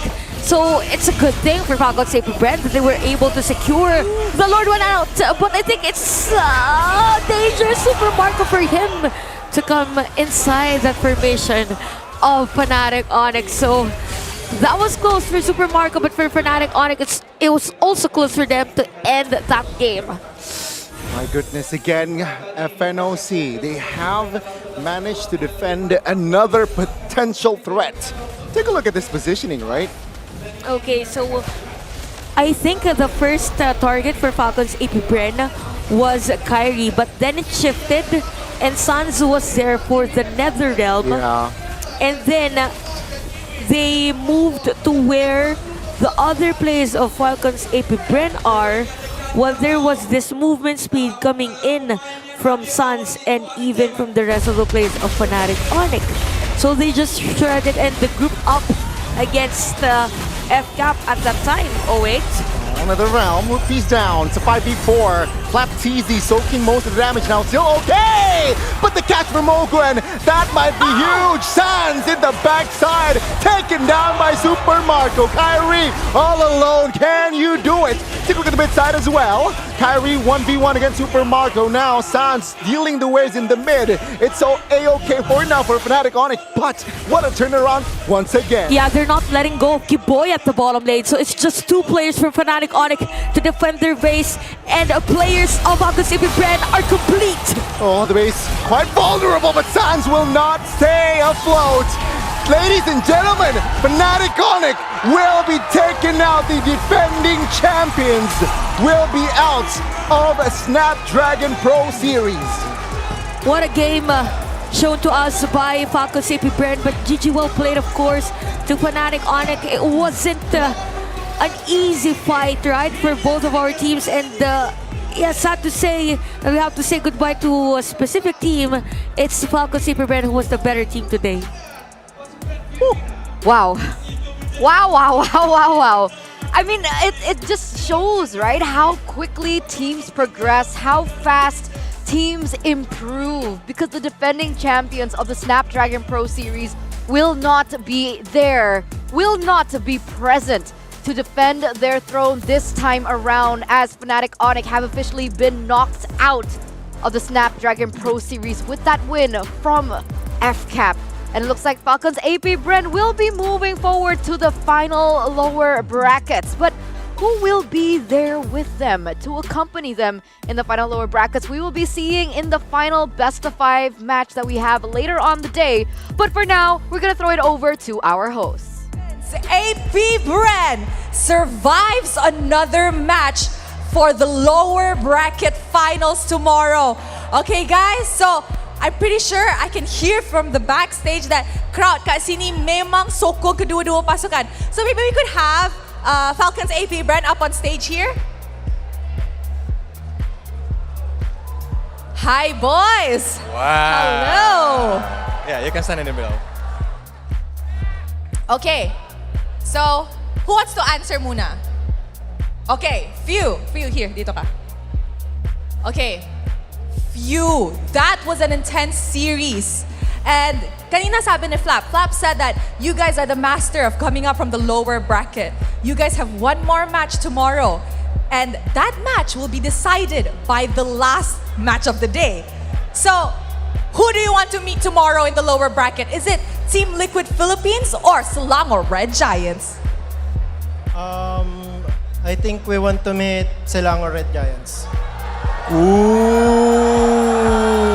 So he said that Selangor Red Giants gonna break the winning streak. Yes, he's saying two things actually, not one. He's saying Selangor Red Giants will end their win streak and they want to prove Stormy wrong.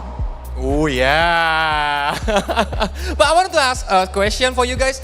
On the first game that you guys almost won, but Onyx got a comeback. What is the key moment why Onyx can come back? We just choked. Again, we got impatient and that's why we lost. Oh, that's why they learned from the first game and got the second and the third game. Ooh, that was a crazy game. The third game, it was also a very close one. I was screaming at the back. Okay, final questions. I know you guys are tired, but what do you have to say to the Malaysian fans and the Filipino fans who have come from all over Malaysia? Some even flew from the Philippines. What do you guys have to say to the Malaysian fans supporting you guys? We're very grateful that we have a lot of fans here, especially to the Malaysian fans, because they always support every team in the match, and we are really thankful and grateful for you guys. Thank you so much. Wow. That's so nice. Okay, guys, once again, congratulations to Falcons AP Bren. I'm gonna let you guys off. I know you guys are very, very tired from that matchup. And unfortunately, Yeah. it is an elimination game, and one team has to go home in this matchup. The one last hope for Indonesian team finally cannot go through the final lower bracket, but we're gonna call them to go to the stage. This is Fnatic Onyx.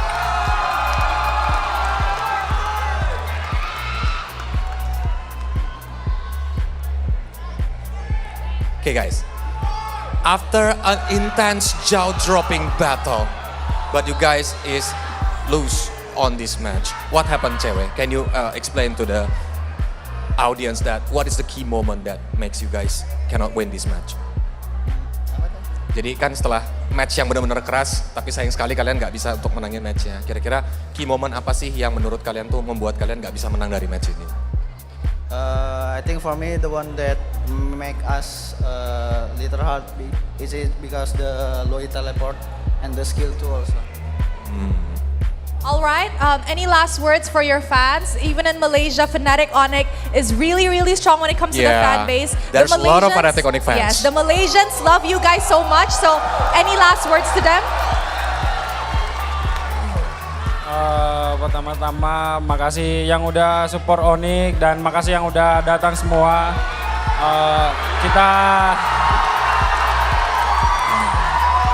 Kita nggak ada alasan untuk apa itu kalah ya, karena kalah. Kita udah kasih yang terbaik semuanya. Jadi ya see you aja guys. Thank you semuanya yang udah datang. All right, so I would like to give you guys a moment to give your final bow on this stage. Yep. So on a count of 3, 2, 1, Malaysia, this is Fnatic Onyx. Take a big round of applause. Thank you very much. Thank you so much, guys. And I hope to see you guys very, very soon. Yeah.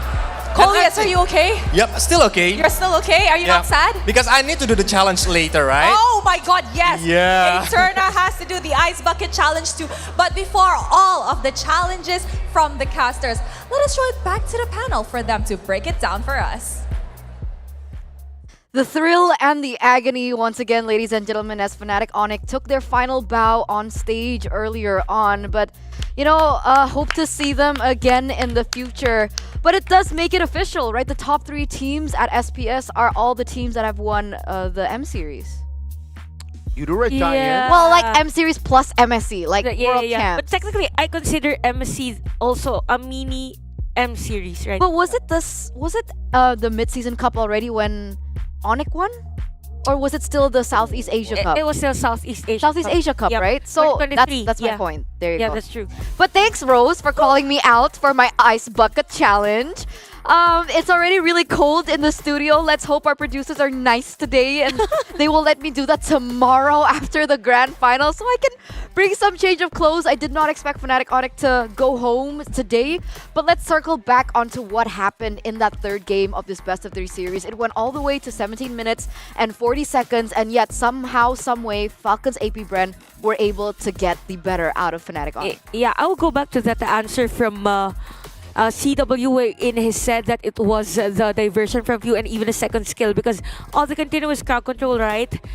It's hard for Fnatic Onyx to back away or to move away.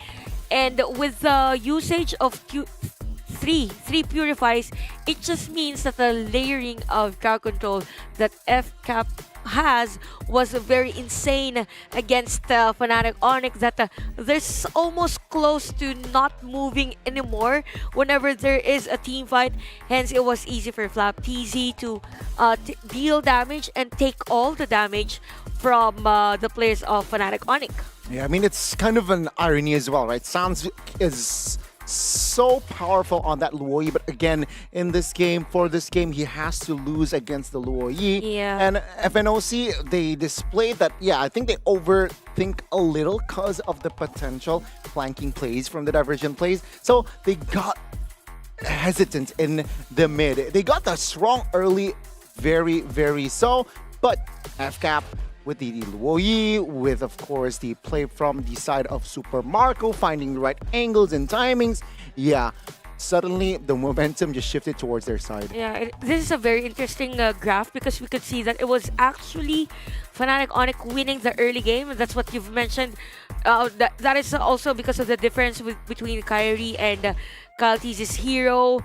They got the majority of the kills against Falcons AP Bren, but because of the consistency of the surprise plays from Falcons AP Bren, Fnatic Onyx had to slow down how fast they're creating their plays against Falcons AP Bren, hence the change in the graph. And one of those players that really changed, or yeah, the tides of the game was Super Marco, or MVP. Back-to-back MVP, Super Marco. I mean, this time around, he was a monster. He was a beast. Every time it looked like Fnatic Onyx had the better in these particular team fights, had the better trade in these particular team fights, Super Marco comes in, walks along, and says, you know, hey, no, let me take some kills for myself. And this is one of the best examples of what we saw earlier on. This was insane, right? Surely there was a shutdown that was taken in by Kyrie, but for the most part, there were just so many of these moments that he allowed to make happen, and he was so good at following up on the rest of the initiation plays coming out from the rest of his team. Yeah, that's true. We also know that Super Marco is the type of player, if whenever he knows that he's gonna win a team fight, he's okay being in front. Even as a marksman, Yeah. especially on a Roger that technically can go in and go out. Yeah, man, I mean, he displays it again. He's the man of the hour, all right? Yeah, here, the fights where I think FNOC, they were able to find the better trade, but sometimes they got greedy after this. Greedy after this, I believe. Yeah, I think there was an extended team fight for them after this that Falcons everyone was able to keep up with the team fight. So at this moment, we could see that after the Nether Realm, some of the players of Falcons April would just wait for another set of play. At first, it was the penalty zone, and then Owen was just preparing for another layers. It was just crowd control after another and after another one. While for Fnatic Onyx, it was just the Nether Realm, and then after that, they just have to win after the Nether Realm. And there it is, ladies and gentlemen, a 2-1 for Falcons AP Bren as they will be moving forward here in the brackets to the final lower brackets. And that's one game away of making it into the grand finals. It was the final four, but now it's just the final three.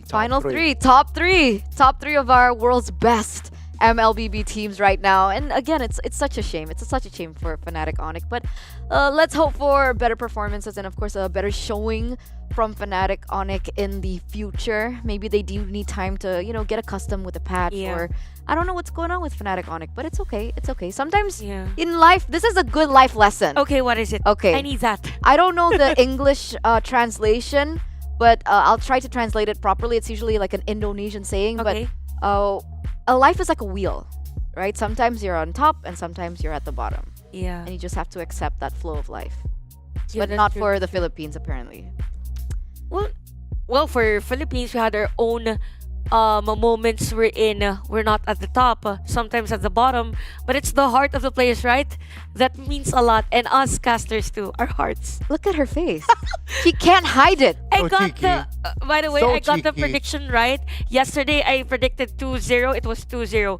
Today, I predicted 2-1, it was 2-1. Sorry. Yes, congratulations, Chantal. I'm gonna go fill in my ice bucket now. But, of course, ladies and gentlemen, that wasn't the end of the action, right? We do still have one best of 5 ahead of us, the upper bracket finals. Team Liquid are already waiting up top to see who they will be going. Wait, am I getting it right? They will face the It's upper bracket it's them, right? It's them, right? They will face Upper bracket YRG. Okay, yeah, it's Against TLPH versus the Yudu Red Giants. There you go. See, there's just so much action going on that I can't keep track, okay? Bear with me. But of course, we are going to go on a short break. So before that, we're going to say goodbye to you, but we'll be right back, Just hang in there. Give us a few. See you later.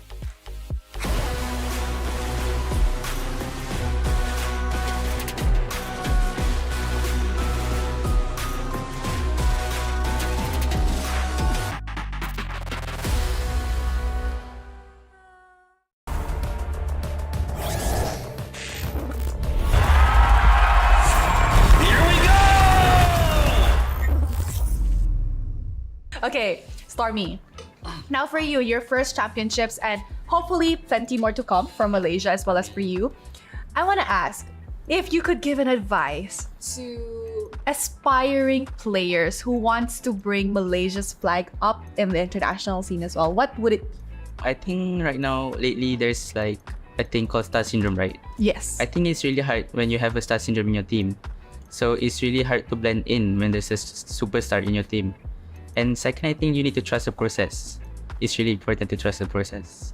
I like where he said trust the process, because I've been with this kid since season 11, and I've seen countless of times that he would enter grand finals and just one more, one step away from the ticket to the internationals, one step away, one game away. It just wouldn't happen. So trust the process, and just because you might not fit in yet, it does not mean you're not good. Yeah. It could just be you're in the wrong team. And the star syndrome thing, let me ask you that.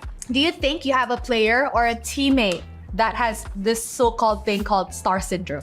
Yeah, I think I met some of the players look like star syndrome, and it's what like Stormy said. It's hard to blend in. Oh, it's really hard to blend in when someone they think of themselves so highly. Because they don't think about the game anymore. It's like they have their own mind, right? Yeah, I see. So hopefully no one in your team will ever have that issue, because you all are still young. It's very easy to get distracted when you're still young and everything is just happening. You guys could be overwhelmed.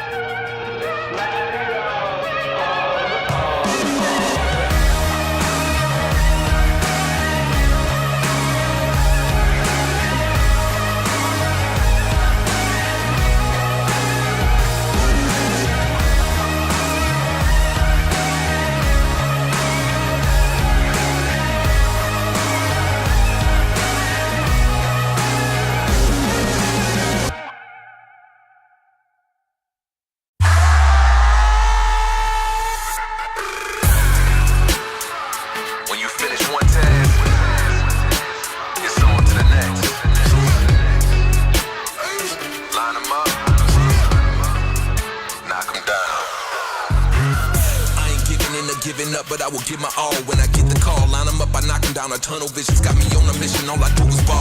Ball hard and finesse has gotta be success. The other option is to fall. I'm about to ruin that, cause I don't plan on doing that. I take a stand, I'm standing tall. I was raised like that. We ain't the same like that. OGs gave me game. I gave the game right back. Had to show it to the youth. Told them go and live their truth. You can be who you wanna be. Look at me, I'm living proof. Game time, frame of mind, strictly on the grind, hustle to the end. Pay the cost, be a boss. I ain't about a loss, I'm about to win. Yeah, I'm on to the next. Hit it, quit it, hit it, quit it. Hit it, quit it, hit it, quit it. Yeah. Hit it and quit it, I'm on to the next. You cannot stop me when I'm at my best. Pocket of vibes and it comes at a time when I stayed on the grind and came up with a flex. Microphone backer, so you better. JP losing immortality, but Sanji will be the casualty. Luke B again, taking some heat. Benny. Feel ko po sobrang unstoppable po namin ngayon kasi knowing na Onyx Indo, one of the strongest teams, and nakuha namin parang pinagmukha namin na medyo madali laban. And hindi naman po sa pagiging mayabang, pero nakita ko po kasi yung team namin ngayon sobrang sync, and sana yung nafe-feel ko po ngayon sa SRG is super excited po ako makatapat sila para matest po talaga namin if kaya po namin or talagang sobrang unstoppable nila, kasi knowing na ilang days na po silang win streak, and lalo na dito sa SPS, sobrang pinagpapatuloy nila yung momentum nila, and ngayon nag-aantay na lang po talaga kami sa kanila. I think Lucky PH is, for this is like utility tank meta, so that time I think they are really strong, but now after the patch, I think we are really confident to against them. Siguro po yung key player na nakikita ko sa kanila is si Sekais po talaga. Kasi nakita ko po yung gameplay nila, and pag talagang naka-snowball siya sa early game, sobrang tuloy-tuloy na. And nakita ko naman po na ready po si Carl na makatapat siya. So feel ko maganda rin siya kasi huwag niyang mamaliitin ng isang dagot. I just want to say really thank you so much because you guys really supported us.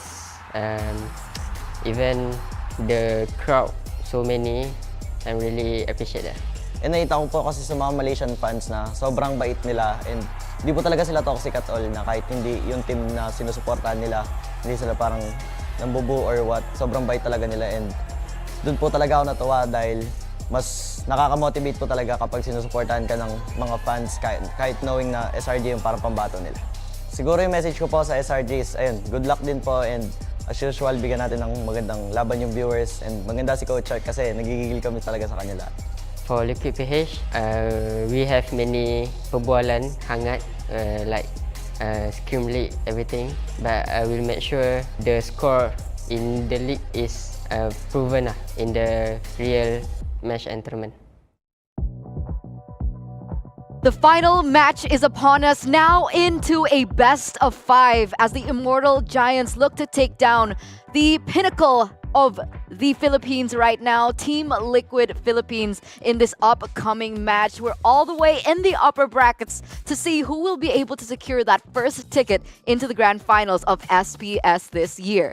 My name is Eterna, and once again, I will be your desk host, and alongside with me are our beautiful casters and analysts. We have Gani as well as Gideon. I'm looking good. You're looking good, Gideon. You're looking great. You look phenomenal, some may even say. But yeah, this is going to be the first best of 5 that we're having here at the SPS. And I'm not going to lie, I'm pretty heartbroken here because this is the first time that I've ever come to a situation where it's Countrymen or one of my favorite teams of all time. I agree. I agree. I mean, TLPH, they definitely have a space in all of our hearts. And, you know, coming into this best of 5, we are going to take a look at the official team lineup very, very soon for both of these teams, but we are going to start with TLPH. Let's see who they bring up this time around. Well, for Team Liquid, it will be their main 5, as we all know. Sanford, Carl TZ, Sanji, JP, and Benny QT. Again, they started the playoffs very, very strong, going up against Onyx, taking the clean sweep as well, and of course, just relying on that Sansan, even Carl as well yesterday. Yeah, I mean, it's a very different play style compared to what we used to see TLPH be. Usually when we see them play, it's like, oh, it's supposed to be Carl Teasy, the GOAT, supporting, uplifting the team. But now it's kind of the other way around, where even for the EXP side, has to put quite a number of resources to make sure that Carl Teasy gets that early lead. And with that being said, right, I think this is, I think it goes to show the dominance that TLPH has really truly shown up until this point. I think they've gone undefeated so far, right? I don't think they've lost a match just yet. And they are also going against the undefeated throughout the entirety from their MPL, right? The Yudu Red Giants. So we're going to bring up their official team lineup right now. And I understand the sentiment here because you're thinking, when's the last time that these guys have dropped a game? They still haven't dropped a series with this lineup of Cram, Sakai, Stormy, Yums, and Innocent. Their fluid playstyle really shows through in their gameplay, and more importantly so, their decisions during team fights is what really sets them above the rest. It's usually one auto attack, multiple people getting caught in a single ability. Those small moments, they somehow stretch it into full-on yards. And it was evident from our first match as well. Going up against FCAP, they displayed that, that small micro, that attention to detail. Again, Yudu Red Giants, they're still standing strong. Their adaptations in-game have been impeccable, and more so their drafts. Again, I'm a huge fan of Coach Arcadia. I'm so happy to see the development and the journey that he has overtaken in the course of his life. But now let's pick up the caster predictions. It's rough, right? It's rough, but we do see a little bit of a disparity between the predictions here. It looks like, Gideon, I'm so sorry to say, but you are alone here, 3-2 for the Yudu Red Giants. I understand where everybody's head is at, and I mean, this has been a very difficult decision for me because I love both of these teams, but I have to say that overall YRG have been looking a little bit more consistently, and that's mainly because of the performance of TLPH throughout the group stage. But I mean, Gani has a completely different idea. It looks like he made a face earlier on. What's going on here? You know, I think Yudu Red Giants, they are a strong team, but I voted 3-1, man. Why? I voted 3-1. Oh, 3-1 for TLPH or Yudu Red Giants? Okay. Yeah, but okay, I mean, 3-0, I'll take it. It's a clean sweep. Yudu Red Giants, Gideon, I'm sorry, man. But there you go. Thank you. Thank you, Zipper. There you go. 3-1. Okay. Okay, sure. Could have It's been 3. better than 3-0. Hey, it could have been 3-2. That's the difference here. That's the difference. I appreciate that you still called him the GOAT during broadcast on group stages because, again, this matchup, I want to say that it's going to be heavily revolving around the junglers, but at the same time, we have to talk about some of the X factors here, and that's like people like JP up against Yums, for an example, and even, I think, as we saw from the previous series, gold laners play a huge part. Okay, let's talk about that. Let's talk about the gold laners. Benny QT now going head-to-head against Innocent. I mean, this is essentially like experience versus the new blood kicking in, and I'm all for it. You made a face, okay? Disagree? Well, I don't disagree, but I definitely think that Innocent has been in the professional scene for quite some time, but being very much under the radar. People consider him like, oh man, he's like E tier, F tier when it comes down to gold laners and MPLPH, and then he comes on over. He just needed the right team. Man, it just shows the chemistry, right? So maybe you guys can have chemistry and voting. Yeah, please do. Please tell us what you think, ladies and gentlemen, because your opinion matters, right? Give us your predictions and cast your vote in the Twitch chat.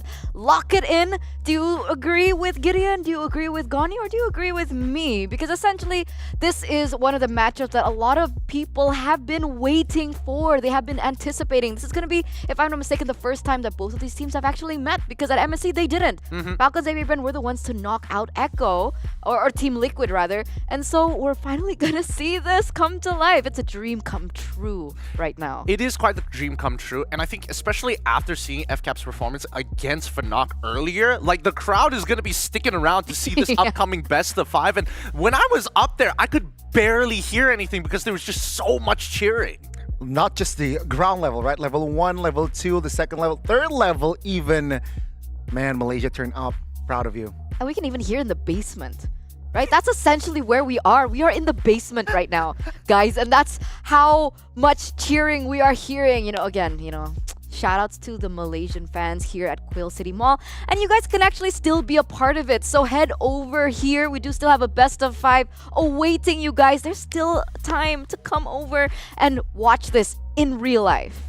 Yeah, and I think you're not going to miss out on the experience, because if you are truly a dedicated fan, you'll go on to the 3rd floor behind the entire stage and still listen to the game. That's how dedicated these Malaysian fans are. I'm not trying to hype them up for the sake of hyping up. You saw it on your screens. Everybody can see it. Just look at that 3rd floor behind the stage. People are watching. That's wild. That's wild. That's so wild.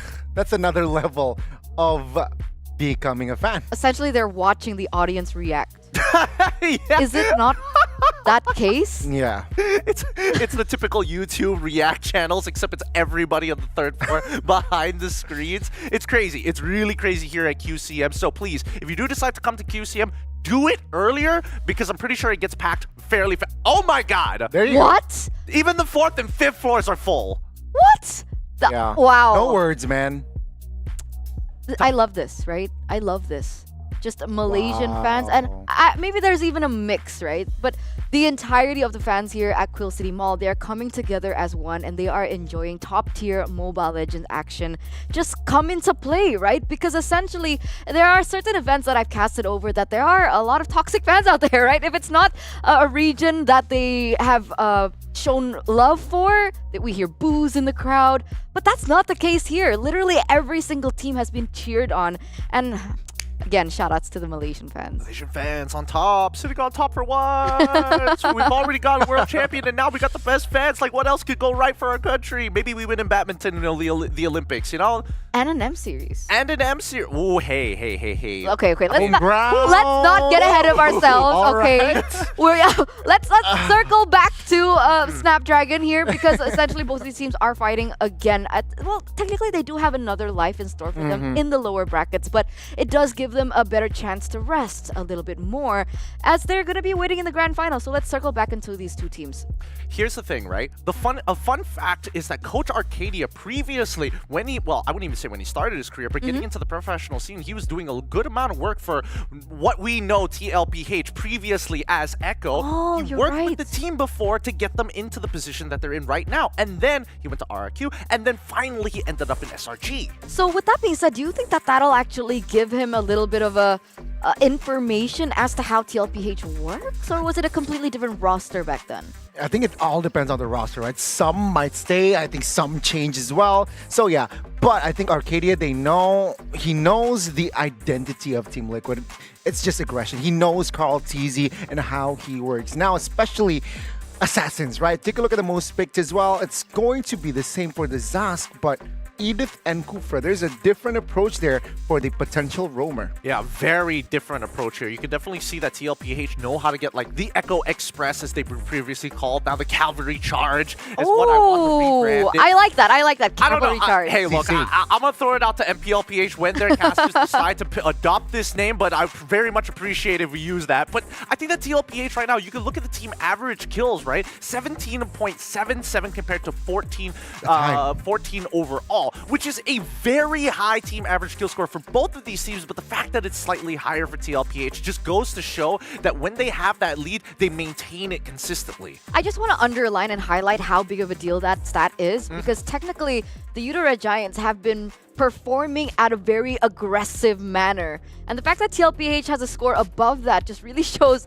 what we're seeing right now. It gives us a little bit of context for both of the teams. And remember, it's mostly because of per yesterday's match against Onyx, right? They battered Onyx 2 games. That slightly, right, helps the team average forward side of Team Liquid. I mean, yes, it is adding on to the average, but it really depends on how they perform today. We've seen teams who are like, don't perform so well on the stage, but sometimes when you're the best in the world, you just need that little bit of a kick. And it boils down to this. Sorry, I got a little bit of got that out there. Okay, and it boils down to this, ladies and gentlemen, the upper bracket finals, and we're gonna throw it over to the stage to see the action. Match of the day, a best of 5. Malaysia, are you ready? Sekali lagi, are you ready? The winner of this match will head straight to the grand finals, while the other will need to survive down the lower bracket. For the very first time, Team Liquid Philippines will go up against Red Giants. And now it's time to see who is stronger. Once again, Malaysia, are you excited? Perlawanan yang sangat-sangat dinantikan. Team Liquid Philippines, juara MPL Filipina, menentang Red Giants, juara MSC daripada Malaysia. Pasukan mana akan dapat jalan yang mudah untuk mendapatkan first grand finalist slot untuk musim ini? Quill City Mall, are you ready? And now, it's time to welcome the strength of the cavalry. Introducing Team Liquid Philippines!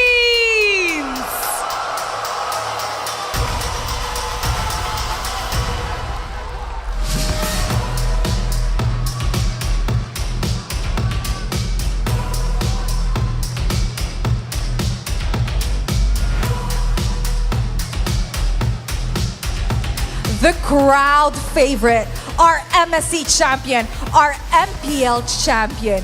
Ladies and gentlemen, please welcome Red Giants!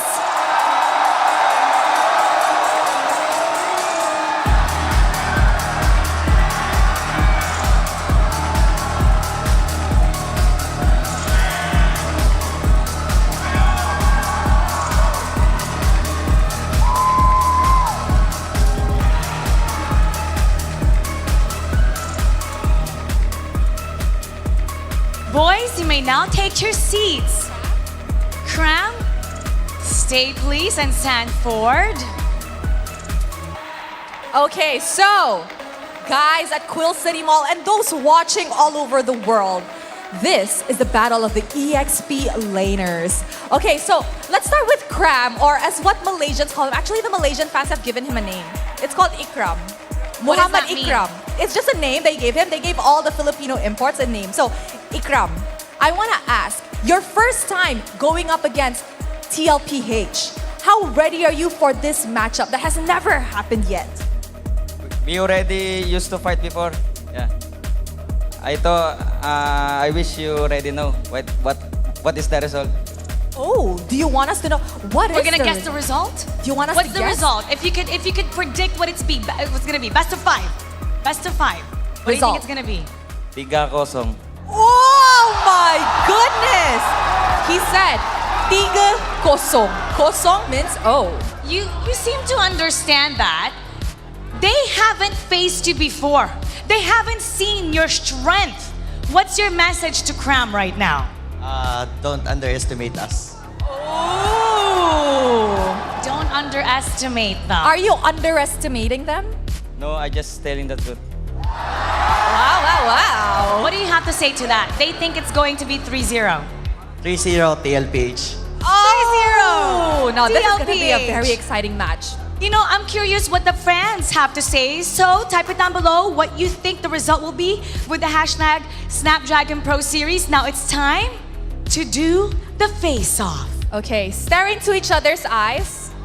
Okay, guys, one person who takes a step forward will get that 3 point. If you think you will dominate, you will take a step forward.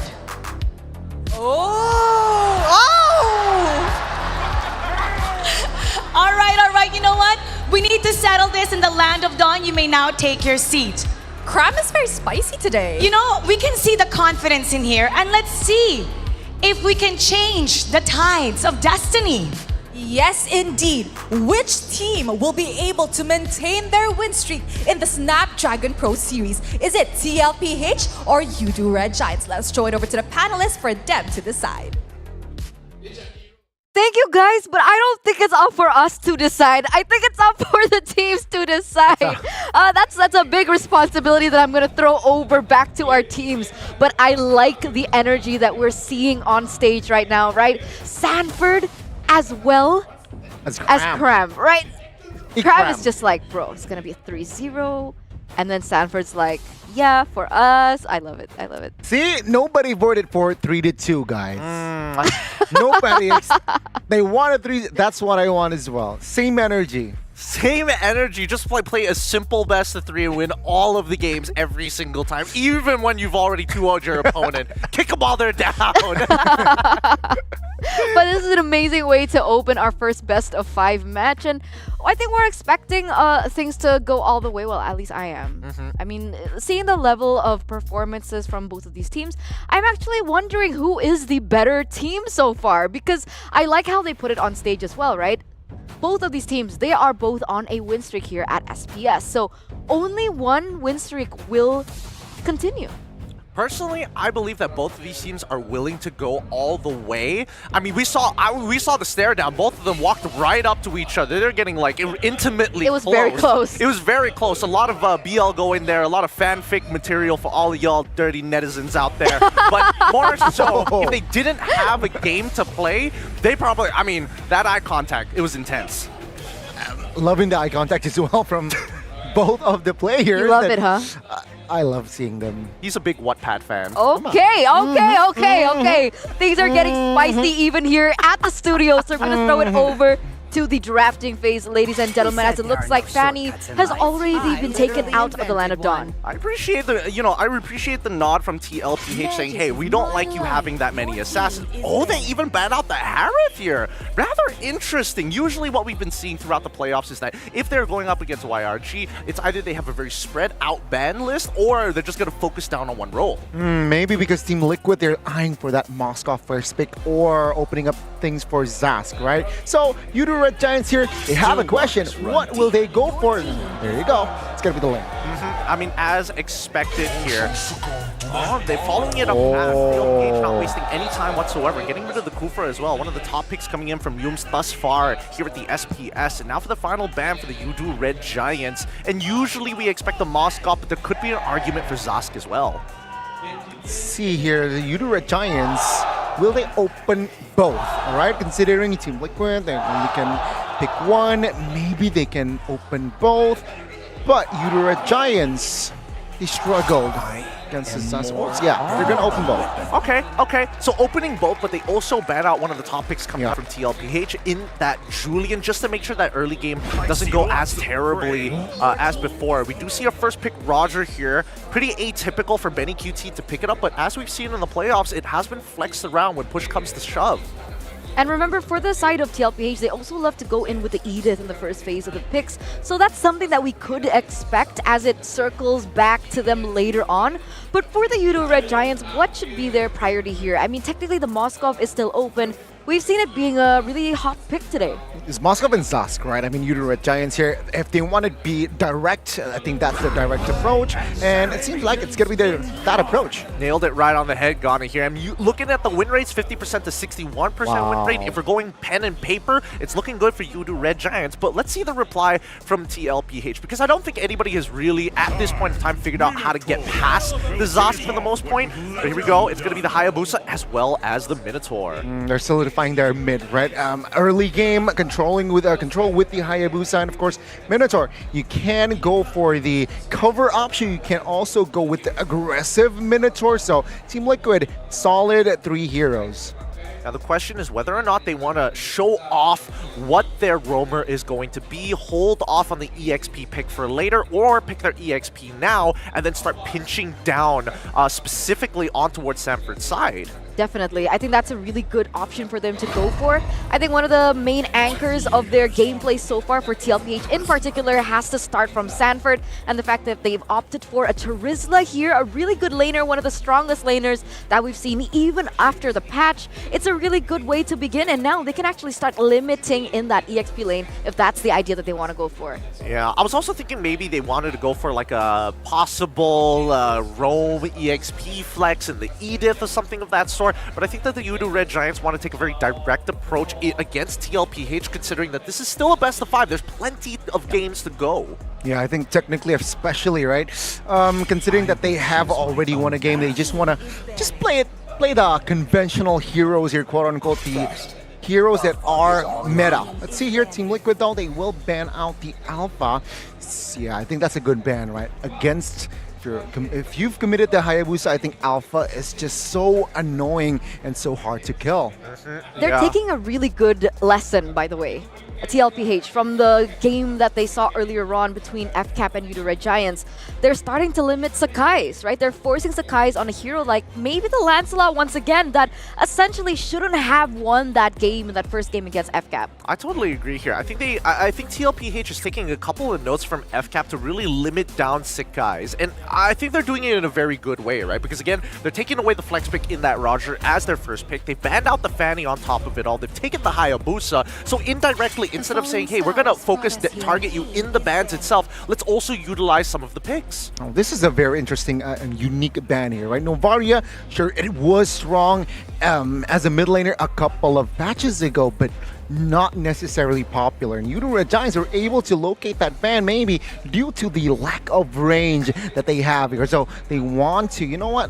It's a possibility Team Liquid picks this up. Let's just ban it out. Yeah, oh, there we go. That's the Nolan ban coming out from the side of TLPH. That's the last assassin that they needed to worry about. And since Udo Red Giants have already picked up on that Zask, it really begs the question whether or not TLPH are going to go for the Glue Jushin like we saw the previous day. That's definitely a possibility here, but it looks like it's going to be the Valentina being picked up. A little bit more versatile in her lane. Does okay comparatively against the Zash. She does have a good wave clear, and of course there is flexibility in her kit with the fact that she can take in with the IMU.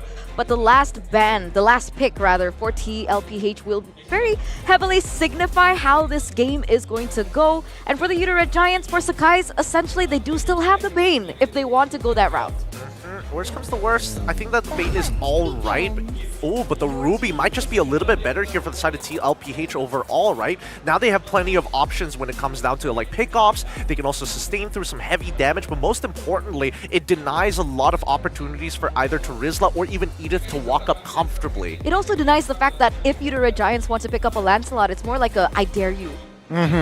And again, asking a big question, Udo Red Giants, no fast response means they're still discussing here on what will they do. But yeah, Udo Red Giants, what's a good hero here? They really lack in range, but only jungler position is open. Yeah, Lancelot, Bane.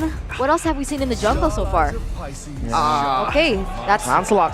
Yeah, so it was an I dare you, and then you, the Red Giants, are like, okay, we'll pick it up. We'll show you what Don't we've care. got. But essentially, this was a really important pick because that first game, sure, in a best of 5, it's 1 out of 5, right? There is still possibility to come back, but it really does set the tone and the momentum. So boys, take this away, bring it to game number 1. All right, Eterna. Based on what we're seeing here from both of these compositions, I'm thinking that Yudu Red Giants definitely have a bit of a blast from the past when they were fighting up against FCAP, forced to use the Lancelot once again. I think that TLPH have a really strong composition, assuming that their side lanes make it out of the laning phase. I mean, it's a very, very snowball-ish type of composition, yeah, right? You got Hayabusa, you got Roger, so I think Yudu Red Giants, all they need to do is just weather the storm in that early game, look for something in the mid game, and maybe have more control with the Moscow for that late game. Let's see how creative these boys are going to get as we head on into the land of Dawn.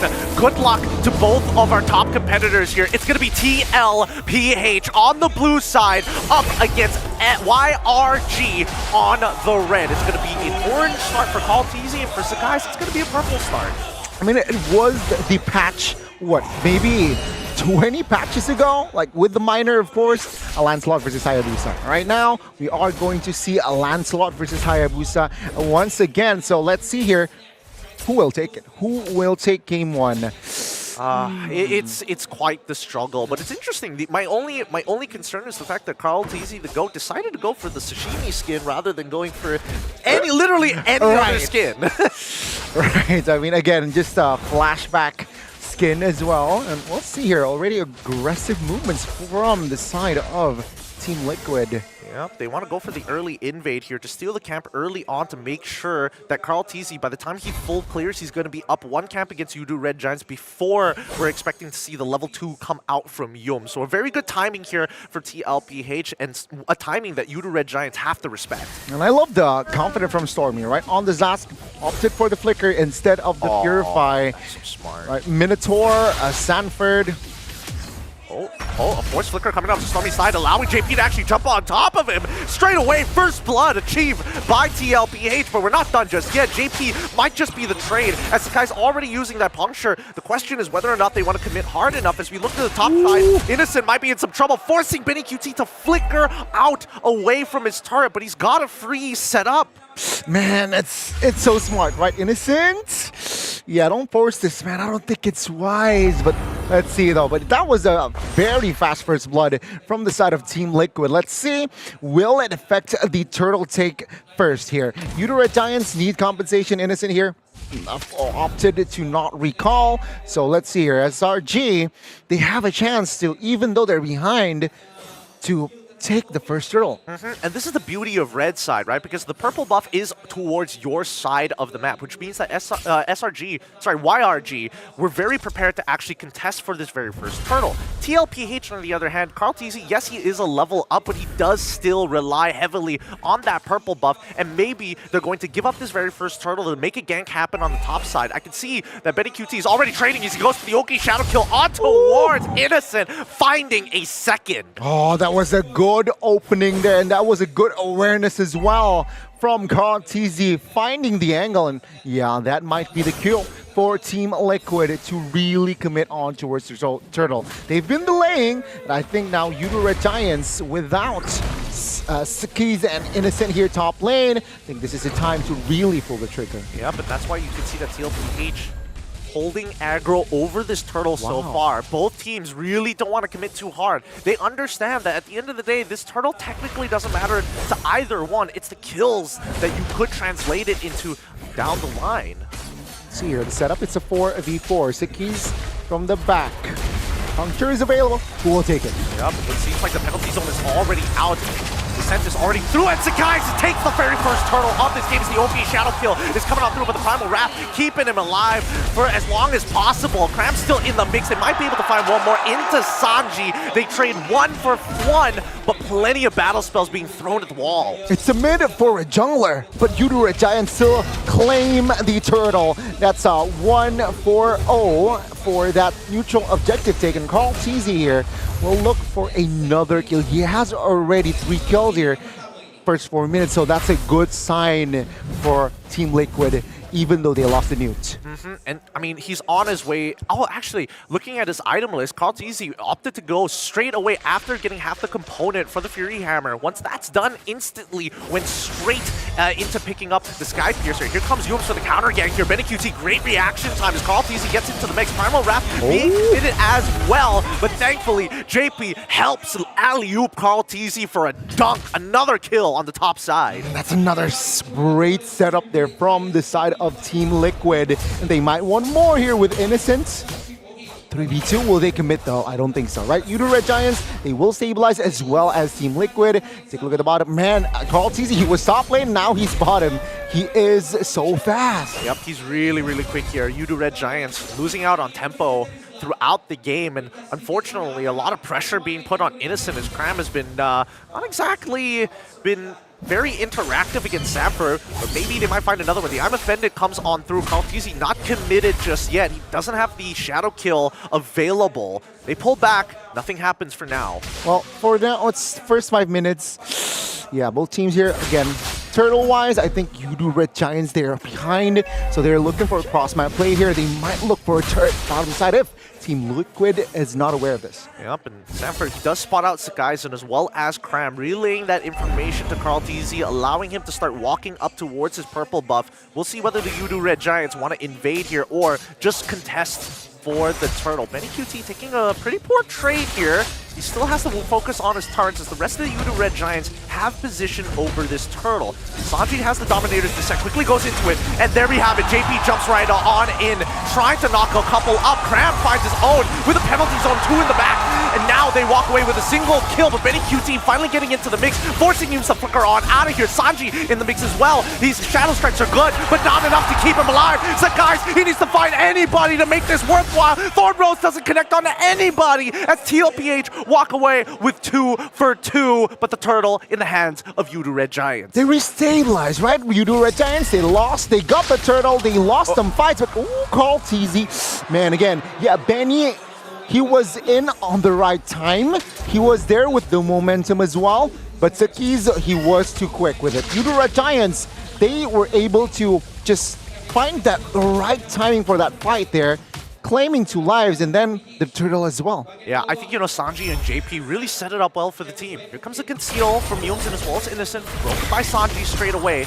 Innocent needs to get as many minions as possible. He is going double laning, even triple laning if necessary. Well, yeah, I mean, for now, it's still anybody's game. Udo Red Giants, they need to somehow find a pickup on towards Kaltizi, man. He is still deathless. How do they do that? I think, of course, in the hands of Yums. He has the Flicker, Earth Shatter onwards, Shatter, Earth Shatter. So maybe that is the kit they need to somehow catch Kaltizi red-handed. Yeah, I mean, if they catch him red-handed, that's going to reset his stacks as well, which is going to be really, really painful for Carl now that he's got, he's 5-0-0. He is clearly in the lead when it comes down to gold and EXP thus far. Well, actually just gold because Sakai's, both of them are at level 11. Well, again, I think both teams now, their main objective is to give space towards the marksman. It's Assassin versus Assassin top lane though. Kaltizi getting chunked out here. Sakai's playing it well. Well, he wants Kaltizi to use the ult, but he wins the 1v1 regardless. What a good kill for Sakai. This turtle should fall into the hands of the Udo Red Giants as TLPH say, we're backing off. We don't have Kaltizi. His Sky Piercer stacks have restarted. We gotta go back to the drawing board. 3 turtles already. Conceal. Dominator's Descent, even the SOD, they catch Sanji with his pants down. Man, Udo Red Giants ticking all the early game boxes, and Team Liquid, they're slightly now, they have an instability, right, going into the mid-game. Udo Red Giants, sure, the economy doesn't really translate into a very healthy foundation, but take a look at the map control, take a look at the structures. Udo Red Giants, they're winning all over the board. Yeah, but I mean, this is only because Udo Red Giants were able to win out on that fight and get some extra picks on top of it, right? The kill score, 6-5 so far as we're heading into the 9th minute of the game. The scariest part about this is whether or not BennyQT is going to be able to participate in a majority of these fights, because so far he has been a little late, if not zoned out, because of the Nightmaric spawn. Yeah, Stormy has been a problem here for the side of Team Liquid. Innocent is already joining fight as well. Thornrose straight away with the retribution as well. No purple for Team Liquid. Yeah, no purple for Carl Fusey. It would have been nice for the GOAT to actually have that purple buff, but since he doesn't, it looks like he's just going to have to let his team do the heavy lifting. The Red Giants, comfortable lead. They want to fight. Penalty zone is already, but the Dominator's descent stops the initial engage. They're trading ults here, but Cram can't seem to get out. He's trying to live through the Yogi Shadow Kill. Body of the Smith was good enough, and a full disengage for TLPH. Benny, he wants to get back in. It actually cancels out the initial recall from Cram, and now it's going to be in the Minoan Fury. Sanji picks up Yums. Oh, Liquid, they know just when to press the buttons. The keys. Man, Sakai's will be able to get out for now. But yeah, Yums covered for Cram, paid his body for his teammate, but again, a clash in the mid. Oh, Sakai's getting chain CC to the ground, puncture to get on out of there. Manages to survive regardless. Thunderbelt diff? Question mark?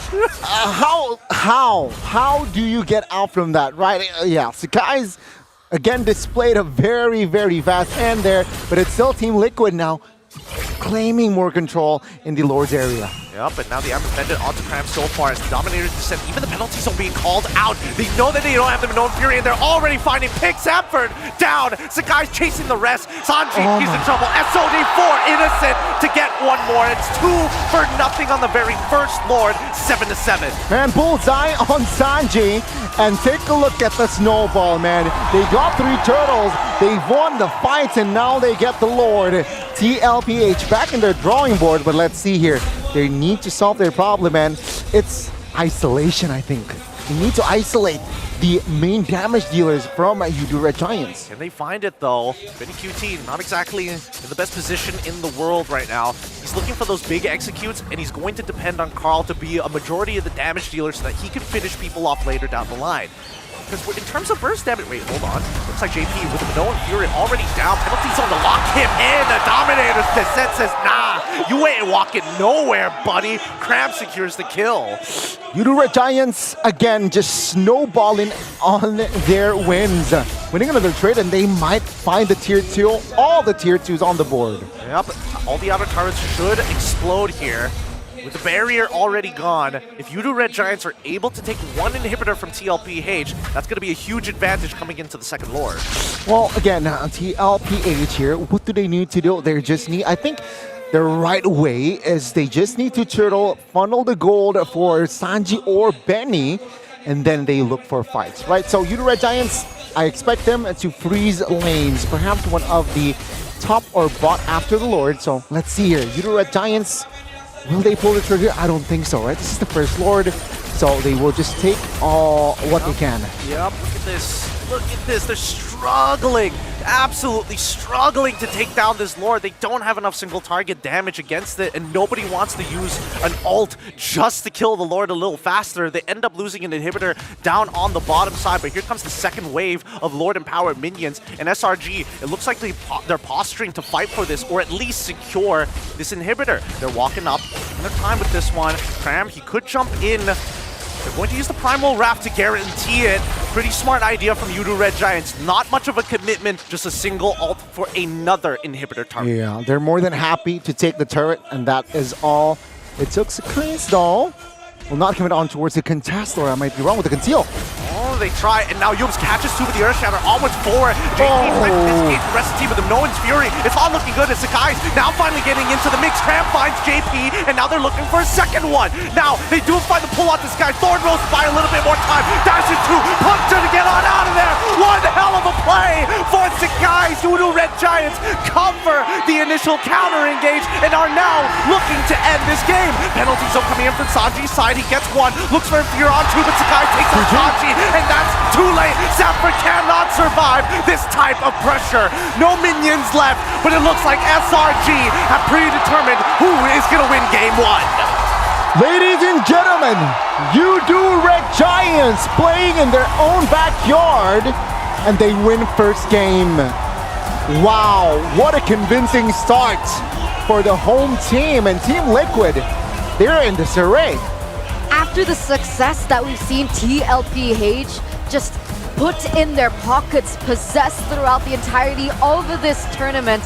A 13-minute game win for the Yudu Red Giants says otherwise. How, again, do they do this? How is it possible? The audience, they're feeling it. Look at them chanting their champions right now. But again, this is only the first game in a full best-of-5 series. But it looks like an amazing start for the Malaysian reps. It really is. I mean, the gold conversion from the side of YRG is rather surprising. One bad fight for TLPH, a reset on Skypiercer, and all of a sudden, they're taking out-of-tier turrets and winning every objective on the map. Exactly. Yeah, it's so crazy. Composition-wise, you do expect, right? Team Liquid, they want to snowball with that sort of composition, but you do Red Giants. Who's going to touch Zask, man? Who's going to touch Innocent when he has the Holy Trinity in play as well? Can we talk about Innocent a little bit, by the way? Because, you know, as you guys were like walking into the early stage of the game, I was like, you know what? I think this is a good moment for me to go to the toilet. So I did. And then I come back and I'm like, huh?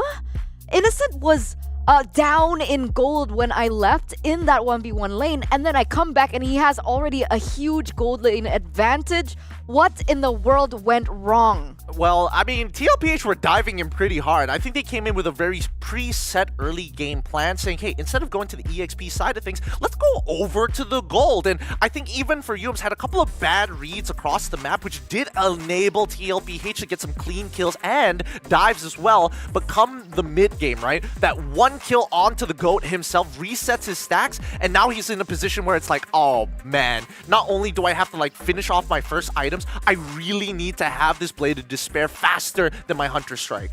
And that's what we expected, right, from Yudu Red Giants. They need to take Carl TZ down, which soon enough, they did catch him. And of course, Sanford here, he was one of the covers for his team. But then again, it was hard going up against Cram, who is just who bullies him in lane. Okay, with that being a topic of discussion right now, do you think that then it would have been wiser for Carltes to not go for such an aggressive item build? Because if we take a look at Sakai's, he actually builds in Thunderbelt. So it's already very different between these two junglers, with Carltese picking up that Sky Piercer earlier on. I totally agree. Well, here's the thing, right? There's two sides to the argument. If he doesn't have the Sky Piercer and opts to finish off his Hunter Strike, maybe he would have been able to get a couple more picks down the road. If he decided to commit to the Sky Piercer like what he did here today, then he's expecting the rest of his team to kind of create the opening. Because look at the lineup, right? You have Sanji to play mid to short range. You have JP as well as Sanford as the big CC, and Benny QT. If Carltese has no more cooldowns, it's up to Benny to be able to kind of wipe the rest. But do you not think that that is a little one-dimensional from the side of TLPH? I mean, they've gone with this exact same game plan throughout the entirety of the SPS stages. But technically, it has worked for them, but not against Yudu Red Giants. Do they demand a little bit more respect in game number 2? I don't know. I feel like when you're up against Yudu Red Giants, the fluidity of their play and also the timings of which they fight you is kind of awkward. Like, it almost as if they're just sending one person for a tempo break. It's very hard considering that, again, Yudu Red Giants, they're so tight, right, with their formation, especially after the mid-game. You're going up against Edith, who can crowd control, chain crowd control you as well. And of course, Cram just being that rock, right, that EXP rock as well. And you know, their rotation after, what, minute 8, it's just almost all 5 men. Innocent, sure, he can split, but he can join you ASAPs. So that is why Team Liquid, they were struggling. They were behind goal. They can't find good fights. And of course, Stormy being that anchor now in the mid lane is just so annoying for Team Liquid. And he's your MVP for game number 1 on the Zask. And it poses yet another question. Is this Zask worth it to leave open?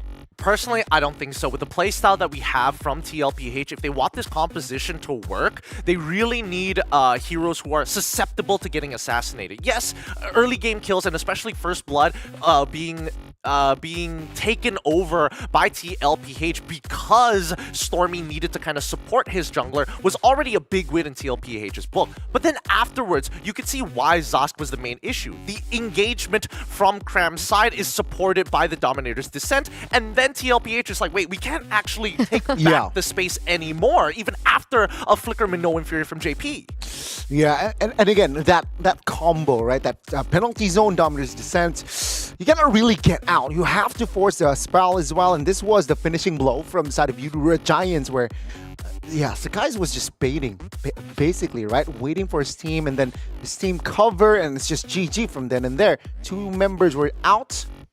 And yeah, that's more than enough firepower to end the game. But how ironic, how beautiful is it that TLPH have to suffer this first loss against the landslide that they made possible in the early stages of the group stage? Hey, might I pose you another scenario, right? Congratulations to you to Red Giants for taking this very first game. But what if they forced out these assassins time and time again to the point where Carl TZ is like, you know what? Let me play the Lancelot just one time. If you to Red Giants can make the GOAT himself whip out the Lancelot, I'm a happy man. Yeah. Oh man, that was already an amazing beginning, but let's see if TLPH can actually come back from that loss, because essentially they have been preparing for this the entire day. So with that, ladies and gentlemen, let's throw over to a short break. We'll be right back.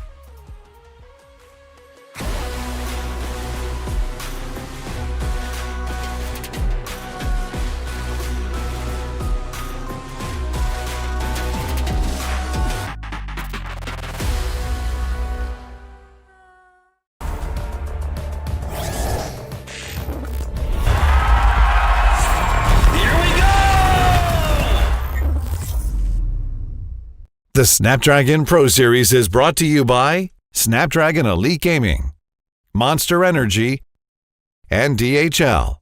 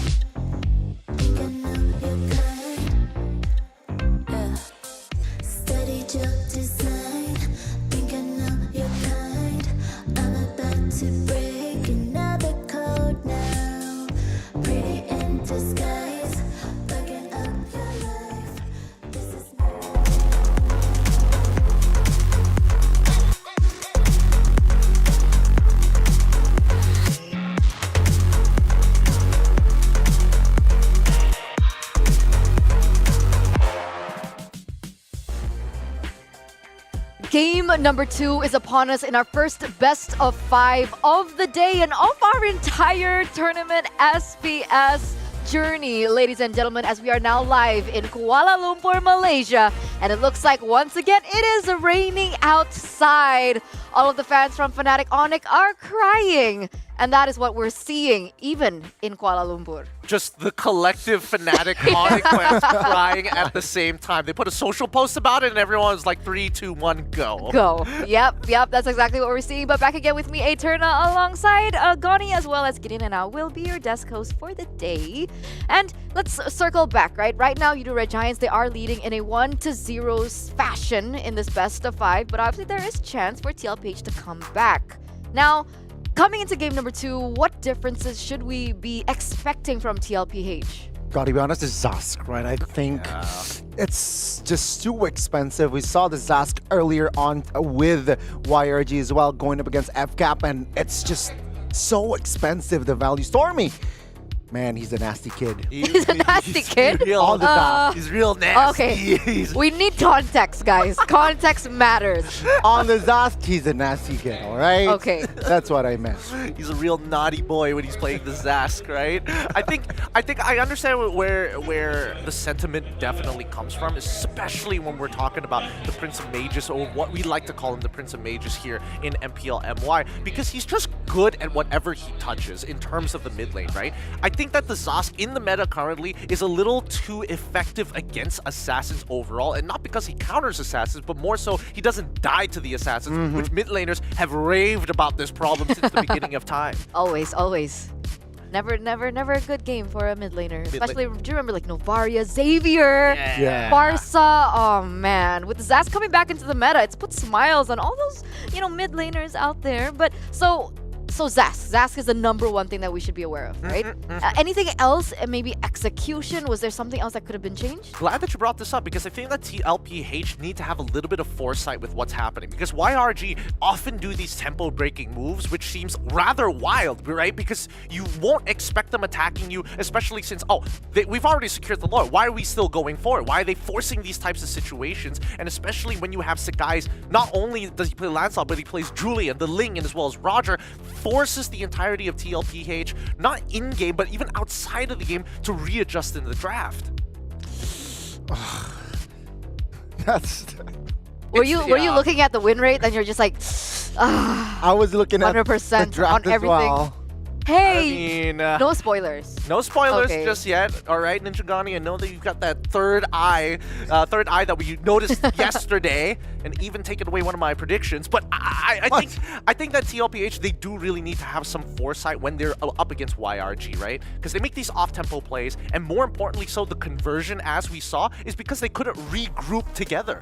Okay, so let's see if that changes at all, if any, in the drafting phase for game number 2. And again, in this best of 5, we do see the Chip, the Ling, as well as the Paramus and the Julian being taken out of the board, which means that Udo Red Giants have first pick this time around, right? They are on blue side this time. Yes, it's going to be Udo Red Giants on the blue side up against TLPH on the red side, which does beg the question whether or not this Zask is going to get let through as a first pick for Udo Red Giants, but that's kind of up to TLPH. Yeah, TLPH, I think Udo Red Giants, they're forcing that ban towards Team Liquid as well, right? They ban all the Fermis, just opening up a lot of options here. Roger, Zask, and Moskov is still in play as well. So let's hear Team Liquid. They're still discussing on the last ban here, seems like.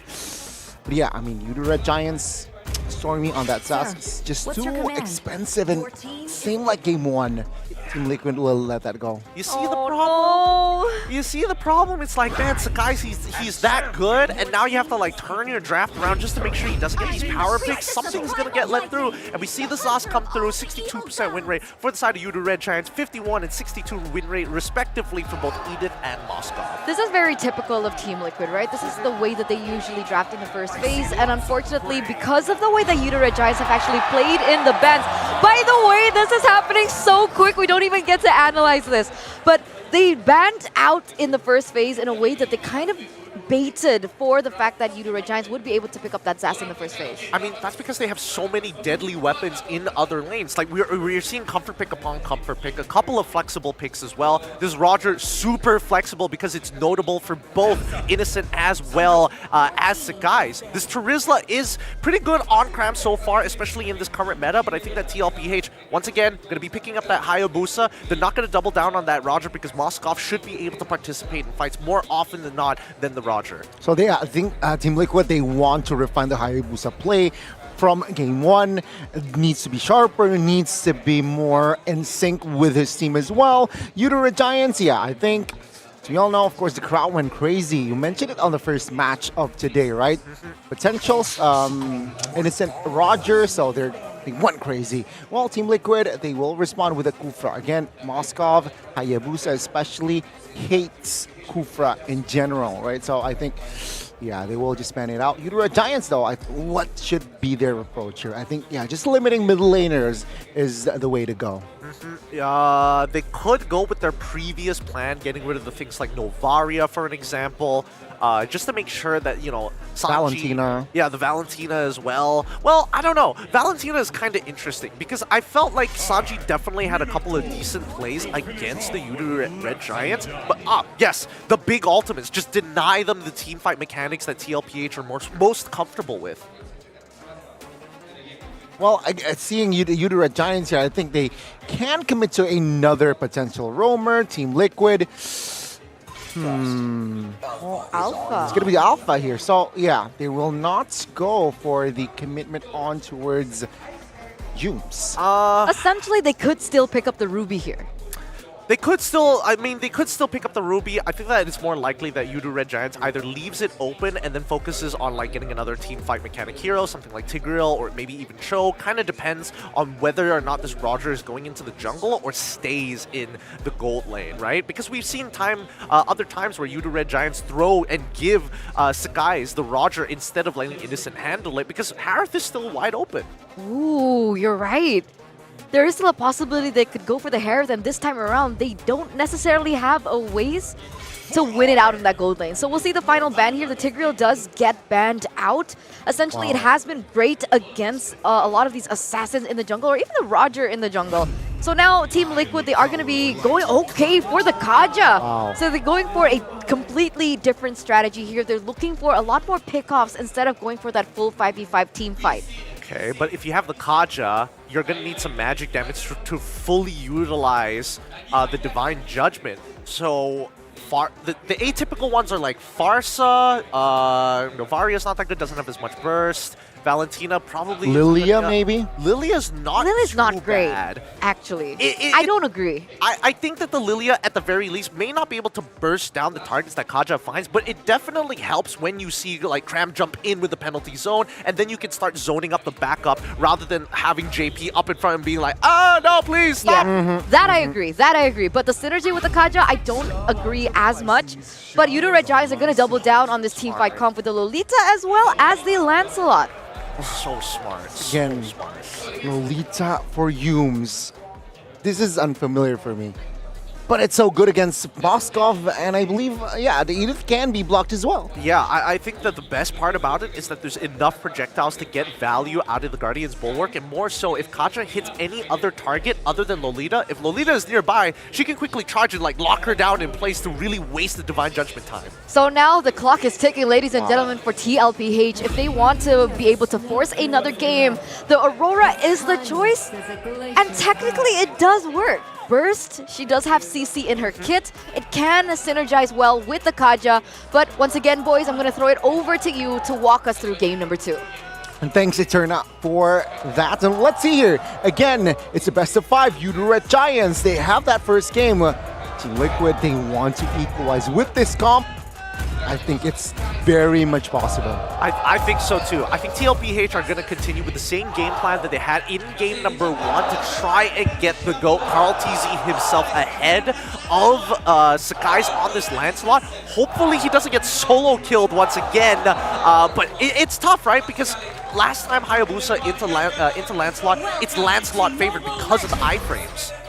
This time it might be different, right? I mean, we saw the Assassin versus Hayabusa earlier, Sakai's won it. So let's see here, will it be another Lancelot game? Or this time, will the GOAT, Carl TZ, actually have a say? Well, let's find out with SRG against TLPH in game number 2 of this best of 5 series. It's going to be a purple start for Sakai's. He's going to end up on the bottom side of the map to maybe pull off a gank. But hold on, Carl TZ getting spotted out by Yums. They know exactly where he's going to start, but a fast leash from both sides. Even JP helping him out with that purple. It's a mistake though. JP caught the purple. So that's already a mistake from Liquid. That's a little awkward. That's a little awkward. And Innocent spots it out, so they know about the mistake too. The passive from Gaja, and they want to punish JP early. Oh, like a pounce. Doesn't execute him just yet. JP still is alive. Dude, thank God that the patch notes basically didn't punish Carl TZ even harder. Because luckily they changed it that even if that last hit goes over to somebody else, yes, JP walks away with the buff, but the golden EXP is still claimed by Carl. Yeah, I mean, yeah, I think, man, even the focus right on JP. Zipper, stop it! Stop it, Zipper! He knows what he did! JP stole purple buff early game? Wow, okay. Udo Red Giants, though, just a slight gold lead. Or even Team Liquid still has the gold lead despite Carl TZ not having the purple. So it's an okay game, early game. Like, okay first minute still for the side of Team Liquid. Could have gone worse. It could have gone a lot worse here. And I think that Cram canceling out onto Samford, making his life so difficult. He's going to be losing out a couple of minions here without the help, or at least he needs some reinforcement. It looks like Sakai wants to get involved. Looking for an opportunity to jump on in, but Sanji holding on to that frigid breath. Yeah. Very, very dangerous for either side. I mean, Sakai's there. He thought he saw an opening, but he will not commit it just yet. Turtle is up here, JP, providing vision. But I don't know, Carl TZ, will they find a contest? Oh, Carl TZ is the one who does take away that turtle, and even the Frigid Glacier just to get him on out of there, making sure that everybody can't just run at Carl afterwards. Nicely done by TLPH. Man, I mean, the purple buff was stolen, but this time the turtle, he will not be taken away from Carl. Udo Red Giants lose out on the newt, but hey, no casualties, so technically it's fine. Well, let's put a little spin doctor on it. So the purple buff wasn't stolen, it was donated over to those who need it. Yeah. JP's like, I need this purple buff. I'm a Kaja, purple buff, please. Yeah, that's what we know Kaja for. You know, really lacking in the mana department. Well, yeah, first 3 minutes here, still no first blood, technically, even after that first clash on that first turtle. But, yeah, both teams just wants to make space for the side of their marksman here. Very, very conventional game. Nothing real crazy here for the first 3 minutes. Yeah, and even Stormy is recognizing that I don't want to be first blood again, right? Like, I know Kaja is level 4. At any time, JP could flicker on me, and I basically just die. There's nothing much I can really do about this, but now Carl TZ stealing away at camp now has an EXP lead, all thanks to the help of Samford finding some pressure. Innocent does take a bad trade here, but it's not enough to really put him behind. But Sanji, JP, they see the opportunity. They want to get on top of Yums. He is able to charge over the wall. Innocent here looking for cover as well. Yums he is able to gather info more than 2 members here in the bot side. So yeah, again, Udo Red Giants, they do not want to have business early on. You want to give as much as space towards Innocent. And rotation-wise, again, yeah, both teams here just playing it on the safe side right there, not setting up for crazy fights, crazy pickoffs, even though they have 2 assassins on respective teams. Yeah, but now the next purple buff is going to come up for the GOAT himself as the turtle does spawn at the same time. In terms of level lead, Carl is still a full level ahead of Sakai's at this point in time, and now even Samford, he's hard shoved, he walked away from his lane just to be part of this fight. Let's see here, setup JP has the flicker and the divine judgment. So who will he target? Most likely the jungler, right? So let's see here, Team Liquid. There are 5 members in that turtle spin. Carl TZ already completed the Sky Piercer. They're going to start the turtle first. JP looking for an angle, finds one instantly into the Frigid Glacier. They find the kill onto you straight away as now the counterattack coming in from SRG side, stopped by many QTs. Spear of Despair, and now they jump forward. It's difficult to see because Innocent is losing this battle against Sapphire. He cannot deal with the Primal Wrath, and Cram slowly cutting back the Lawrence, and that's going to be the Oki Shadow kill on towards RNG not on his side, on towards the Bear Bug. Yeah, Team Liquid again. They got a kill and the Eternal as well, but now on the bottom side of the map, it's guys. Ooh, Thornrose as well. He's gonna get pushed out. Ooh, a very cool idea coming in from Benny QT, and a nice save from Sanji's side so that Yums doesn't connect the charge and stun down Benny QT underneath the turret. Again, vocal point is still towards the gold lane. Sakai's the jungler is still in that lane as well, holding on. But yeah, Team Liquid now quite comfortable, right? Almost 2k gold lead already in hand. Sure, just a kill. But now Carl TZ, I think, has a better rotation because Sakai's, he was holding out for quite some time in the bottom side. Yeah, he has been hovering around for a good bit. We haven't seen Yudo Red Giants make any proactive plays on top of it all, but I think it's just a hard read, right? Because Yudo Red Giants understand that they have to wait till roughly around mid-game, and now they're playing vertically against each other, sacrificing Tier 1 for Tier 1. Well, Team Liquid now, they will secure the first structure in the game. They will trade out the bot and top. But that's about it, right? Team Liquid here and Yudo Red Giants, they know they want the mid-game for the marksman, and then they would most likely go and look for the blowing punch. Where is that blowing punch, though? Because Team Liquid and as well as Yudo Red Giants are reading each other very, very well. They understand the danger zones of walking to this bottom side of the map, and even TLPH recognize that nobody has shown themselves, and even Cram, he's trying to bait something out. He does see the Hailstorm first. RLTC does use the quad shadows. He could go back in for this, but it's just not worth his time. Cram is going to heal off and try and build up some stacks of the War Axe for now, but the turtle does spawn. Let's see here. Yums has the Flicker Numenon Blast.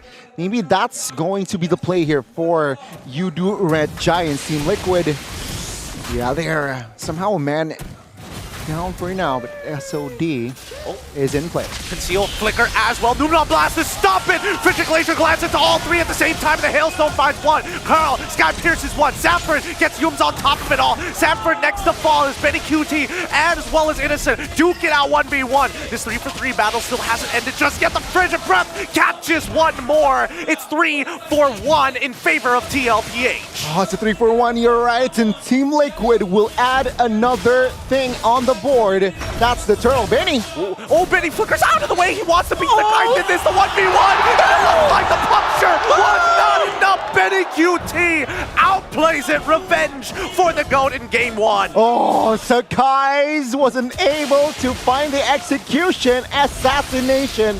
Benny finds the kill and then another clash. Okay, Shadow Kill comes on through. Oh, Frigid Glacier as well. Numenon Blast to catch on to on top of the penalty zone. Carl is waiting for the opportunity, but Innocent finds one, and Sanji is too low to respond. Oh, that's a good recovery there by Yudo Red Giants. They lost the guys, but they managed to at least take JP down in the mid. Oh, be careful. Oh, here comes Carl TC. Finds it, jumps right on top of Stormy, and that Sky Piercer eliminates him before he gets into the Dominators. Oh, wait, no. He already used the Dominators descent. He had no other options there. He just has to go.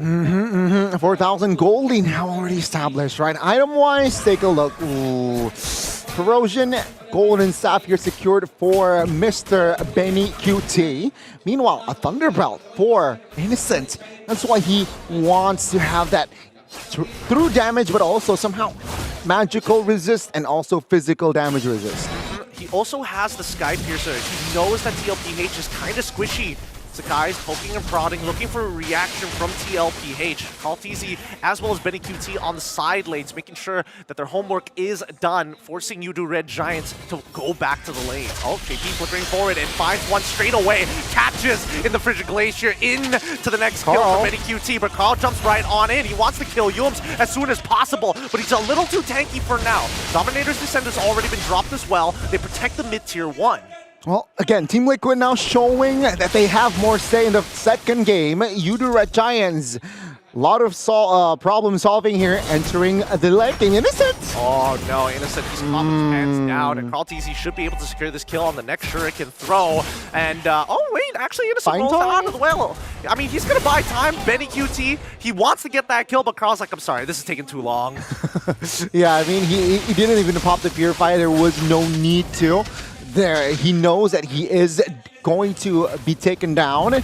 Team Liquid, again, showing that they are going to have more control in the map. Lord, yeah, Yums is there, but quickly spotted out. But Yudo Red Giants, is it wise for them to even contest? No, it's not. And Numenon Blast does come out. And the Yums out of position, gets hit by everything. He just goes down without too much of a fuss here. Not even a flicker being committed by Yums to get out of the way. He knows he's gone. Team Liquid now, again, with the Lord. Sure, it's the first Lord, but now they can stretch their legs out. They can invade the jungles. Yudo Red Giants, will they contest this orange? I don't think so. Nah, they're not going to go nowhere close because TLPH have too much of a gold lead at this point of time. Currently, a full 6-8 gold lead in favor of TLPH. Oh, Sky still gets the orange buff. I mean, he has the retribution, right? And that's true. Carl TZ wasn't near, but yeah, you know what? They will take the mid-tier 1. Looking for the mid-tier 2 as well. And the Divine Judgment connects again. Carl TZ finds Innocent straight away. And the Numenon Blast hits 3, but it doesn't matter. It wasn't charged hard enough in the penalty zone from Crab. He's gone. And now, Sakai's trying to get on out of there. Gets the puncture through. Dominator's Descent to set up the anchor, but it's too late. TLPH do take the tier 2s on every single side. SOD almost connected, but godlike for Carl TZ. Game 1 was just a fluke. Game 2 is my true form. Oh, he is the real assassin this time, and they might end. This is endable. Yup, Divine Judgment once again. Perfectly timed, and Sky's all by himself. Will try to clear off the rest of these minions as TLPH knock and crack open the base. That's GG, well played. Wait, TLPH, they're not ending it just yet. Okay, there we go. TLPH, a clean game number 2, a response to YRG. You're not invincible, you're just human. The attack on Giants for the second game. Well, the Cavalry Regiment, they were able to win out. Job's not done though, but what a convincing win. I love that. Where did that come from? Attack on Giants, the Cavalry Regiment. It's too good. That was perfect. It really is. Now all I can think about is if by any chance TLPH gets access to Fanny every single time he uses the steel cables. No. Yeah. Oh, I mean. I know. Sorry. Okay. Hey. Took it too far. Took it too far. But as long as he uses the Mikasa skin, I think it will be fine. Exactly right. How cool would that be? But again, right, a 1-1 now as TLPH successfully strike back in a very convincing victory. 11 minutes. 11 minutes. Game number 1 was 13 minutes, and then TLPH is like, nah, we ain't having it. That was too long. 13 we minutes. ain't having it. We can do it in 11. We'll one-up you. 2-up you. 2-up you. It's 2 minutes. So guaranteed the next game is going to be like 8 minutes. 8 minutes, and then it's going to get shorter and shorter from that It's just point from on. the draft, right? From the draft, it was like, yeah, you're done. It's over. It's over. Concede. Third pick, done. I think overall, when we're looking at this composition coming in from TLPH, the biggest problem for YRG is that they didn't have any tempo, right? Every single time Divine Judgment came off of cooldown, JP is like, it's go time, boys. But that's what I'm kind of afraid of, right? I'm kind of afraid of the fact that because of that change in tempo that was due to the Kaja, can you really use a Kaja game 2 times in a row against a team like SRG or YRG? Maybe if they take away the Aurora. Because I think, Sanji made sure that there was no holes in their gameplay. The counterattack coming in, Frigid Breast, stop right there, buddy. Drop the ult, try again next time. Yeah, we didn't really even think about the Aurora being picked up, right? Because essentially, not only does it have really great synergy with the Kaja, it's also a really great mid laner that has burst damage that is also quite versatile, quote unquote. I want to quote unquote that against the assassins because of her passive as well. Yep, it's just such a great pick, and Sanji even opting to go for the lethal ignition because he knows he needs a little bit more damage to get over that threshold. The very first kill being given over to Call TC was all part of the plan, right? Because there is intervals between each of the spells that are being dropped by the Aurora. And it shows how Team Liquid in this game, they just know what button to press, right? When to press the gold lane button, they put it, and when to really fight 5v5. And yeah, YRG, they have the key to success with the Zask first pick. But in this game, it wasn't really evident on Stormy's impact. I agree. I think that YRG right now need to rethink how the early game is going to be played, because this is 2 times that we've seen TLPH. Again, even though the GOAT didn't get his purple buff, he waited for that right moment. I forgot that happened. Right? Oh, yeah. You know? Yeah, like, yeah. like early to mid is where we've seen TLPH really shine a lot of the time. And once they have like a solid lead, it feels like you can't stop the cavalry at that point. And this is for you guys out there, right? Who sometimes, they're raging because they didn't get the purple, the orange early. Hey, Carl TZ, no purple buff early game, no problem. No problem. Highest GPM as well. Still 880 GPM. Take my orange And and that was purple. actually as well a perfect point to make of the changes in the patch. That was a really good moment to, slip that in, because that was very important. Yeah, no, I think maybe there even is an argument whether or not you want to give, if your marksman is in the right lane and you're on the right side of the map, you could technically give him the orange buff if you are playing a scaling style of jungler overall, right? If like this team is not going to give me any angles in on it, might as well, let's experiment. I'll give you an advantage in lane with the orange buff. Oh. Theory crafting. I didn't think of that. Ambitious, but possible. Very possible. I mean, let's look at the golden EXP graph at this point, right? Because as we see the early game, nothing much really happened until about roughly the 6th minute. That first blood happened once again, happening in towards that mid lane onto Yums' side, and then it just snowballed out of control from 10 minutes onwards. It was very hard for Red Giants to do damage control as well. And of course, Carl TZ being the backbone, he was donating his purple buff that he wasn't shy on killing Red Giants members. And it turns out that going Thunderbolt, going a little bit more passive on the way that he plays is not the answer, right? Just give yourself and your team a little bit more of lockdown and give your team a composition that can set the tempo a bit better, and Carl TZ will still be able to do Carl TZ things.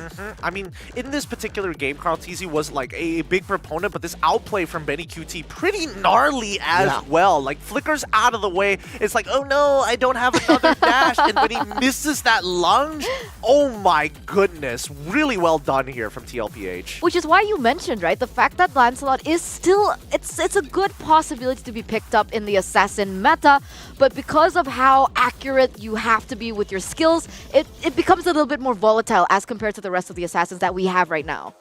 Yeah, it just goes to show, right? No matter how good you are at a hero, a single mechanical mistake could cost you your life. And I think that's what we are seeing from YRG's side, and why Hayabusa is a little bit more prioritized than the Lancelot in these types of situations. And also remember, right, based on the first game, Team Liquid, they were struggling to isolate members. And the second game, they have that answer already from the draft. Kaja, you will be isolated with that Flicker Divine Judgment. And like JP spared no expense, right? Whoever he saw in front of his eyes, he took that opportunity, and everyone else just threw everything in the kitchen sink along with them. So that was really good trust as well that we saw from TLPH. And I don't know, would you allow that Kaja to be opened up twice if you were the Red Giants? I think if you were in the Red Giants position, I think it's a learning experience of like, okay, now we knew that they could potentially play the Kaja. We knew that they could have gone a completely separate direction. But the next time we do deal with the Kaja, we need to make sure we get rid of the Aurora, because I feel like if it was a Novaria game or even a Valentina game from the side of Sanji, he probably wouldn't have been able to stop the counter engagement from YRG. Yeah, I think for the most part, right, I think now they need to be aware, right? The Kaja is an option, so let's be more cautious here in drafting the gold and as well as the mid. If not, I think Kaja, it was so situational. They know, again, it was just a problem solved. Game 1, we need isolation. What hero can isolate? Maybe the Kaja. Yeah, great answer. They need to readjust as well for the third game. This is one of the reasons why I love a best of 5 so much, right? Because we get to see these teams just adjust to one another, and we get to see the learning curve that both of these teams eventually make. So coming into game number 3, we will be expecting changes, and I'm wondering whether or not that there are other strategies that both of these teams have still left, in their pocket. They don't want to take it out just yet, but it's there if they need it. I mean, push comes to shove. I think that I do think that the order of the draft is going to be extremely important for this upcoming game, but hopefully we do get to see a little bit of a side of YRG that we haven't seen before. We've seen them go the full distance against FCAP in a best of 7, but now in a best of 5 against a team that they haven't technically met during MSC. It's quite refreshing. It is definitely refreshing. So let's see here. With maybe Innocent, what's a different play style? Should they bring maybe after the break? Innocent on Ruby? Ruby? I mean, whoa. we've seen them pull that up. Maybe that's the direction that they want to go for. So what do you guys think? What do you think we should be expecting for game number 3? We'll let you guys think on that actually as we head over to a short break. We'll see you after this. Be right back.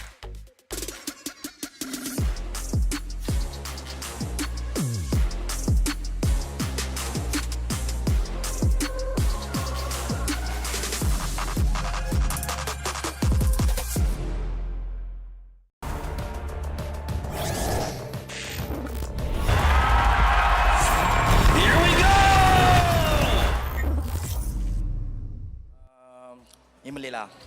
Untuk Selangor Giant, teruskan bersemangat. Kami di sini sentiasa menyokong anda. Betul tak guys? Kasih cheers sikit guys. So, Selangor Giant kita boleh dengar crowd kat sini sangat ramai. Semua datang untuk menyokong. So, keep doing to the grand final lah. Alright, thank you so much Bob Husky. You may come back to your seat. And yeah, like Bob said before, the match is still on. So, I'm gonna hear your voice right now. If I'm saying you do, you say Red Giant, okay? You do? You do? One more time. You do?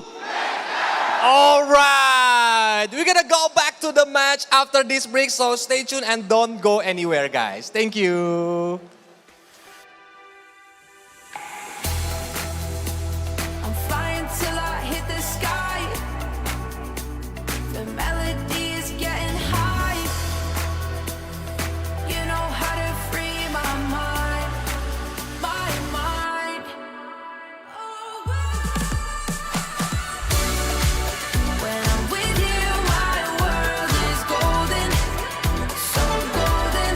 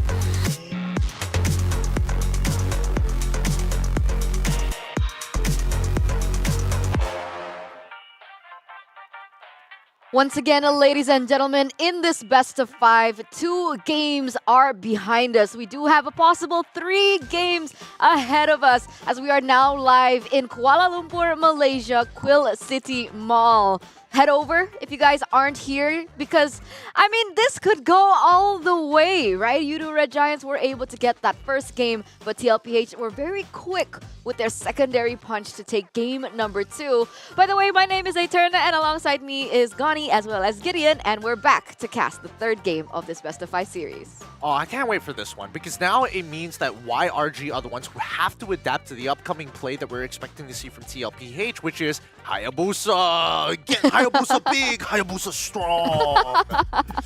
And that and the Kaja, right? It's so effective. Every time it's not on cooldown, JP was just in the right position to find that surprise attack move with the Divine Judgment, and it's just so effective.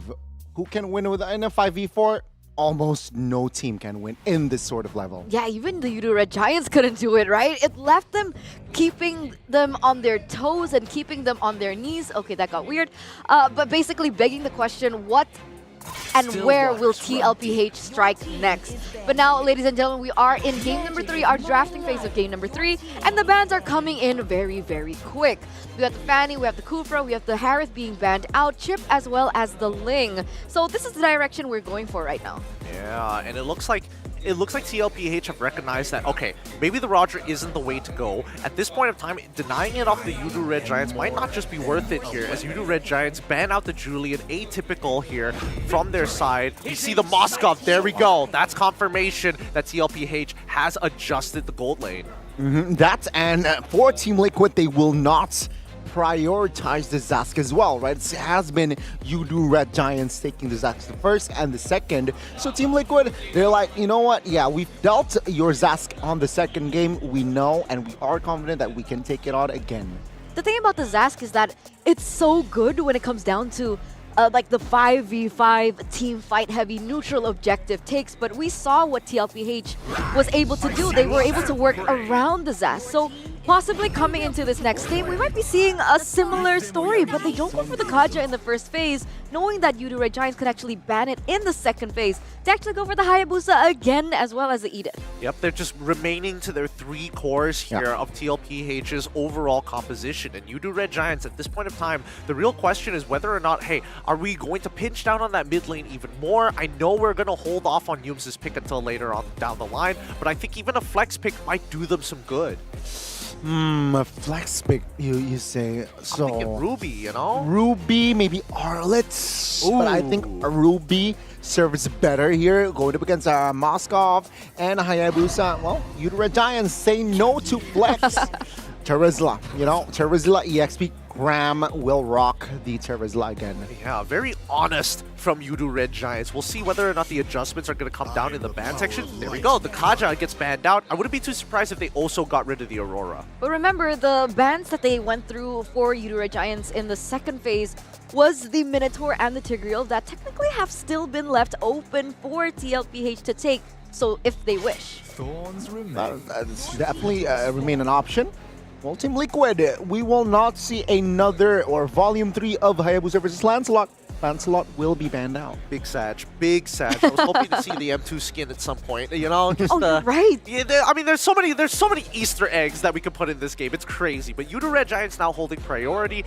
I want to see whether or not they're actually worried about the counter engage coming in specifically from Sanji, because they got shut down many times trying to jump into the Frigid Breath, and even the Glacier just basically makes it impossible to like take a full front to back. So maybe, yeah, you're right. Maybe an Aurora can be the answer, but no. It's going to be the Minotaur. You mentioned the Tigreal and the Minotaur being open. Well, only one stands now. Udu Red Giants, are they looking for that Tigreal peak? They actually batted out for themselves here. TLPH have taken it off the board. I think the Aurora for me was great, but it really needs a setup hero that is proper, which is why I don't think that the Aurora would work without the Kaja in this present matchup, right? But now, Udu Red Giants, next pick. There you go. Ah, okay. I was thinking whether TLPH wanted to pick up the Cho, but instead Yudu Red Giants are the ones who deny it from them. They also have single target lockdown to start poking the bear, the GOAT himself this time round. But it begs the question, TLPH, how do they adjust from this? Because I was thinking like, okay, they could technically still go for the Aurora once more if they wanted to, but where exactly is this Edith going, right? They can get a counter matchup with the Drizzla in the X-Borg, so it really depends on priority. And maybe if they want to commit this Edith onto ZXP, the Grok is also a good answer. Going up against a Cho, who is also strong, level 2, but it's gonna be the Carmilla. Wow, this is good. This is a bit of a blind side here. That Cursed Blood is extremely dangerous, but now that you have the Farmus, it turns TLPH's comp from what used to be of, hey, we're gonna supercharge Karltzy to now let's team fight heavily. Yeah, imagine, right? The animation, Curse of Blood, Shadow Stampede on towards multiple members. Wait, does that work that way? It can work that way. I mean, it depends whether Sanji decides to take like Flicker, and I think he may be able to make it happen. Oh, that's dangerous. That's dangerous for you, the Yudu Red Giants now. I think now they would have to go for a completely different strategy. It looks like you can see the coaches here, Coach Tic Tac as well as the other coach from TLPH, just really all smiles right now. They are satisfied with their draft. But let's take a look at the final hero, and it's going to be Melissa. I love it. Yes. Yeah, okay. Clump up. Faramis, you clump up. The Melissa will just melt you down. Yeah, both of these teams are doubling down. They do not want to stray from their initial plan whatsoever, and I am all for it. This is going to make for an exciting game number 3. As boys, you know, it's your time to shine. Thanks, Eterno. Once again, we're going into the third match of this best-of-3 series. The current score is 1-1. Nobody has been able to get the upper hand against the other just yet and have not been able to double up on their score. That could change right here, right now. TLPH going on the red side up against Yudu Red Giants going on the blue side this time round. Hopefully, that's going to be just enough. Wait, sorry. TLPH going to be on the blue side and Yudu Red Giants going on the red side for this upcoming game. Well, ladies and gentlemen, welcome to the Land of Dawn to witness Game 3. Who will have an advantage in this best of 5? Of course, let's see. Team Liquid will start on the orange. Both junglers, rather, will start on orange. Looks like it's going to be a mirrored start, and Yum's getting some good damage with the help of Crab as well. They might just find first blood! Crab gets it, first blood for Yudu Red Giants. A hard read on the start with the help of their boy Yums. I mean, Crab infested that flicker. I mean, it's worth it, right? You get the jungler, Sanji, though, looking to retaliate. JP. Uh-oh. He might get it, but Yums comfortable, compose, flicker out of that situation. Yep, he's out of there, and that's a little frustrating because that puts Karltzy slightly behind. He's level 1 compared to Sagai's, who's about to hit level 3 off the next buff. With that being said, I'm curious to see how Yudu Red Giants are good. If their idea is to shut down Karltzy, it really just boils down to, can they invade the purple buff? I think, let's see, right? I mean, they have an opportunity for that, but no, it seems like Yudu Red Giants, that was the surprise card. Sakai's is level 4. Yep. So that's going to be an advantage going into Sanji, the bottom side of the map. Yeah, Sanji unable to actually make it back to the mid lane, knowing that Sakai's is nearby.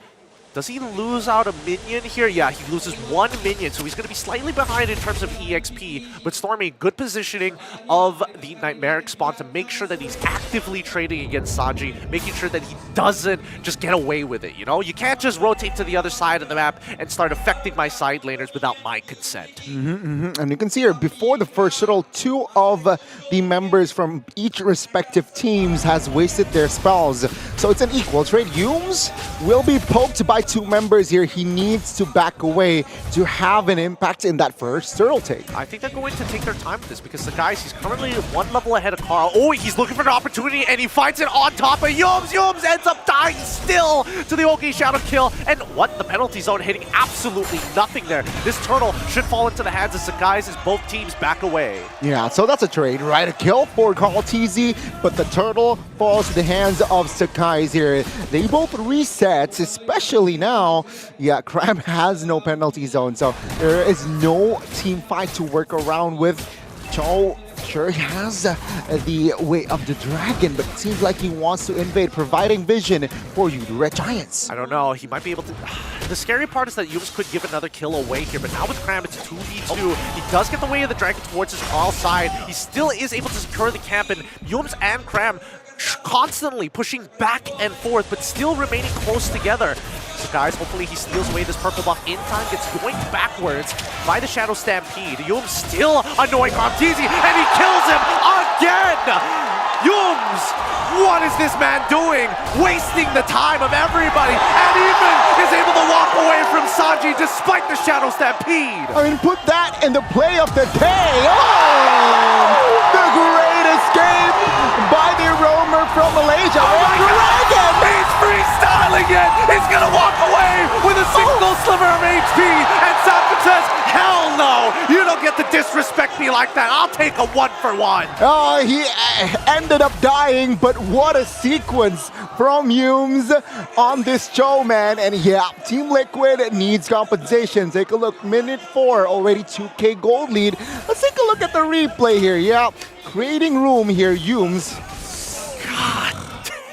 Practically a solo. I can't believe that he gets away with that. How does he? Look at this. He hops over the wall. Sanji's like, oh, come on, man. He still has the flicker, dodges the SOD, expects Sanford to go for the big play as well. Just everything working out perfectly. And Sanford was like, I'm done with this. I'm sick of ya. The most I'll do is get the kill back, and hopefully things will work out. Man, what a sequence indeed. Udara Giants.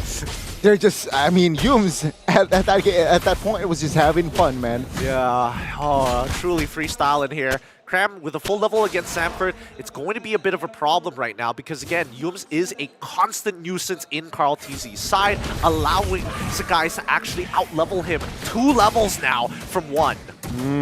So, yeah, seeing these spells as well, right? Purifies. Yeah, I think this is why Carl TZ was the main target from Yums. Sakai's, though, comfortable turtle take, I suppose. Oh, JP, he's really chunked out here. The turtle falls into the hands of Sakai, and the penalty zone doesn't connect just yet. Carl is out of there, and this is costing a lot for Sanford as well to try and back up. Oh my goodness, even the onward doesn't connect. And here it goes, the dive. Primal Wrath already out, way of the dragon to make this dive absolutely perfect. Oh, they overwhelm Sanford in the bottom side of the map, and I'm sure that's a free turret structure, or almost a free turret there in the bottom side. So another win in Udara Giants' book.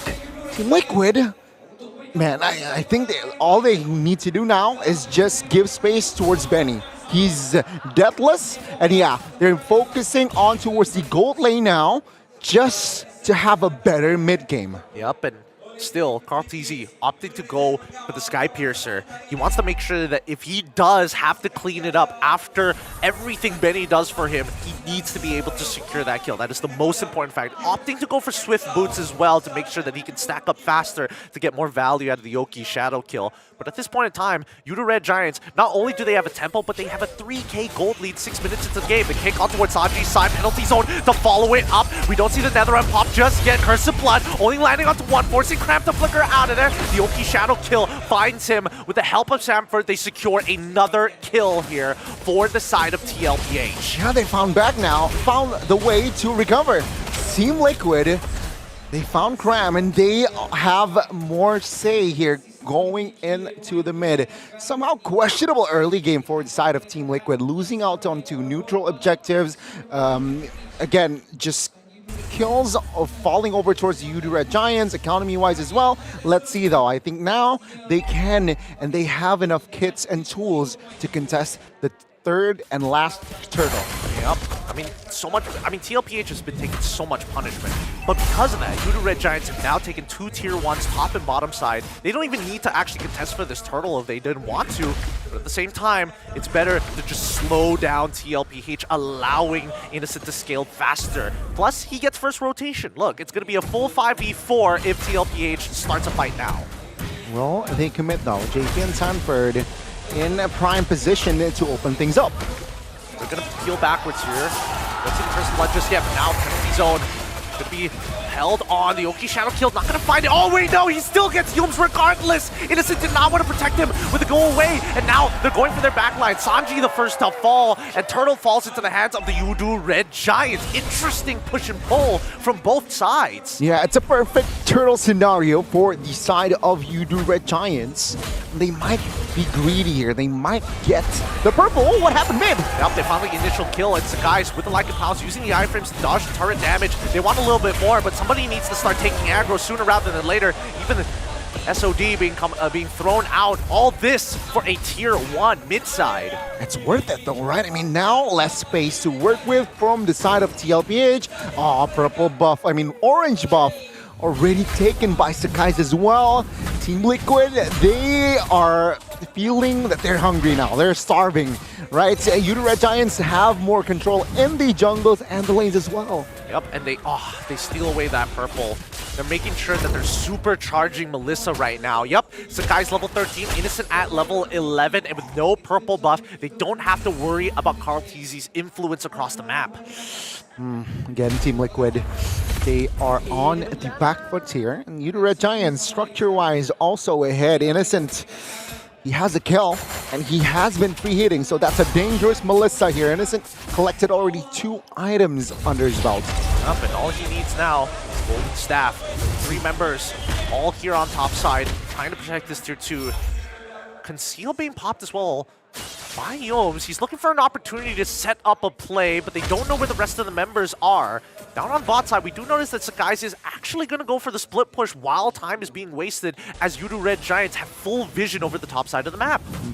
And again, minute 9 here, Innocent has the Golden Staff already, Gideon. So it is confirmed that Innocent is already active and ready to fight. Now, Team Liquid, how are they going to approach this fight is going to be definitely the next question for their side. I think JP needs to land a crazy ultimate, like a 5-man ultimate or something, to make a guaranteed team fight win for the side of TLPH, but it's hard. But for now, Yomus being very annoying here. Melissa's going to do some good work. Oki Shadow Kill has been thrown out just yet. Oh my goodness, Sakai takes out Zephyr instantaneously off the way of the dragon. It's too late. The Curse of Blood comes out, but it hits only 1 target. Everybody else is down. A triple. So fast. So clean from Sakai's. One for more there. Jikun the third hit of Jikun No on towards Kalti's side, forced to use the quad shadow to get out of there. Benny QT all by himself, finds Stormy, looks for a second, the Lycan pops. Oh no! He has 2! He might outplay this! Sakai's 1 auto attack away from turning it into a Benny QT highlight reel. Oh, Sakai's to the rescue. And now again, Team Liquid, slowly but surely, things are going from bad to worse with the Lord marching. Yeah, Team Liquid, they will lose more structures in-game. Yudu Red Giants, now with the advantage that they have, 3,000 goldie just based on the Lord advantage. Now Sakai's has true damage. That is going to be very, very dangerous going up against this Roger. Yeah, especially for Samford in particular, right? He's been taking the brunt of the economy damage, and Innocent, oh my god, look at him chugging out! 2 members of the LPH down in the red zone as they're looking to protect it. Godlike for Sakai's, he doesn't even care. Too bad, Saji. I'm not gonna let you pop that ult. And now they're knocking on their doors, looking for inhibitors, cram in the middle of their base to pull the minions away. And now in the back line, they get the kick penalties on combo. Stormy finds it. Samford is the next to fall, and that's a double kill for Stormy as they crack up the base. A full wipeout here for SRG. Well done. Game 3 in the bag for the Yudu Red Giants. Yudu Red Giants, they strike back in game 3. What an adjustment. I did not expect that sort of performance after the second game, but man, Innocent and them, they are them. For the Yudu Red Giants, and the crowd goes wild. From the ground floor up until the very top, a lot of these people, a lot of the fans are huddling around after that decisive victory. That, by the way, was quicker than game number 2. Wow. Okay. Yeah. Okay. These teams are one-upping each other now at this point. It's great. Seeing these 2 of my favorite teams going head-to-head like this, it is just artwork. artwork, man. Put it up on a frame out there. Sell it for millions of dollars. I don't care. It's that good. It's a dream come true. It really is. I mean, in that game, there are a lot of highlights, just like a great escape from Humes, Benny QT almost clutching, but then cancelled by Sakai's. Sakai's not. He was deathless in that game. What a performance by both teams, but in that game, Eudora Giants, they were the better team. See, I was anticipating brewing rivalry between both of these junglers, right? Carl Tizzy as well as Sakai's, but it turns out it's not Carl Tizzy that the brewing rivalry is brewing with, right? It's Sakai's and Benny QT just at each other's throats time and time again and trying to look for those outplays. But in this particular game, it was Sakai's that came out on top. Oh man, I'm so excited to get into the statistics, the data, and the itemization into that game because there's just so much to analyze here. Again, it felt like Eudora Giants, they had and executed a perfect, I would say, draft, right? That intelligent foresight to pick up the Melissa in the last stage and the last portions of the fight, and the fact that they still opted to go for the Zask, and the fact that TLPH still really was trapped into the way that the Eudora Giants wanted to play the team fights was just very difficult for TLPH to find an advantage out of. So 11:31 is that total time.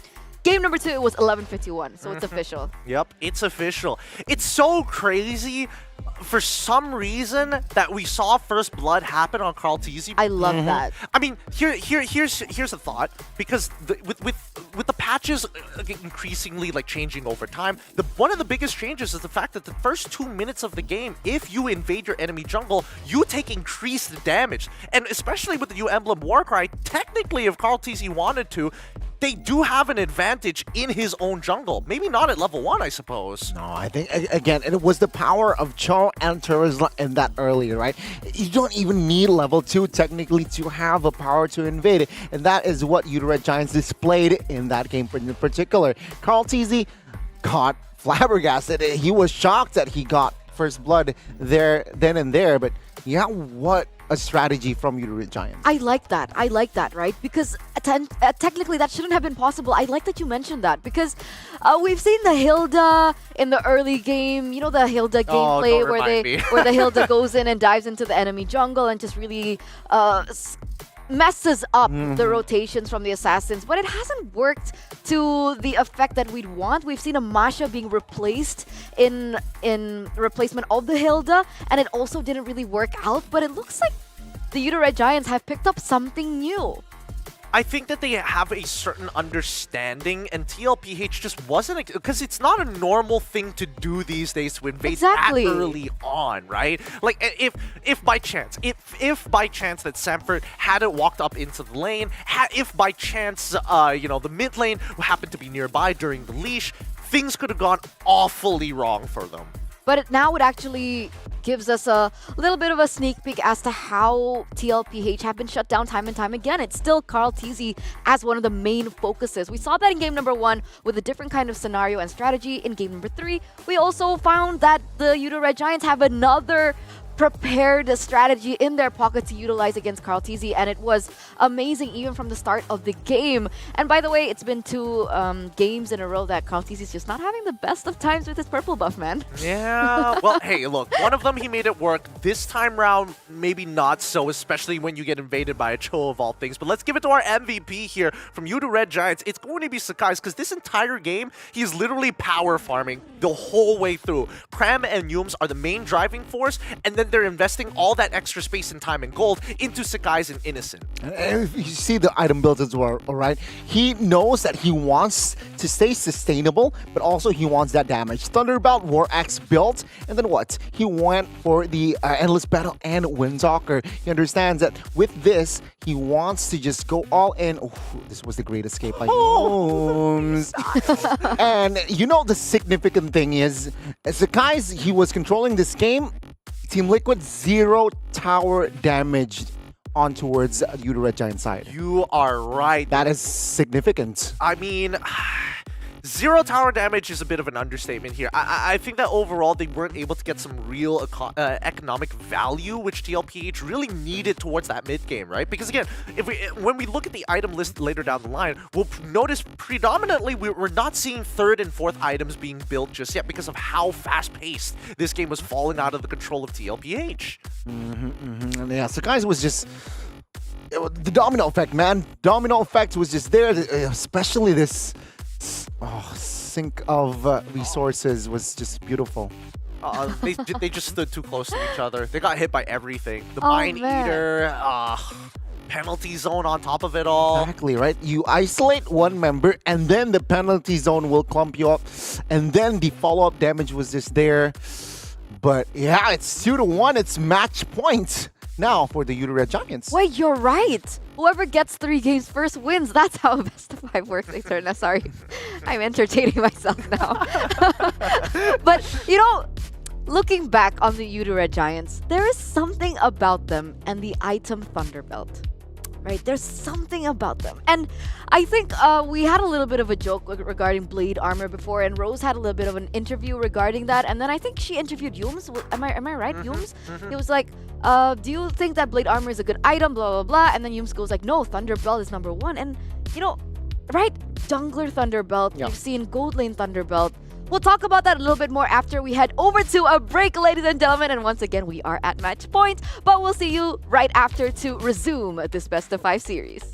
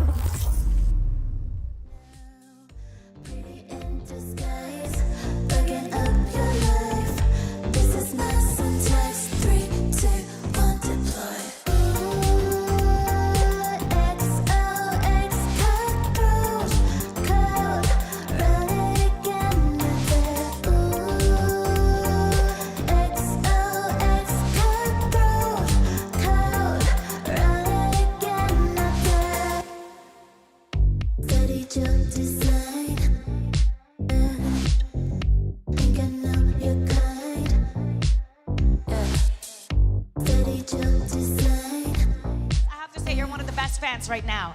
All right, here's the deal. I'm gonna give you guys a trivia. And if you get it right, you will get not 1, not 2, but 3 prizes. You will get an M5 keychain, M5 pin, and epic skin. Are you ready? Okay, let's do rock, paper, scissors to see who's gonna go first. Rock, paper, scissors. Rock, paper, scissors. Okay? Oh, you go first. Okay. All right. Let's see if he gets this trivia right. Take a look at the screen. First question. Solaan hari ini. In the misty mountains where Hylos resides, the ancient centaur raised guards a blank. Is it A, fountain, B, lake, C, tree, or D, sacred flower? Do you know what it is? Are you sure? Yes. Okay, he thinks it's A. I want to know what you guys think. At a count of 3, 2, 1, say your answer. 3, 2, 1.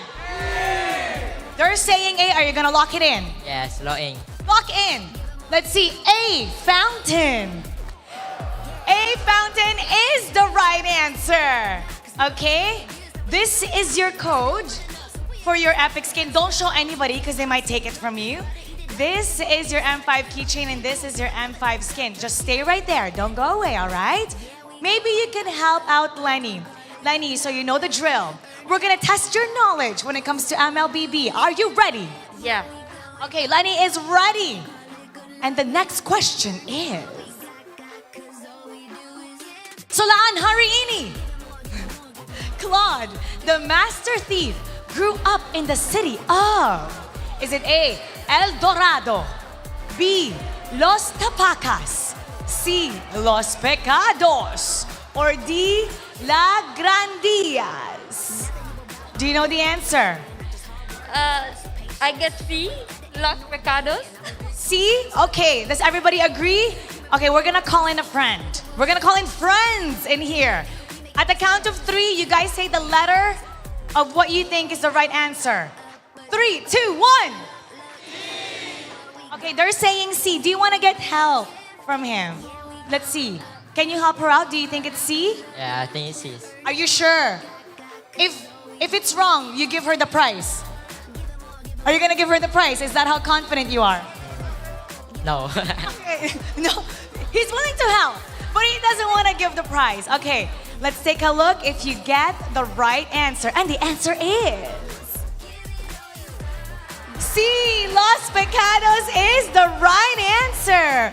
And just like him, you get to have your epic skin, your pin, and your keychain. Show it to the camera. Show to the camera what you guys got. Now I'm gonna need help from them. How about we get the entire Quill City Mall to cheer and get them pumped up for the next game? I'm gonna give you the mic, okay? Alright, so guys, we cheer from You Do Red Giant. So when I say you do, you say Red Giant. Come on, on 3. 1, 2, 3, you do! You do! You do!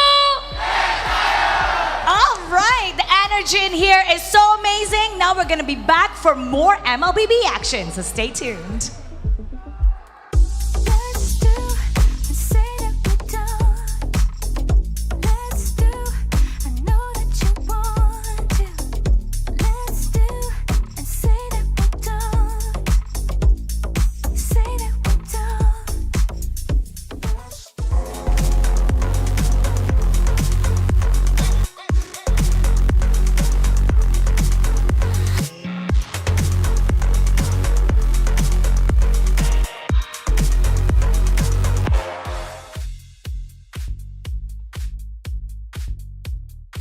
Ladies and gentlemen, we're back for the final best of 5 of the day with, once again, Yudo Red Giants versus TLPH. And now Yudo Red Giants are at match point. We're back here in the studio, by the way, with me again, Eterna, alongside with Connie as well as Gideon, the double G's. The GG's at the desk. Oh, I want to say the desk, but at the couch. At the couch. Okay, no.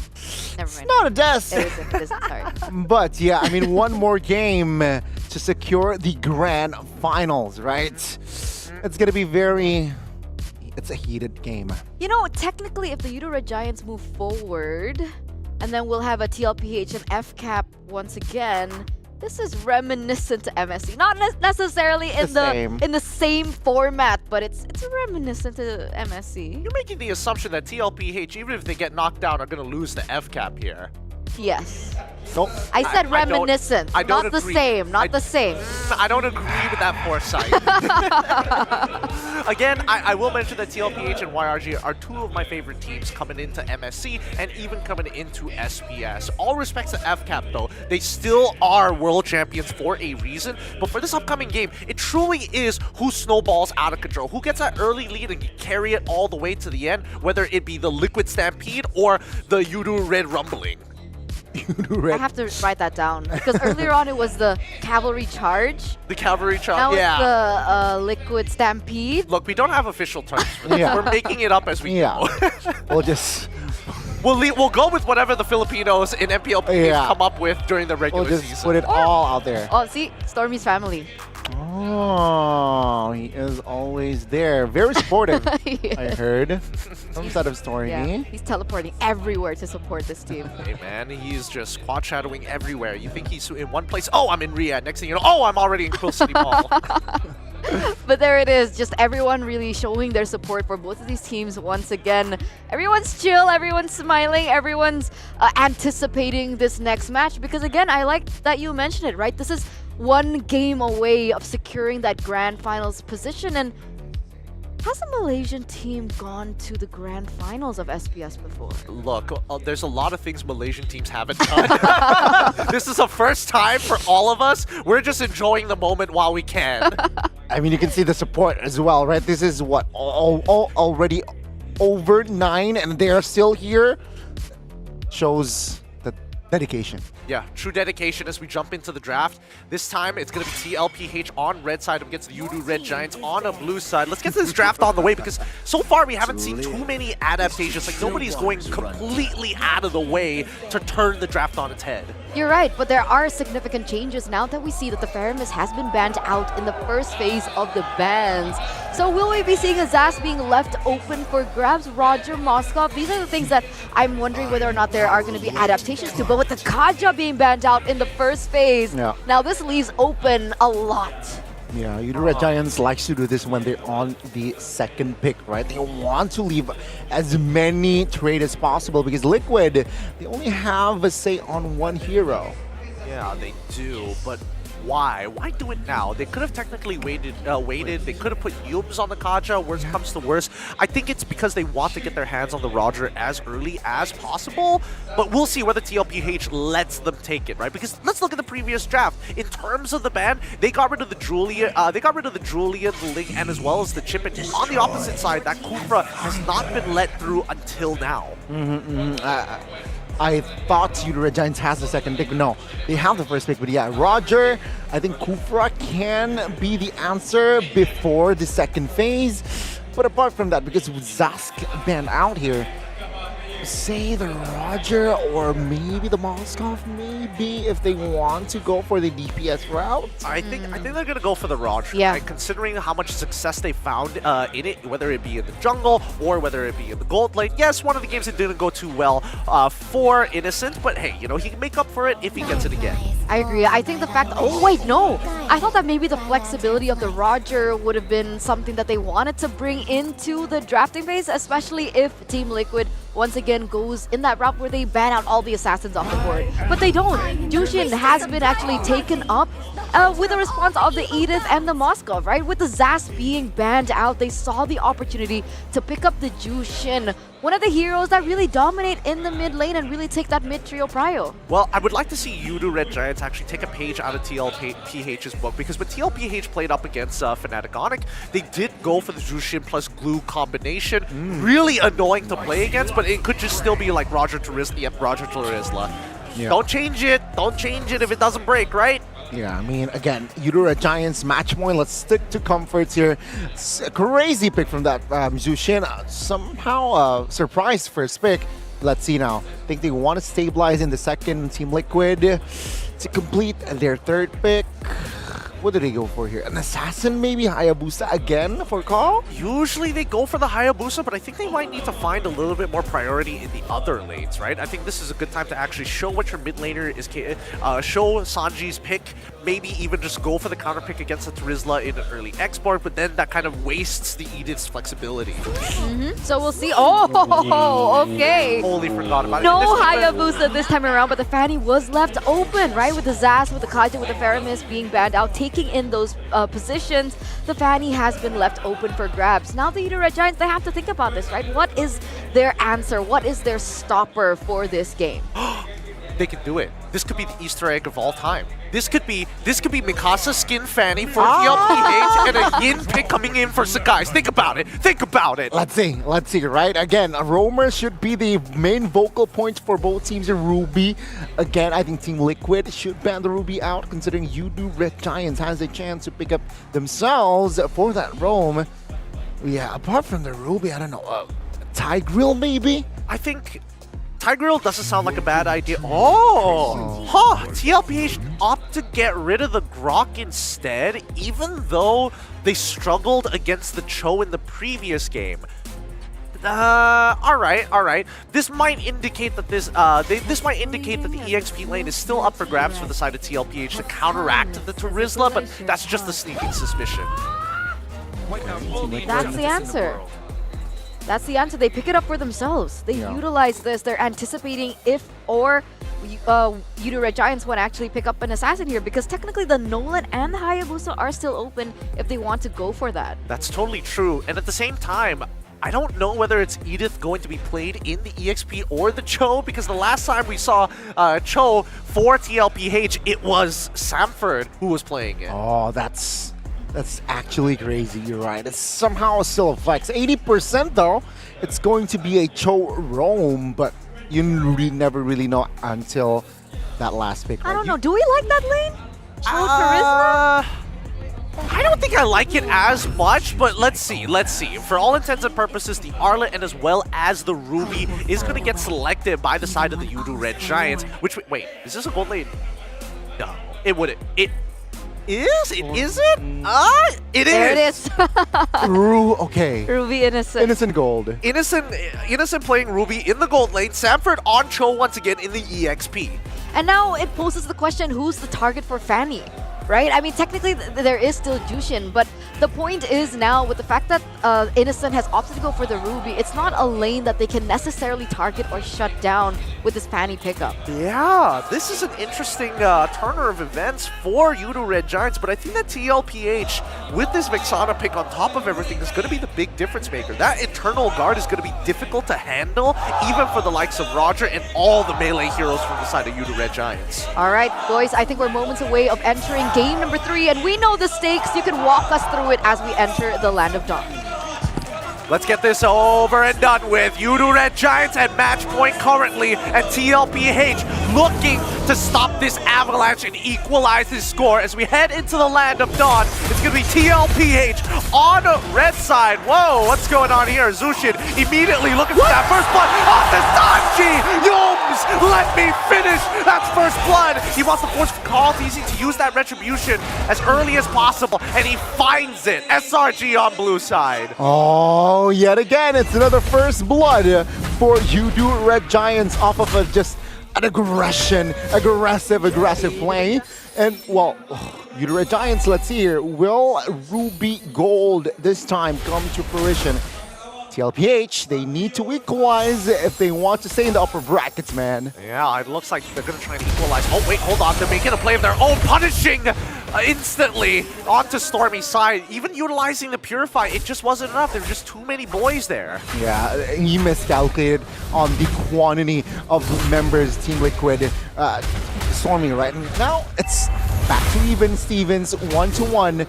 Though, let's see here, with Stormy out, nothing really, with the Purify out, I think, yeah, for the first shuttle, it's slightly, right, somehow gives a target towards Stormy's back. And all of this because Sanford was able to clear a little bit faster and leave the lane. Cram wasn't expecting him to actually rotate all the way down towards the mid side of the map. And that's something that Yudu Red Giants have to keep in mind here. For the earlier stages of the game, Will Sanford, I don't know if he's going to build full damage, but the fact that he took tank emblems would indicate that he wants to play the traditional tank Cho up at the EXP. But they got to keep very clear when they walk towards that turtle side of the map that TLPH will have the Way of the Dragon available. To answer your question as well, Gideon, it won't be the Mikasa skin, it will be the Aspirant skin, though. Unfortunate. Yudu Red Giants here looking to blitz this turtle. Team Liquid, no setup whatsoever. Yep, it looks like Sanford hits his level 4, but it's a little tough because Sanji is in level 4. Penalty zone as well. It looks like he's in a lot of trouble as Stormy and Cram out of position with the help of JP. Is able to use the ult to dodge the onward. Nicely done by Stormy as they secure the first turtle of the game. Yeah, there was a potential onward from JP. Dodges it, and I'll take a look at Stormy. After the clear, he instantly rotated towards the bottom side of the map with Innocent. Hopefully, they're going to try and make a play here. Stormy is going to zone JP out of here. And with that Lantern Beacon, it's really frustrating because it forces JP to use the onward when he really doesn't want to. He wants to use it as an engage tool. But Way of the Dragon going to connect with the Eternal Guard as well. 0 frames to play with. Yums ends up getting picked off. Oh, that's the power when you have a Fanny on your team, right? It's just so annoying, and that killing pressure, it's just so evident in the Land of Dawn. Yudu Red Giants now, they need to somehow find compensation. Top lane may be in trouble for Cram here, as yeah, he is low on mana as well. Yep, he's going to have to go for a recall on this one, allowing Sanford to actually proxy the lane. He's going to leave very, very soon. The question is, will Stormy make that same mistake as he gets run down in mid lane here? Even with the cut throw from Kaltese, not enough to take him out just yet. JP now stopping him from getting any kind of pressure whatsoever and combos it with Sanji. At this point of time, the Yudu Red Giants can't be proactive against TLPH. Okay, TLPH. A lot of proactiveness here, and entering minute 4, they want to perhaps pinch the bottom side of the map here as Roger Sakai's is there as well, providing vision. Oh, good. A cancel coming in from Innocent, and I'm offended as well. He's got no should pull. Jumps in with like and possible. JP's able to land the Earthshaft and the onward onto one of the correct targets. Way of the Dragon on top of it all to find the kill onto Sakai. TLPH trying to get on out of there, but the final slash is going to keep JP in place, but they don't have enough damage to secure it just yet. Yums finds one. The Eternal Guard is out there, trapped in the middle. Jeep could no to help secure, and Yums underneath the turret. They could die, but Stormy says, stop it. Everybody back away. Crab now comes in with the penalty zone as well. Sanford could turn this around. Third hit of G-Kundo to slow him down so that Sanjay can walk away, and finally we see the teams cool off. Man, the coordination from Team Liquid in the early game, very, very convincing. Can they keep up entering mid-game though? As you do Red Giants, they're somehow... Yeah, they lost that terrain there in the bottom side of the map. Let's see, Turtle. Seems like you do Red Giants, they will not give this up as well. Just great utilization of Sanford's mobility on this show. He is running from the top side of the map to the bottom side of the map, and Maltese looking for an opportunity to pick somebody off, but it's a little tough when they're stuck together. In the meantime, looks like he's going to go for the clear off the rest of his jungle before he heads on over to Turtle. Minute 5. It's, again, economy very even. Turtle heavily targeted by SRG. Fanny doesn't really necessarily want to contest in Turtle, but there is no cross-map play potential from the side of Team Liquid just yet. Yeah, I mean, they can't really do much, but here we go. JP once again with the onwards on towards Yums' side. He's going to stick very close to him at this point of time as Stormy clears the rest of the map just to make sure that he doesn't get picked off. Down on the bottom, we do see that unfortunately for Innocent... Oh wait, hold on. Yums getting hit by the Terrifying and the Way of the Dragon as well. Missing the onward from JP, but now comes the Primal Wrath as Benny QT gets involved. He finds the kill on towards Yums' side. Innocent with the Defender catch too. Does he have enough damage to actually pick him off? Innocent finds JP and Cram gets Benny QT immediately after a quick response by YRG. Not just a marksman, he is also on point on the Ruby. Team Liquid now needs to be very careful top lane. Carl TZ already doing the split push job desk. Also Innocence in the bottom side of the map. It's going to be the trade, but guys. He got caught off there. He wasn't expecting Sanford to get back to the top position of the map so quickly. And without a flicker or even a purify, there's not much counterplay after you transform back into your Lycan form. I mean, so fast, right? This Cho, especially. That was Cho without the flicker as well. So that shows that, yeah, this Cho is still value even in the EXP. Concussive Blast, A-okay. I mean, he's just there for the setup, right? And he's looking for another one. He's going to see who's going to respond, and it looks like it's going to be Sakai's and Cram. Sanford doesn't spot out Sakai's just yet, but Cram does clear up that lane. He might need to clear off one more, but now the mid lane getting attacked. Stormy's still alive, ends up using his ult regardless. So yeah, Stormy here is going to be the main target. It has been for the past 7 minutes that the mid lane from Yudu Red Giants will be the main target from Team Liquid. Needs to be careful here, as let's see, the last turtle, will it be the same for Team Liquid? Letting the turtle go, looking for a potential compensation or a cross-map play. Yep, here comes the conceal. Sanford will be able to rotate towards the top side of the map, but no, he still wants to play in these bushes to maybe set up a kill for Sanji's side. Stormy is going to open things up with the beacon, making sure that he's utilizing that lantern to check these bushes one by one. He doesn't know where Sanford's going to be. For now, this Yudu Giants, but it does signify that they want to fight. Yep, and here he goes, the onward in towards Yums' side. Sanford is going to get zoned off as Cram is looking for an opportunity for a penalty zone. This next turtle falls into the hands of the Yudu Red Giants, but it's totally fine for TLPH. Sure, take these neutral objectives. Yeah, TLPH, they know how to just wait for the mid game especially, and yeah, take a look at Benny, right? He is technically farming. Maltese looking for the aggressive play, doesn't really has the right damage just yet. Yeah, and Stormy overreacting to Carl Teasy, uses his ult as well as the Purify, something that the GOAT himself will relay back to JP. Hey, if you find the opportunity, go for it. Oh, Final Slash doesn't connect. JP gets on out of there with the onward as Carl is going to go for a full reset. Okay, Team Liquid now. I expected them to be more aggressive with this Fanny, but yeah, hey, I mean, so much that you can do. Now, Yudu Red Giants, they are still looking for the opening. Let's see what should Carl TZ do on this Fanny? Yeah, it's just split push, right? They just want to have more space, more control, forcing an error, forcing somebody from YRG to be downstairs. I mean, the fact that they're missing a tier 1... Wait, hold on. Conceal?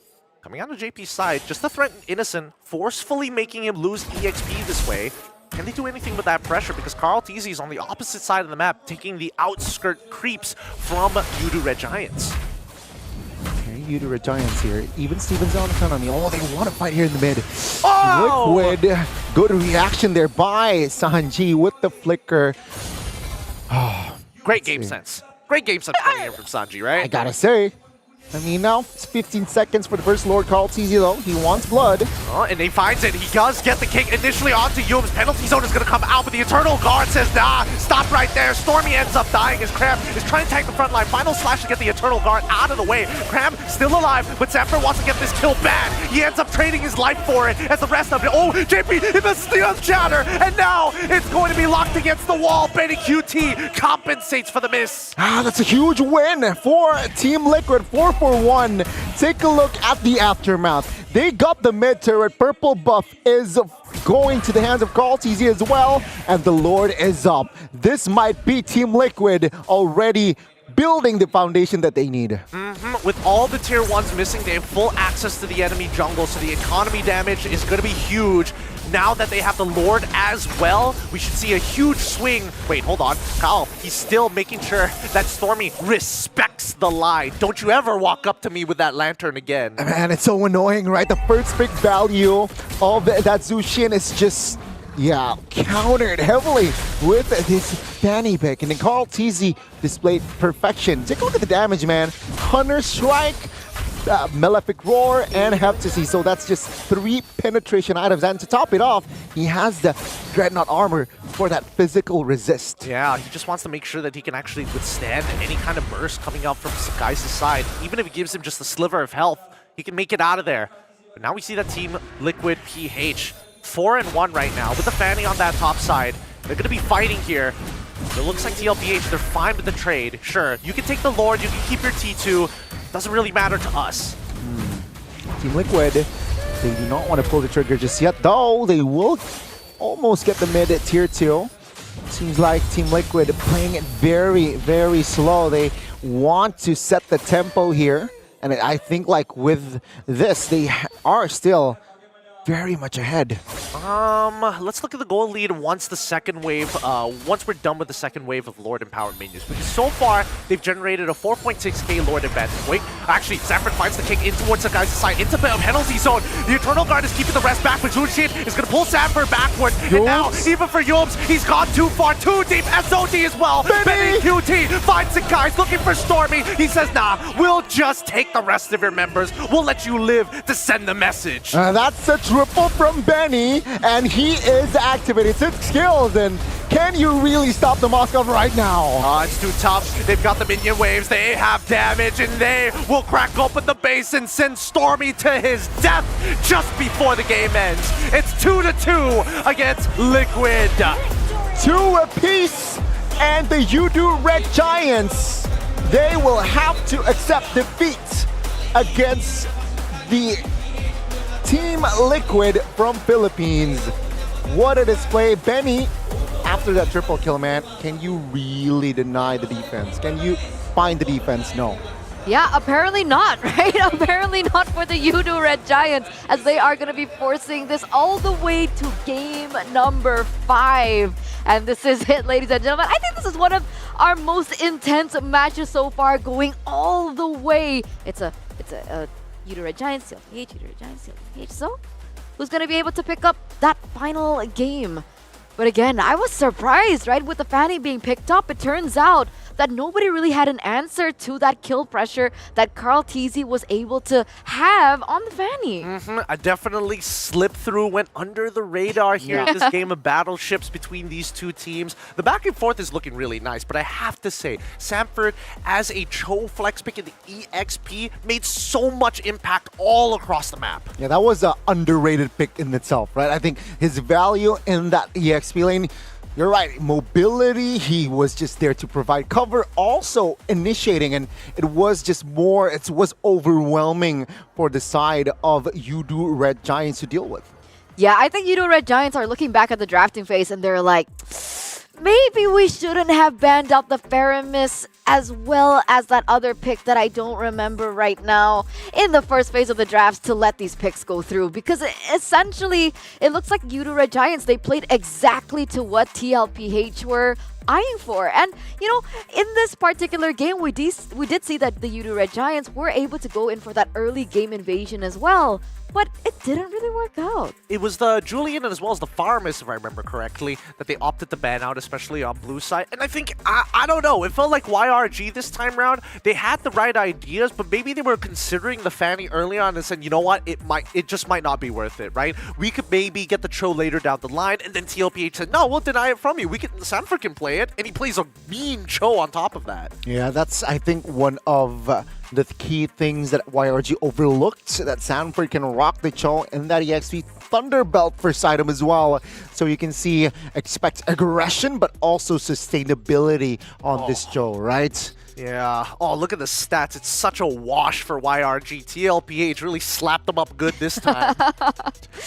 They're really taking in all these categories, right? I mean, Benny QT once again being very great on the Moskov. I think in the early phase of the drafts, I was wondering, why did they prioritize the Moskov over the Roger that has so much flex? And then Benny QT does that and reminds us why.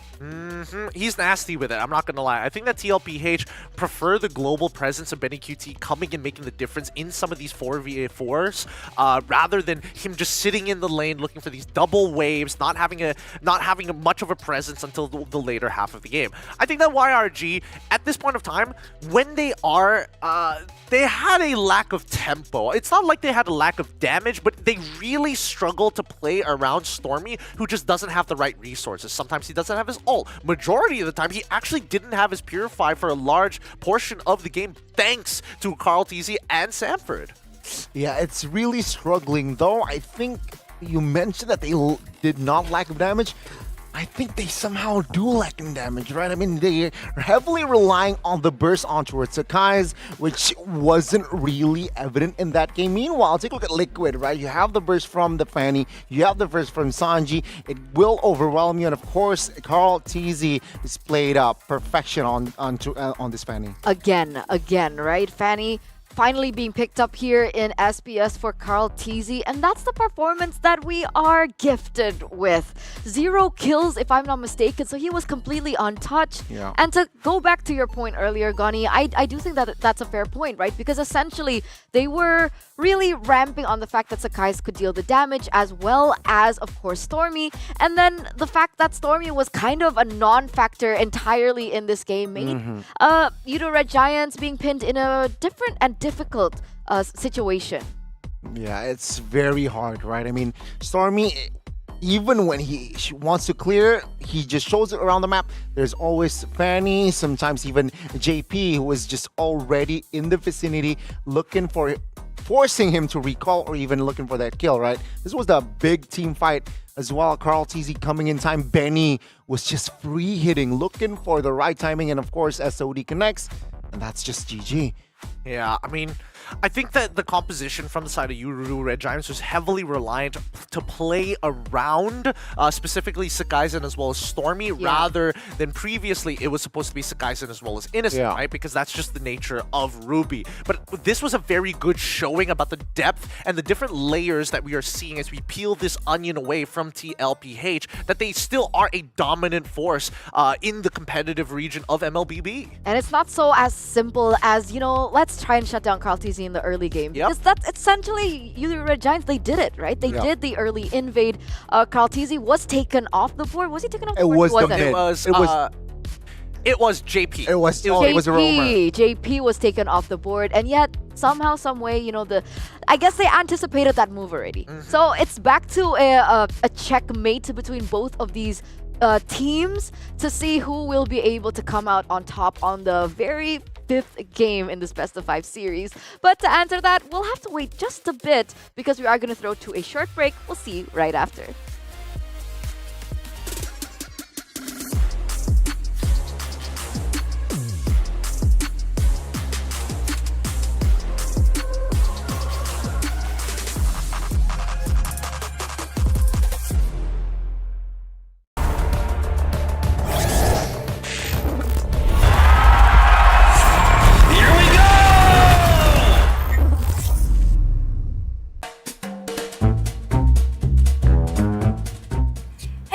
it's Rose, and right now I am with Sanji and Carl TZ from Team Liquid Philippines. So, hi guys, kamusta? Okay, so for today's segment, we are going to be playing a game. Never have I ever. You know what's never have I ever, right? But we're doing it with a twist. Which means I'll ask a never have I ever question, but the friend has to answer for him. For example, I'll ask Sanji, and he has to answer for Carl TZ. And when I ask Carl TZ, he has to answer for Sanji. Sino gusto mauna? Who wants to be first? Okay. Never have I ever bought the wrong item in game but refuses to sell it. No. No? You think Carl is good? Yeah, bumili na item pero Ayaw ibenta. Binenta. Binenta. He said, Carl buys the item but sells it if it's wrong. Hindi. Nangyari na ba yun? Siyempre. Oh. Meron po Oh, there is an incident. Okay. blade armor po na doble ko. Maybe I don't know. Maybe you don't know. Yeah, you know what? Maybe you don't know. Steal a teammate's buff. Carl. Madalas po, madalas. Oh, always? Tapos kunyari po, di sadya. Oh, okay. So, okay. You know what? Maybe we're not that different from pro players after all. Does it happen in Scream? In tournament one time. Tournament. When? And we lost the game. Oh! But that's accident. Oh, it was an accident. That one was accident. In ranked game, it's on purpose. Yes. Okay. Use a hero for a role it's not intended. For example, maybe Gold Lane Angela, you know? Do you think Carl does that? Yes. Yes? Carl does that? What example? The Barya, Matilda. Jungle. Yeah. What? Nakalimutan ko pa, Estes. Estes. He does. He really does. Sanji, has Carl ever played an entire game in the toilet? in screams. Screams in the toilet? Yeah. What kind of screams do they do? Ano po kasi, yung CR medyo malapit lang po sa ano eh. Parang nagkakarinigan po.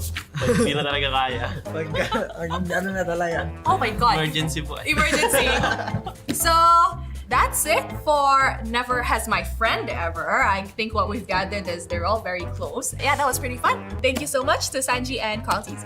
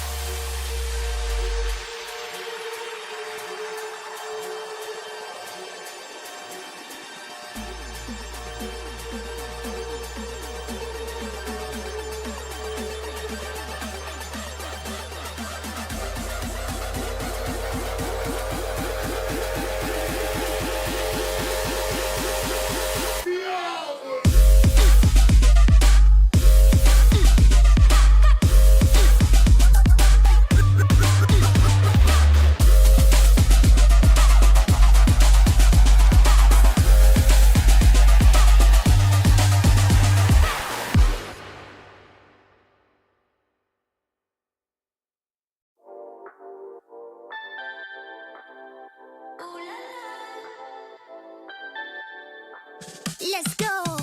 Put it in motion. Baby, we're going faster, faster, faster, faster. Seizing the moment. Baby, keep going faster, faster, faster, faster. Speed on, make that thing rev. Foot on the gas so you got nothing left. Let's drive to the top of the mountain and see the view. Let's vibe, looking back on the journey, just me and you. Ain't nobody wanna go slow. Yeah, I was chilling in the past, I was solo. Now that I got you in my life, I'm like, go, go. I be living for the thrill of it, whoa, whoa.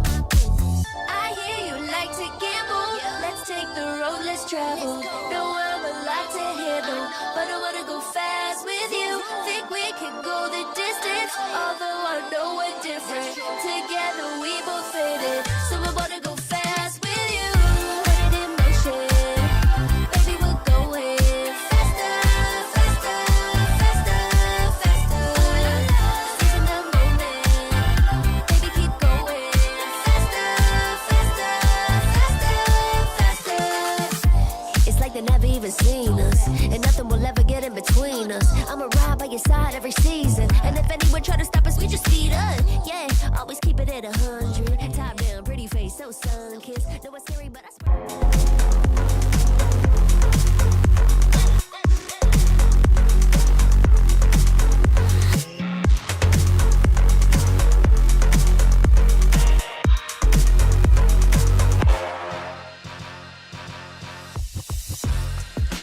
The clock is ticking and the stage has been set for the final game in this best of 5 series between Team Liquid and the Yudu Red Giants. We are going all the way to the final game to witness who will be moving forward to take that final ticket into the grand finals. This is it. It was a best of 5. Now it's best of 1 between Yudu Red Giants and Team Liquid. This is the moment that everybody's been waiting for, right? Where Yudu Red Giants are finally put in a corner. And I mean, they were previously when they were up against Fnatic Onyx during the group stages, and that could have broken their streak. But against TLPH, and especially since this is the semifinals, this is their slot, their ticket to make it to the grand finals for free if they just win this game. It's so significant. It's so significant because technically both of these teams do have that second life in the lower bracket, but this is Yudu Red Giants' win streak, right? 126 days since the last time that anyone were able to get the better out of them. And Team Liquid, they are one game away of making that happen. And this is the first time that they have met. So, is Team Liquid the kryptonite of Yudu Red Giants all along? I mean, after the adjustments after adjustments, it does seem like Team Liquid was able to just reset and just take on a different approach, especially on that last game, right? Oh, this is another new approach. Team Liquid prioritizing the Zask over anything. Yeah, which means that they're willing to give the Moskov over to the Yudu Red Giants. Now, keep in mind, TLPH is going to be on blue side, Yudu Red Giants on the red side, and we're even bringing out the previous bans just to give you an idea of what happened in the previous match. So, this begs the question, right? Previously, Yudu Red Giants opted to go for the Terizla and as well as the Roger to flex, but now, do they actually want to give Innocent a marksman? Yeah, there you go, right? Innocent marksman given. The Cho, though, will be the priority. This wasn't the case, Gideon. Game 1. It really wasn't. It really wasn't. Because previously, in last game, they were like, we can get the Cho later down the line, right? Don't have to worry about this Hayabusa. But now TLPH, now with the counter right hand here, with the Edith as well as the Roger, begs the question, does that mean that the Yudu Red Giants have to pick up Hayabusa? That's definitely a good question here. I mean, this might be the final chance that they have to pick this hero up. Especially now that we're almost into the second phase of the drafting pick. So, coming back into the Cho, I think this has been a long time coming. 2 patches ago when, we start seeing the Sky Piercers come through, these new emblems, these new items coming through as well. Cho did have a little bit of a change in his passive. Remember, he does deal more damage? Do you remember the exact note on it? So his energy meter, usually when you're walking around with Cho, you build up a little bit of a meter to have an enhanced auto attack. Now they've made some quality of life changes to him. He's able to perform his Jikundo a little bit easier on top of getting a little bit more of a shield coming in from his Shunpo, but more importantly, his combo is actually extended from what it used to be. Well, there you go. And to add to that, with the Thunderbolt first item, it's so good. It's so effective. And let's see here, Red Giants, what will they do with this show? Rome, EXP, let's see. Kaja, it's going to be the first ban here for Red Giants side, followed up by the Aurora from Team Liquid. Yeah, they do not want to give Stormy that Aurora. Yeah, this is interesting because both sides are counter-drafting against each other based off of the information that they've received earlier in this best of 5. And now we are seeing the Minotaur being the follow-up ban just to make sure that this Edith pick might fall into the hands of JP. The Terizla as a response for the side of TLPH, which means that the EXP lane is still up in the air and Red Giants can go for the final counter pick if necessary. And I find this really intelligent, right? Because essentially now Team Liquid, they wouldn't have been able to pick up the Terizla for themselves anyway, unless they want to go for that 50-50 chance that the Alpha could definitely have a little bit more to say against the Terizla. So they ban it out, realizing that the Red Giants could pick it up for themselves. So now, Red Giants, they are gonna be starting this off in the second phase. What do you think we're going to see up first? You know, I expect them to open up their mage here, right? It's just the right way to go here. Just save that last pick to flex. Yeah, opening up the mage here. So Faramis, they want more team fights supplement to the team fight with that Nether Realm available as well, and signifying that they will clump up more often than not. Yeah, it looks like Red Giants, they're going to go saying, hey, we don't want an anchor anymore. We want to take space. We want to dive hard. We want to fight hard, right? And TLPH, on the other hand, they have to play around the Zas because they can only extend their fights based on the position of where the Nightmaric spawn is. Melissa? Could we be seeing a Melissa for Team Liquid Philippines here? Oh, that's actually a really good shot because Benny QT has played it before. He goes for the Natan instead, and then to have some extra team fight expertise, they're going to make sure that they have the implosion with this Tigreal for the side of Team Liquid PH. For a split second there, I thought about Natan, but yeah, they instantly locked it in with the Tigreal as well. Yeah, this is again Team Liquid.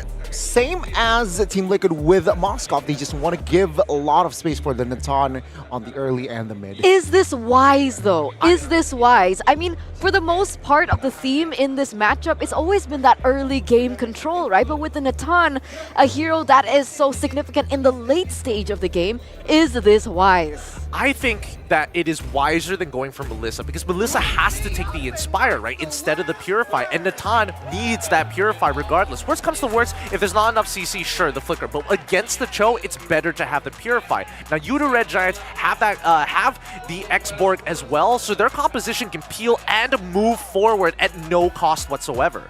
Yeah, it's going to be a very different approach, different style as well, right? I mean, late game, all for the side of Team Liquid. I think, oh man, it's a tough call here. I'm really unsure because the power spikes are so different for both of these teams. It's really going to be whether or not this Cho can instigate, but then at the same time, Sanford, or I would say even JP, has a really good opportunity to flip this game on its head. It's do or die. It's do or die for both of these teams, whether or not they're going to be able to get that power spike as early as possible. Everything relies on this if they do want to still make it into the grand finals. And of course, that lower bracket will be a bloodbath. So with that, ladies and gentlemen, I'm going to throw it over to the boys to take you into the portal. It's the G&G cast here with TLPH up on blue side, up against YRG on the red side for our very final game of today. Yep, officially our final game. Who will take the first ticket to the grand finals? Will it be Red Giants or will it be Team Liquid? Well, let's find out here, as both sides are going to be aggressively pushing, especially from the mid laners, right? They want to have as much control as possible to unlock their roams to start opening up the map as soon as possible. Well, you can see here already spell check a little. Sanji and Benny Purify, same approach from Yudu Red Giants. The Mage and the Gold will rock the Purify. They want security, yeah, they'll get it. Yep, and we are seeing a bit of an adjustment from Yudu Red Giants as well, right? This is the same rotation from game number 1 from the side of TLPH to steal an early camp before heading back into their own jungle. Yudu Red Giants do the exact same thing on the bottom side with Sakai's on this alpha. So both Beatles traded over. Both junglers here having the same meet low-key in the early game. So let's see here, right? Team Liquid though, it seems very clear, very honest. JP showing that he is top lane. Let's see, Red Giants, will they respond to this? Yumes though already showing himself as well. So yeah, both roamers here just screening each other. It's the man-to-man defense, right? They want to make sure that they can pull this Chimeric spawn out of position during these team fights to allow their team a safe passage into TLPH. But it doesn't mean that TLPH doesn't have any counterplay towards it, right? That's where we were expecting Sanford or even JP to be the difference maker with a lot of their own CC. Speaking of which, level 4 might be a hard struggle here, especially if that Faraga armor breaks. And there we go. Cram loses his Faraga armor just before the turtle. Yeah, very good aggression there being put by the Team Liquid side. It's a 4v2. Yeah, Yudu Red Giants, no answer to this turtle. They need compensation, maybe cross-map play. Alpha is looking to steal that purple. Maybe that's the compensation that they need. Yeah, that's why Yumes is going for the way of the dragon early on just to create enough space for Sakai's to steal it just in time and find that level lead or try to go even against Carl. Currently 6-6 so far. At the same time, Cram losing that Faraga armor puts him in in a very risky position. If he goes back into lane, it could be a dive setup here, and Stormy is unable to get and close that distance towards Cram's side. But Sakai's here on this purple. Does he have his retribution? 9 seconds. Carl is going to get his retribution back up, but he doesn't want to contest it. Playing it safe. And yeah, Cram, he needs to be that selfless EXP laner.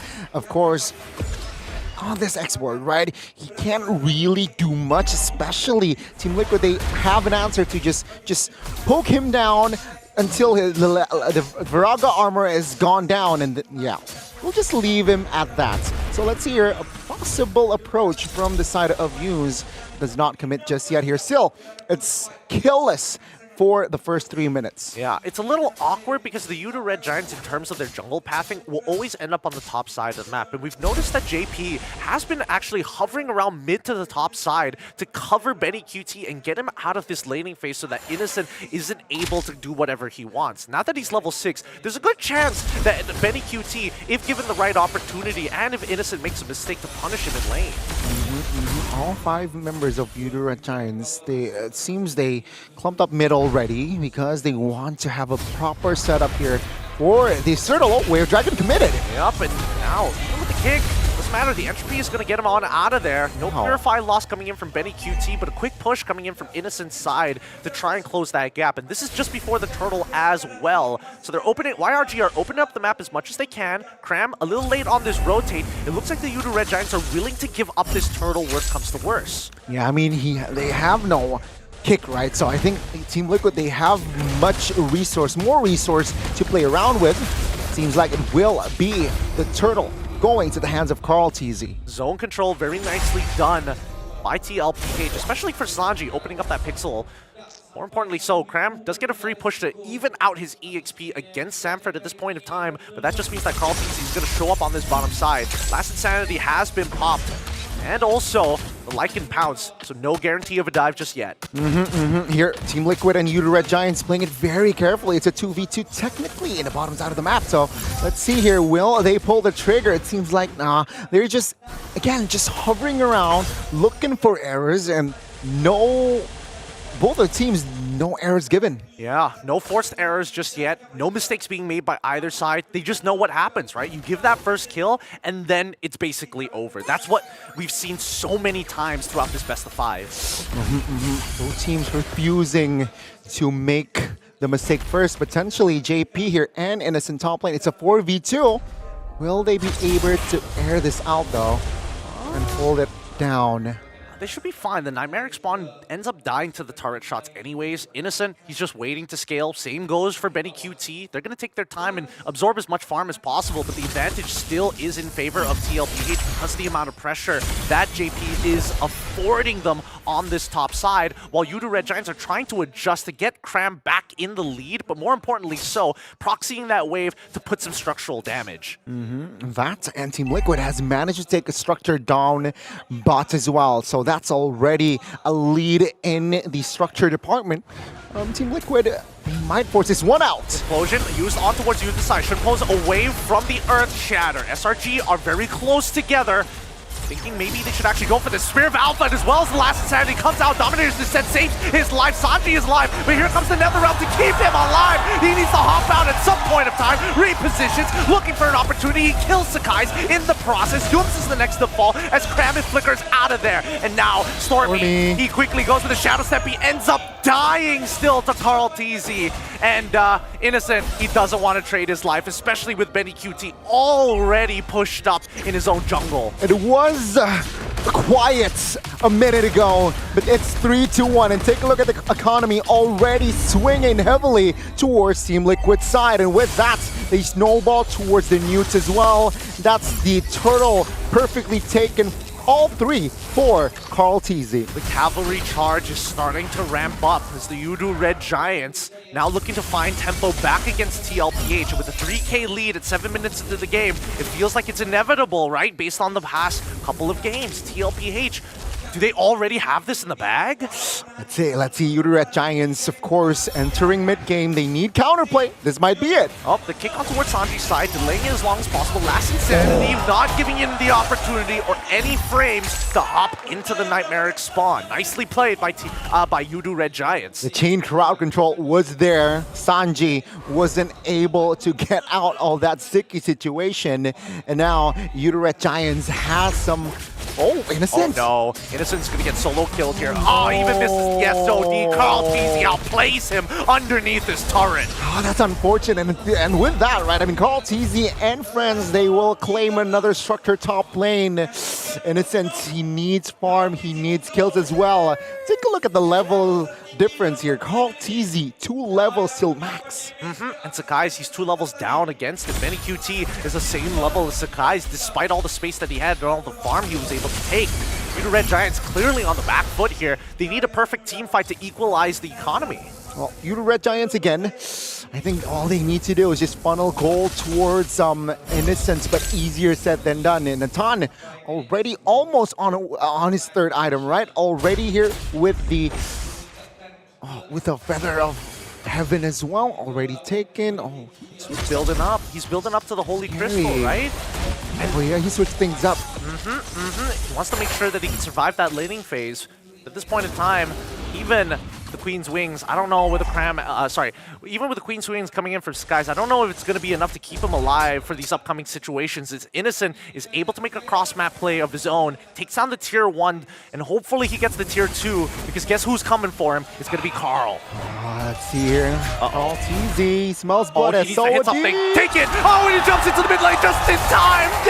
Dodging death! Oh my goodness, and even the flicker, they want to punish Sanji. Cram wants it, no, doesn't find it still, is met with the wolf himself. Carl TZ takes him out in trade. They do not find one back. Oh, could have gone worse. Cram, sure, gets punished, but Yudu Red Giants keeps Innocent alive. That's going to be their main objective for a couple of minutes to really have a say in the mid-game entering lane. TLPH, though, they are not hesitant in taking the Lord. Yep, they're going to blitz it down. Sakai's might be in some trouble as JP, gets kicked out of the way. Sakai's could opt to try and steal. He tries, and Carl TZ still gets it. Sakai's gets blasted down by Benny QT with the help of the Entropy and Yums. He's running for his life. Oh, things are not looking good here. Remember, 126 days streak might be over just because of this game. Yudu Red Giants now with the Lord marching in the bottom side of the map. Team Liquid, it's still for the first Lord here. Of course, they're looking for the tier 1s and 2s.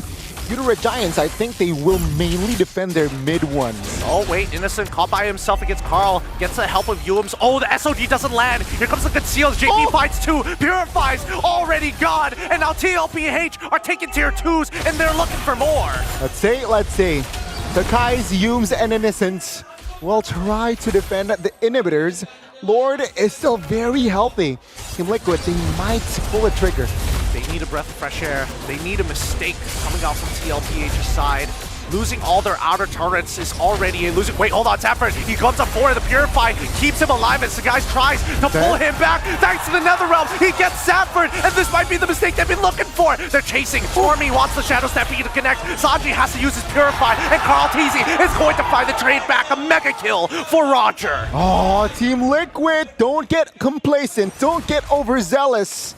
Sanji, the duo, San will be taking out Yums though. Ooh. Blasted down, the Lycan pounce as well, coming up from Carl Teasy. The snowball is just way too big to handle. A good Netherrealm coming up from Stormy, but it just isn't enough for the gold lead from TLPH. Yeah, Yudu Red Giants reminded that they are still behind with that kill on towards Yums.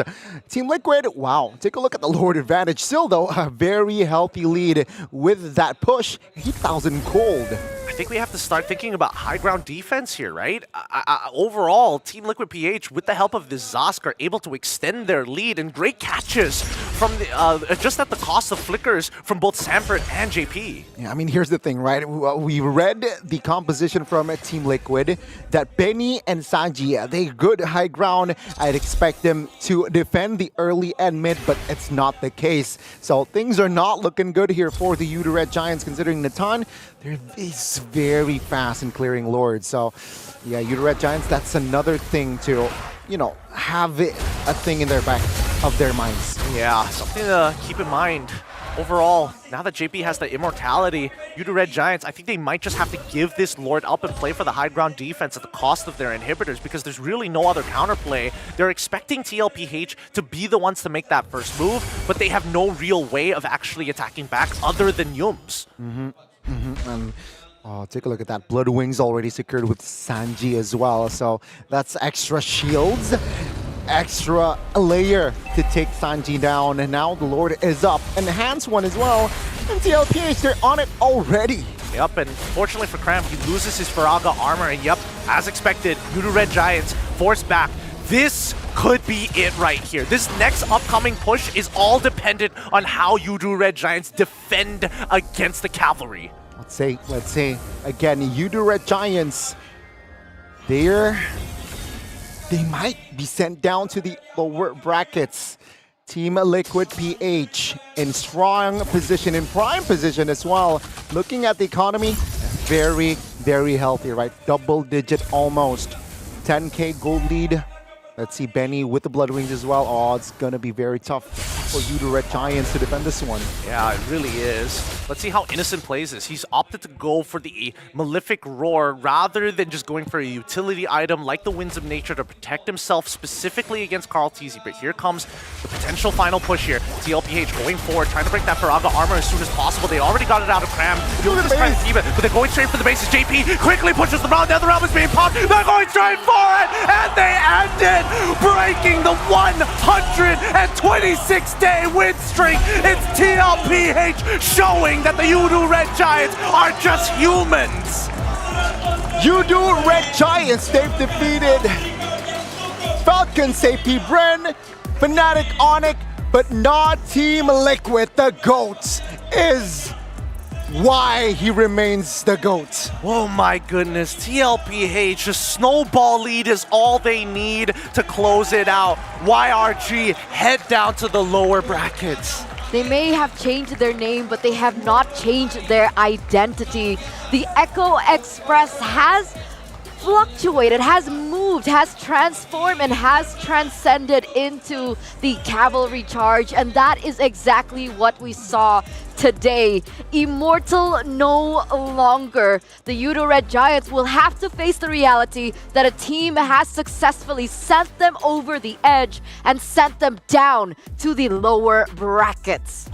What a series, what a game, and Carl and them, they are still it. The boys, I mean, I love both of these teams. They put on one hell of a show here at the upper brackets. Luckily, my heart doesn't break as much. Yes, the win streak is over, but there's still a second life for YRG. But congrats to our first grand finalists here at the SBS. So let's take to the stage and an interview with this team. Bleed. You have broken their win streak. How does it feel to be the very first team to beat them in over 100 days? Sobrang nakakatawa lang po kasi ang lakas din naman talaga nila eh. So, di namin expect na ganyan na pala sila kalakas kasi nakaka-scrim lang naman namin sila dati. Tapos, tuwan-tuwa si Sandy kasi 7 days win streak na daw kami. 7 days win streak. Basically, Carl TC saying that natutuwa siya. He's really happy because now they could see how strong you do Red Giants is. Usually, you guys just do scrims with them. And now you're able to defeat them. And they're also really happy that they're now in a 7-day win streak. Okay, boys, first of all, congratulations on being the first grand finalist of Snapdragon Pro Series this season. I know last season was quite of a disappointment in which you guys went home early. Now, come here, Sanji. I want to ask you, Sanji, now that you guys are in the grand finals, what team do you guys want to face in the grand finals tomorrow? Gusto po namin makalaban yung Bren. Gusto po namin mabawian sila sa pagkatalo namin ng MSC. I see. So Sanji said he wants to meet AP Brent because they are still thirsty for their revenge as AP Brent sent them home during MSC.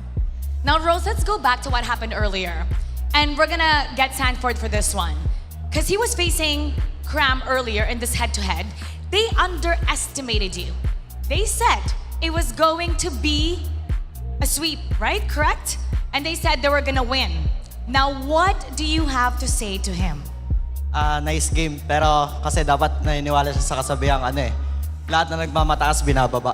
Ooh! He said nice game, and he should believe in the saying that everybody who thinks themselves so high is bound to come down. That was a very nice one, honestly. Okay, maybe one final words. I'm pretty sure, okay, Carl, we could do Carl. Carl, I'm pretty sure you can see that the Malaysians fans are still cheering for you guys, even though you just ended a win streak of 126 days. What do you have to say to the Malaysian fans watching you here at Quill City Mall? Sa mga Malaysian fans, sobrang thank you kasi di nyo kami binubuo. Sobrang saya maglaro dito. Okay, guys, korang dengar ni the GOAT said, terima kasih sebab korang masih lagi support dorang walaupun dorang bukan daripada Malaysia, and terima kasih sebab you guys tak boo mereka. Dia cakap seronok sangat main dekat Malaysia. Congratulations! It's now time to rest. You deserve all the rest and the food and nasi lemak and sambal that you can eat tonight. Yes. We'll see you tomorrow. All right. Thank you very much, boys. I'll see you tomorrow. Selepas 126 hari, Gergasi Merah finally found their match. And this match was a testament that even the Kings do bleed. Okay, first of all, maybe we could get Captain Humes. Captain, come here. Can you not be angry at me all the time? Every time I want to pass the mic to him, he gets angry at me. Okay, Humes, I just want to ask you, all right? After a 126-day win streak, it ends today. But will this affect you guys in the lower bracket rematch against Falcons AP Brent tomorrow afternoon? I think no, because we are going to fight AP Brent again, so we're going to beat them again and going to grand final.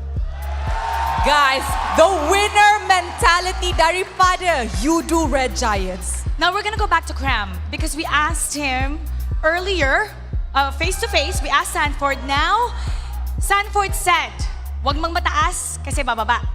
Okay? Everybody who thinks themselves high, one day will come down. What is your reply to that? Because you might face each other once again. Kumpiyansa lang ako sa mga kampi ko. Ngayon lang yan. Kita-kits bukas. He said, He's just really confident with his teammates. And the win is just today. We'll see you tomorrow. That's what he says. Gosh, Cram is stepping up. Innocent, come here. Innocent, tomorrow, once again, AP Bren. And if you win, Team Liquid Philippines once again. When that happens tomorrow, do you think you guys have what it takes to win the championship title? Yeah, I'm confident. We're just shocked with their heroes, so we can adjust tomorrow. All right. Okay. What do you want to say to your girlfriend? She's here all day. And guys, we Malaysians, we love Innocent's girlfriend, okay? So what do you want to say to your buff? I will say this one more time, like MPL, tomorrow champion. Wow! We'll see that. Now, thank you so much. You still have a full day ahead tomorrow. We'll see you and good luck. Rest well, boys. Go ahead. I love the new rivalry that's happening right now. We can see that the confidence is starting to go up. And you know for sure, it's going to be a great day tomorrow, full of MLBB action. Yes, indeed, Mara. I love what happened today, and I think we can see that both teams are still at the peak of their spirits. So maybe tomorrow will be even better than today. Now it's time to break it down for you and see what happened in that series. We're gonna go back to our casters to break it down for us. It's all yours. Thank you so much, guys, over on the stage. And once again, congratulations to Team Liquid as they are going to be chilling in the grand finals, waiting to see who will be their next opponent. Will they have another rematch against Falcons AP Brent or another rematch against the Yudu Red Giants? It's going to boil down to both of these teams, but I'm loving the energy that we've been seeing on stage all throughout the Snapdragon Pro Series. I feel like these interviews have been so great. I can smell the clippers out there. That's my version of editing, by the way. yeah. You physically pick up the film that nobody ever uses anymore from the 1960s, and they're like, yeah, I'm gonna clip this and this. I'm sorry, that just really shows my age.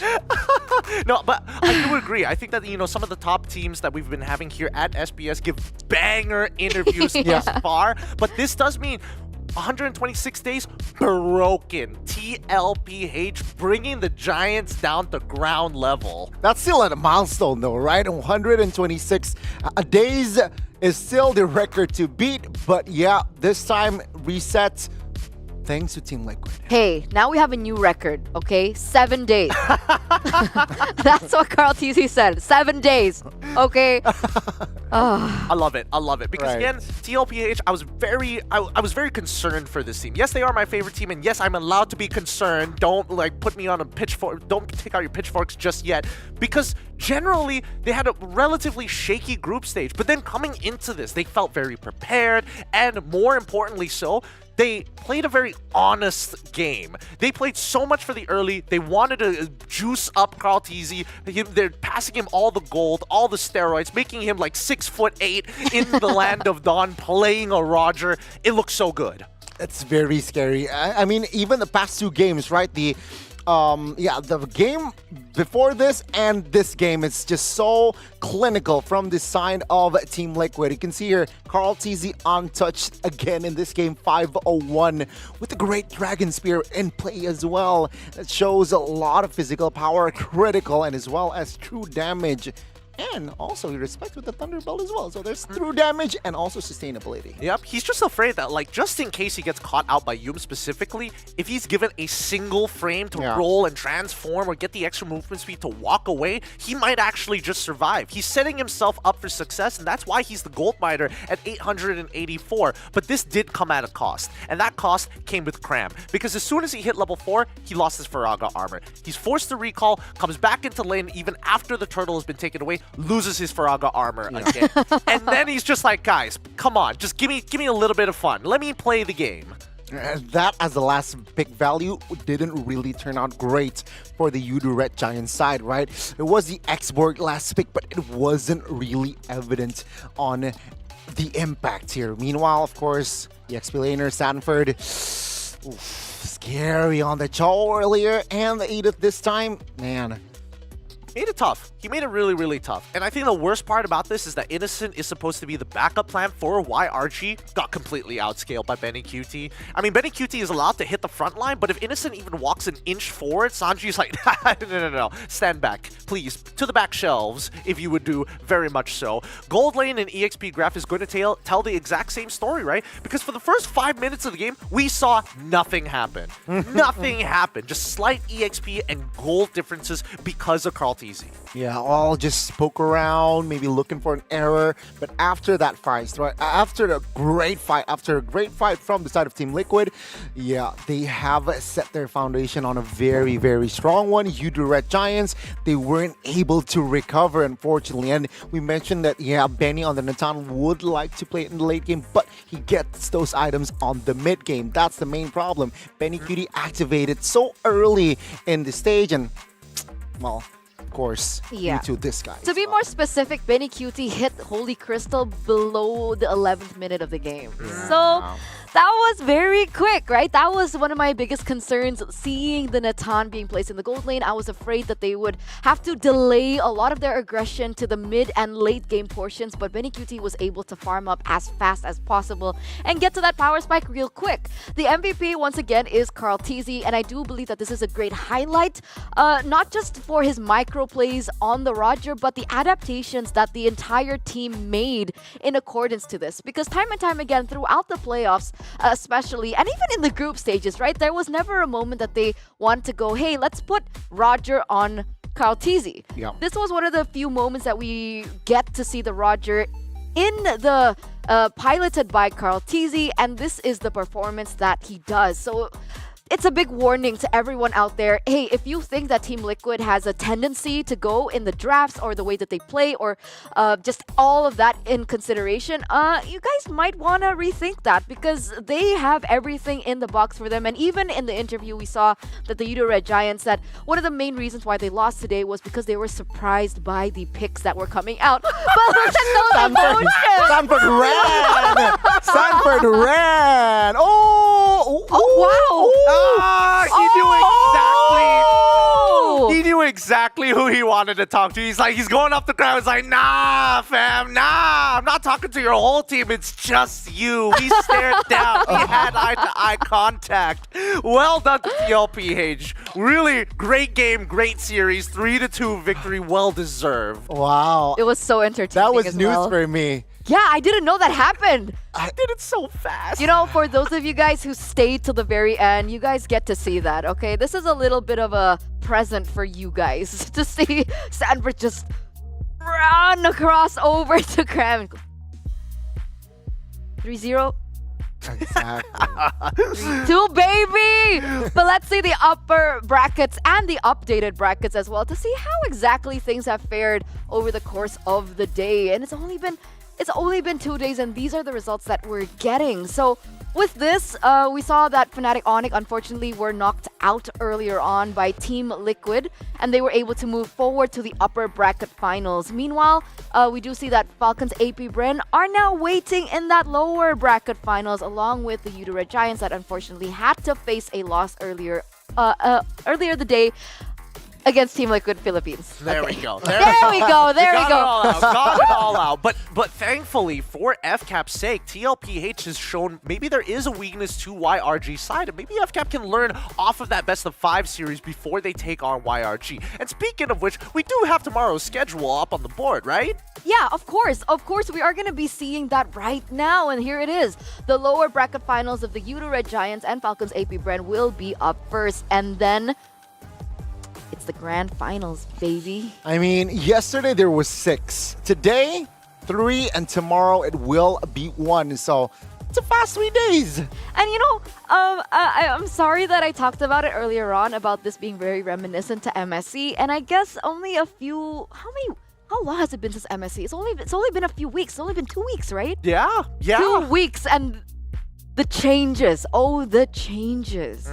So good, so good. Because right now, I mean, all four of the teams that we see here at the playoffs, Fnatic, Onyx, Falcons, AP, Brand, TLPH, YRG, all four of these teams were going to be my favorite picks to win it all, or at least make it out of groups into the grand finals for MSC. So I'm glad to see finally this time around we see them at what they are fully capable of doing. Maybe not so for Fnatic, Onyx, but maybe they just need a little bit more time, right?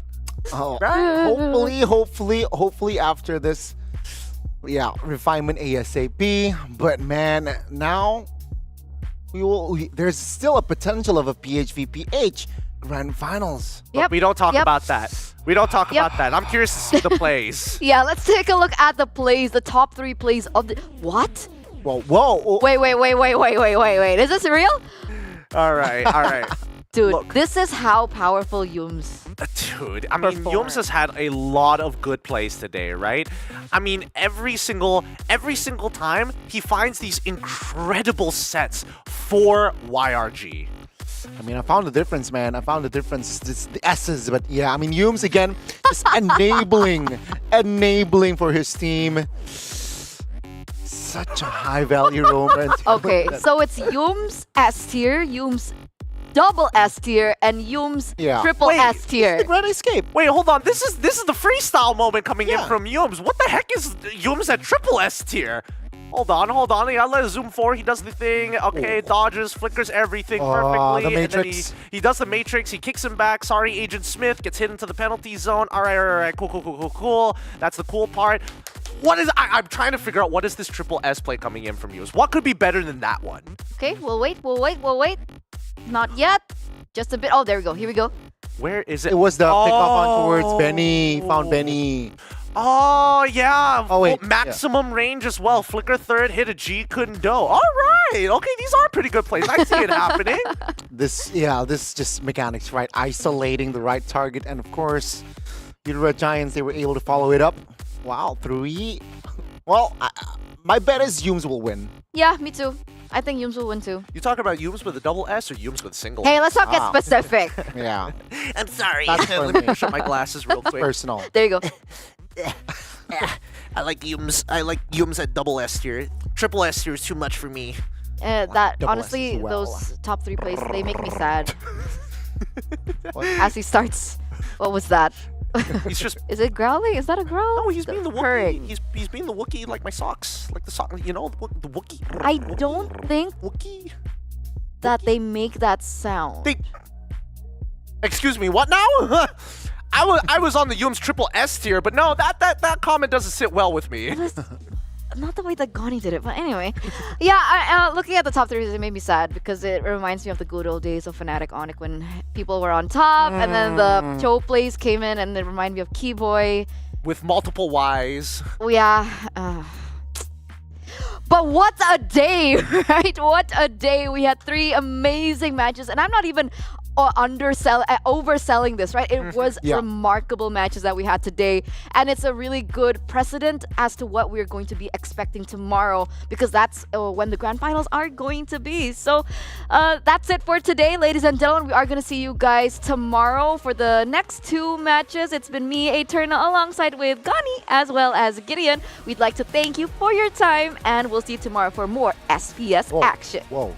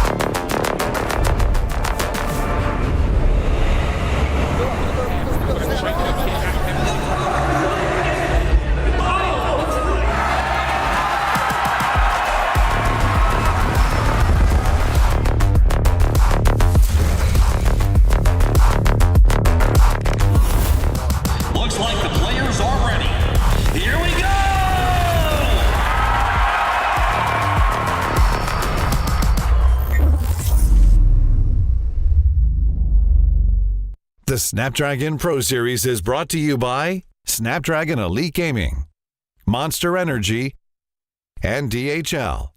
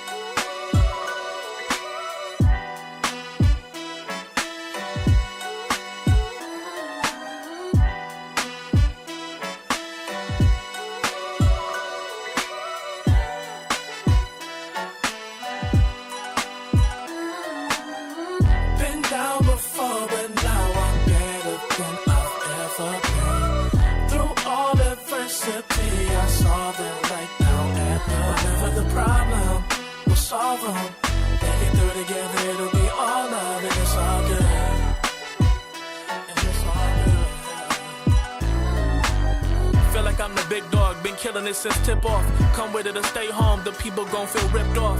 It's only major leaguers in the office. If you giving half of an effort around the rest of us, you'll make it awkward. I'm about that action, not the one you talk with. You better hope I'm not the one your coach gon' have you out here really guarding.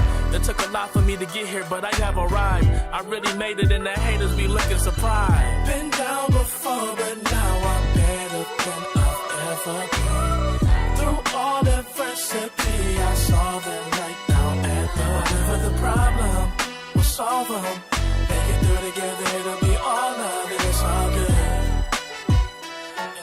Yeah. Okay. They say pressure makes diamonds. That's what I align with, cause the journey I be climbing is riddled with perfect timing. I'm in a different mode when I be trying to get it.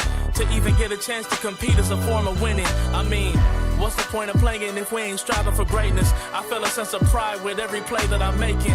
To the top of the world when I came from the basement. Boy, I'm the one and not the two, so don't get it mistaken.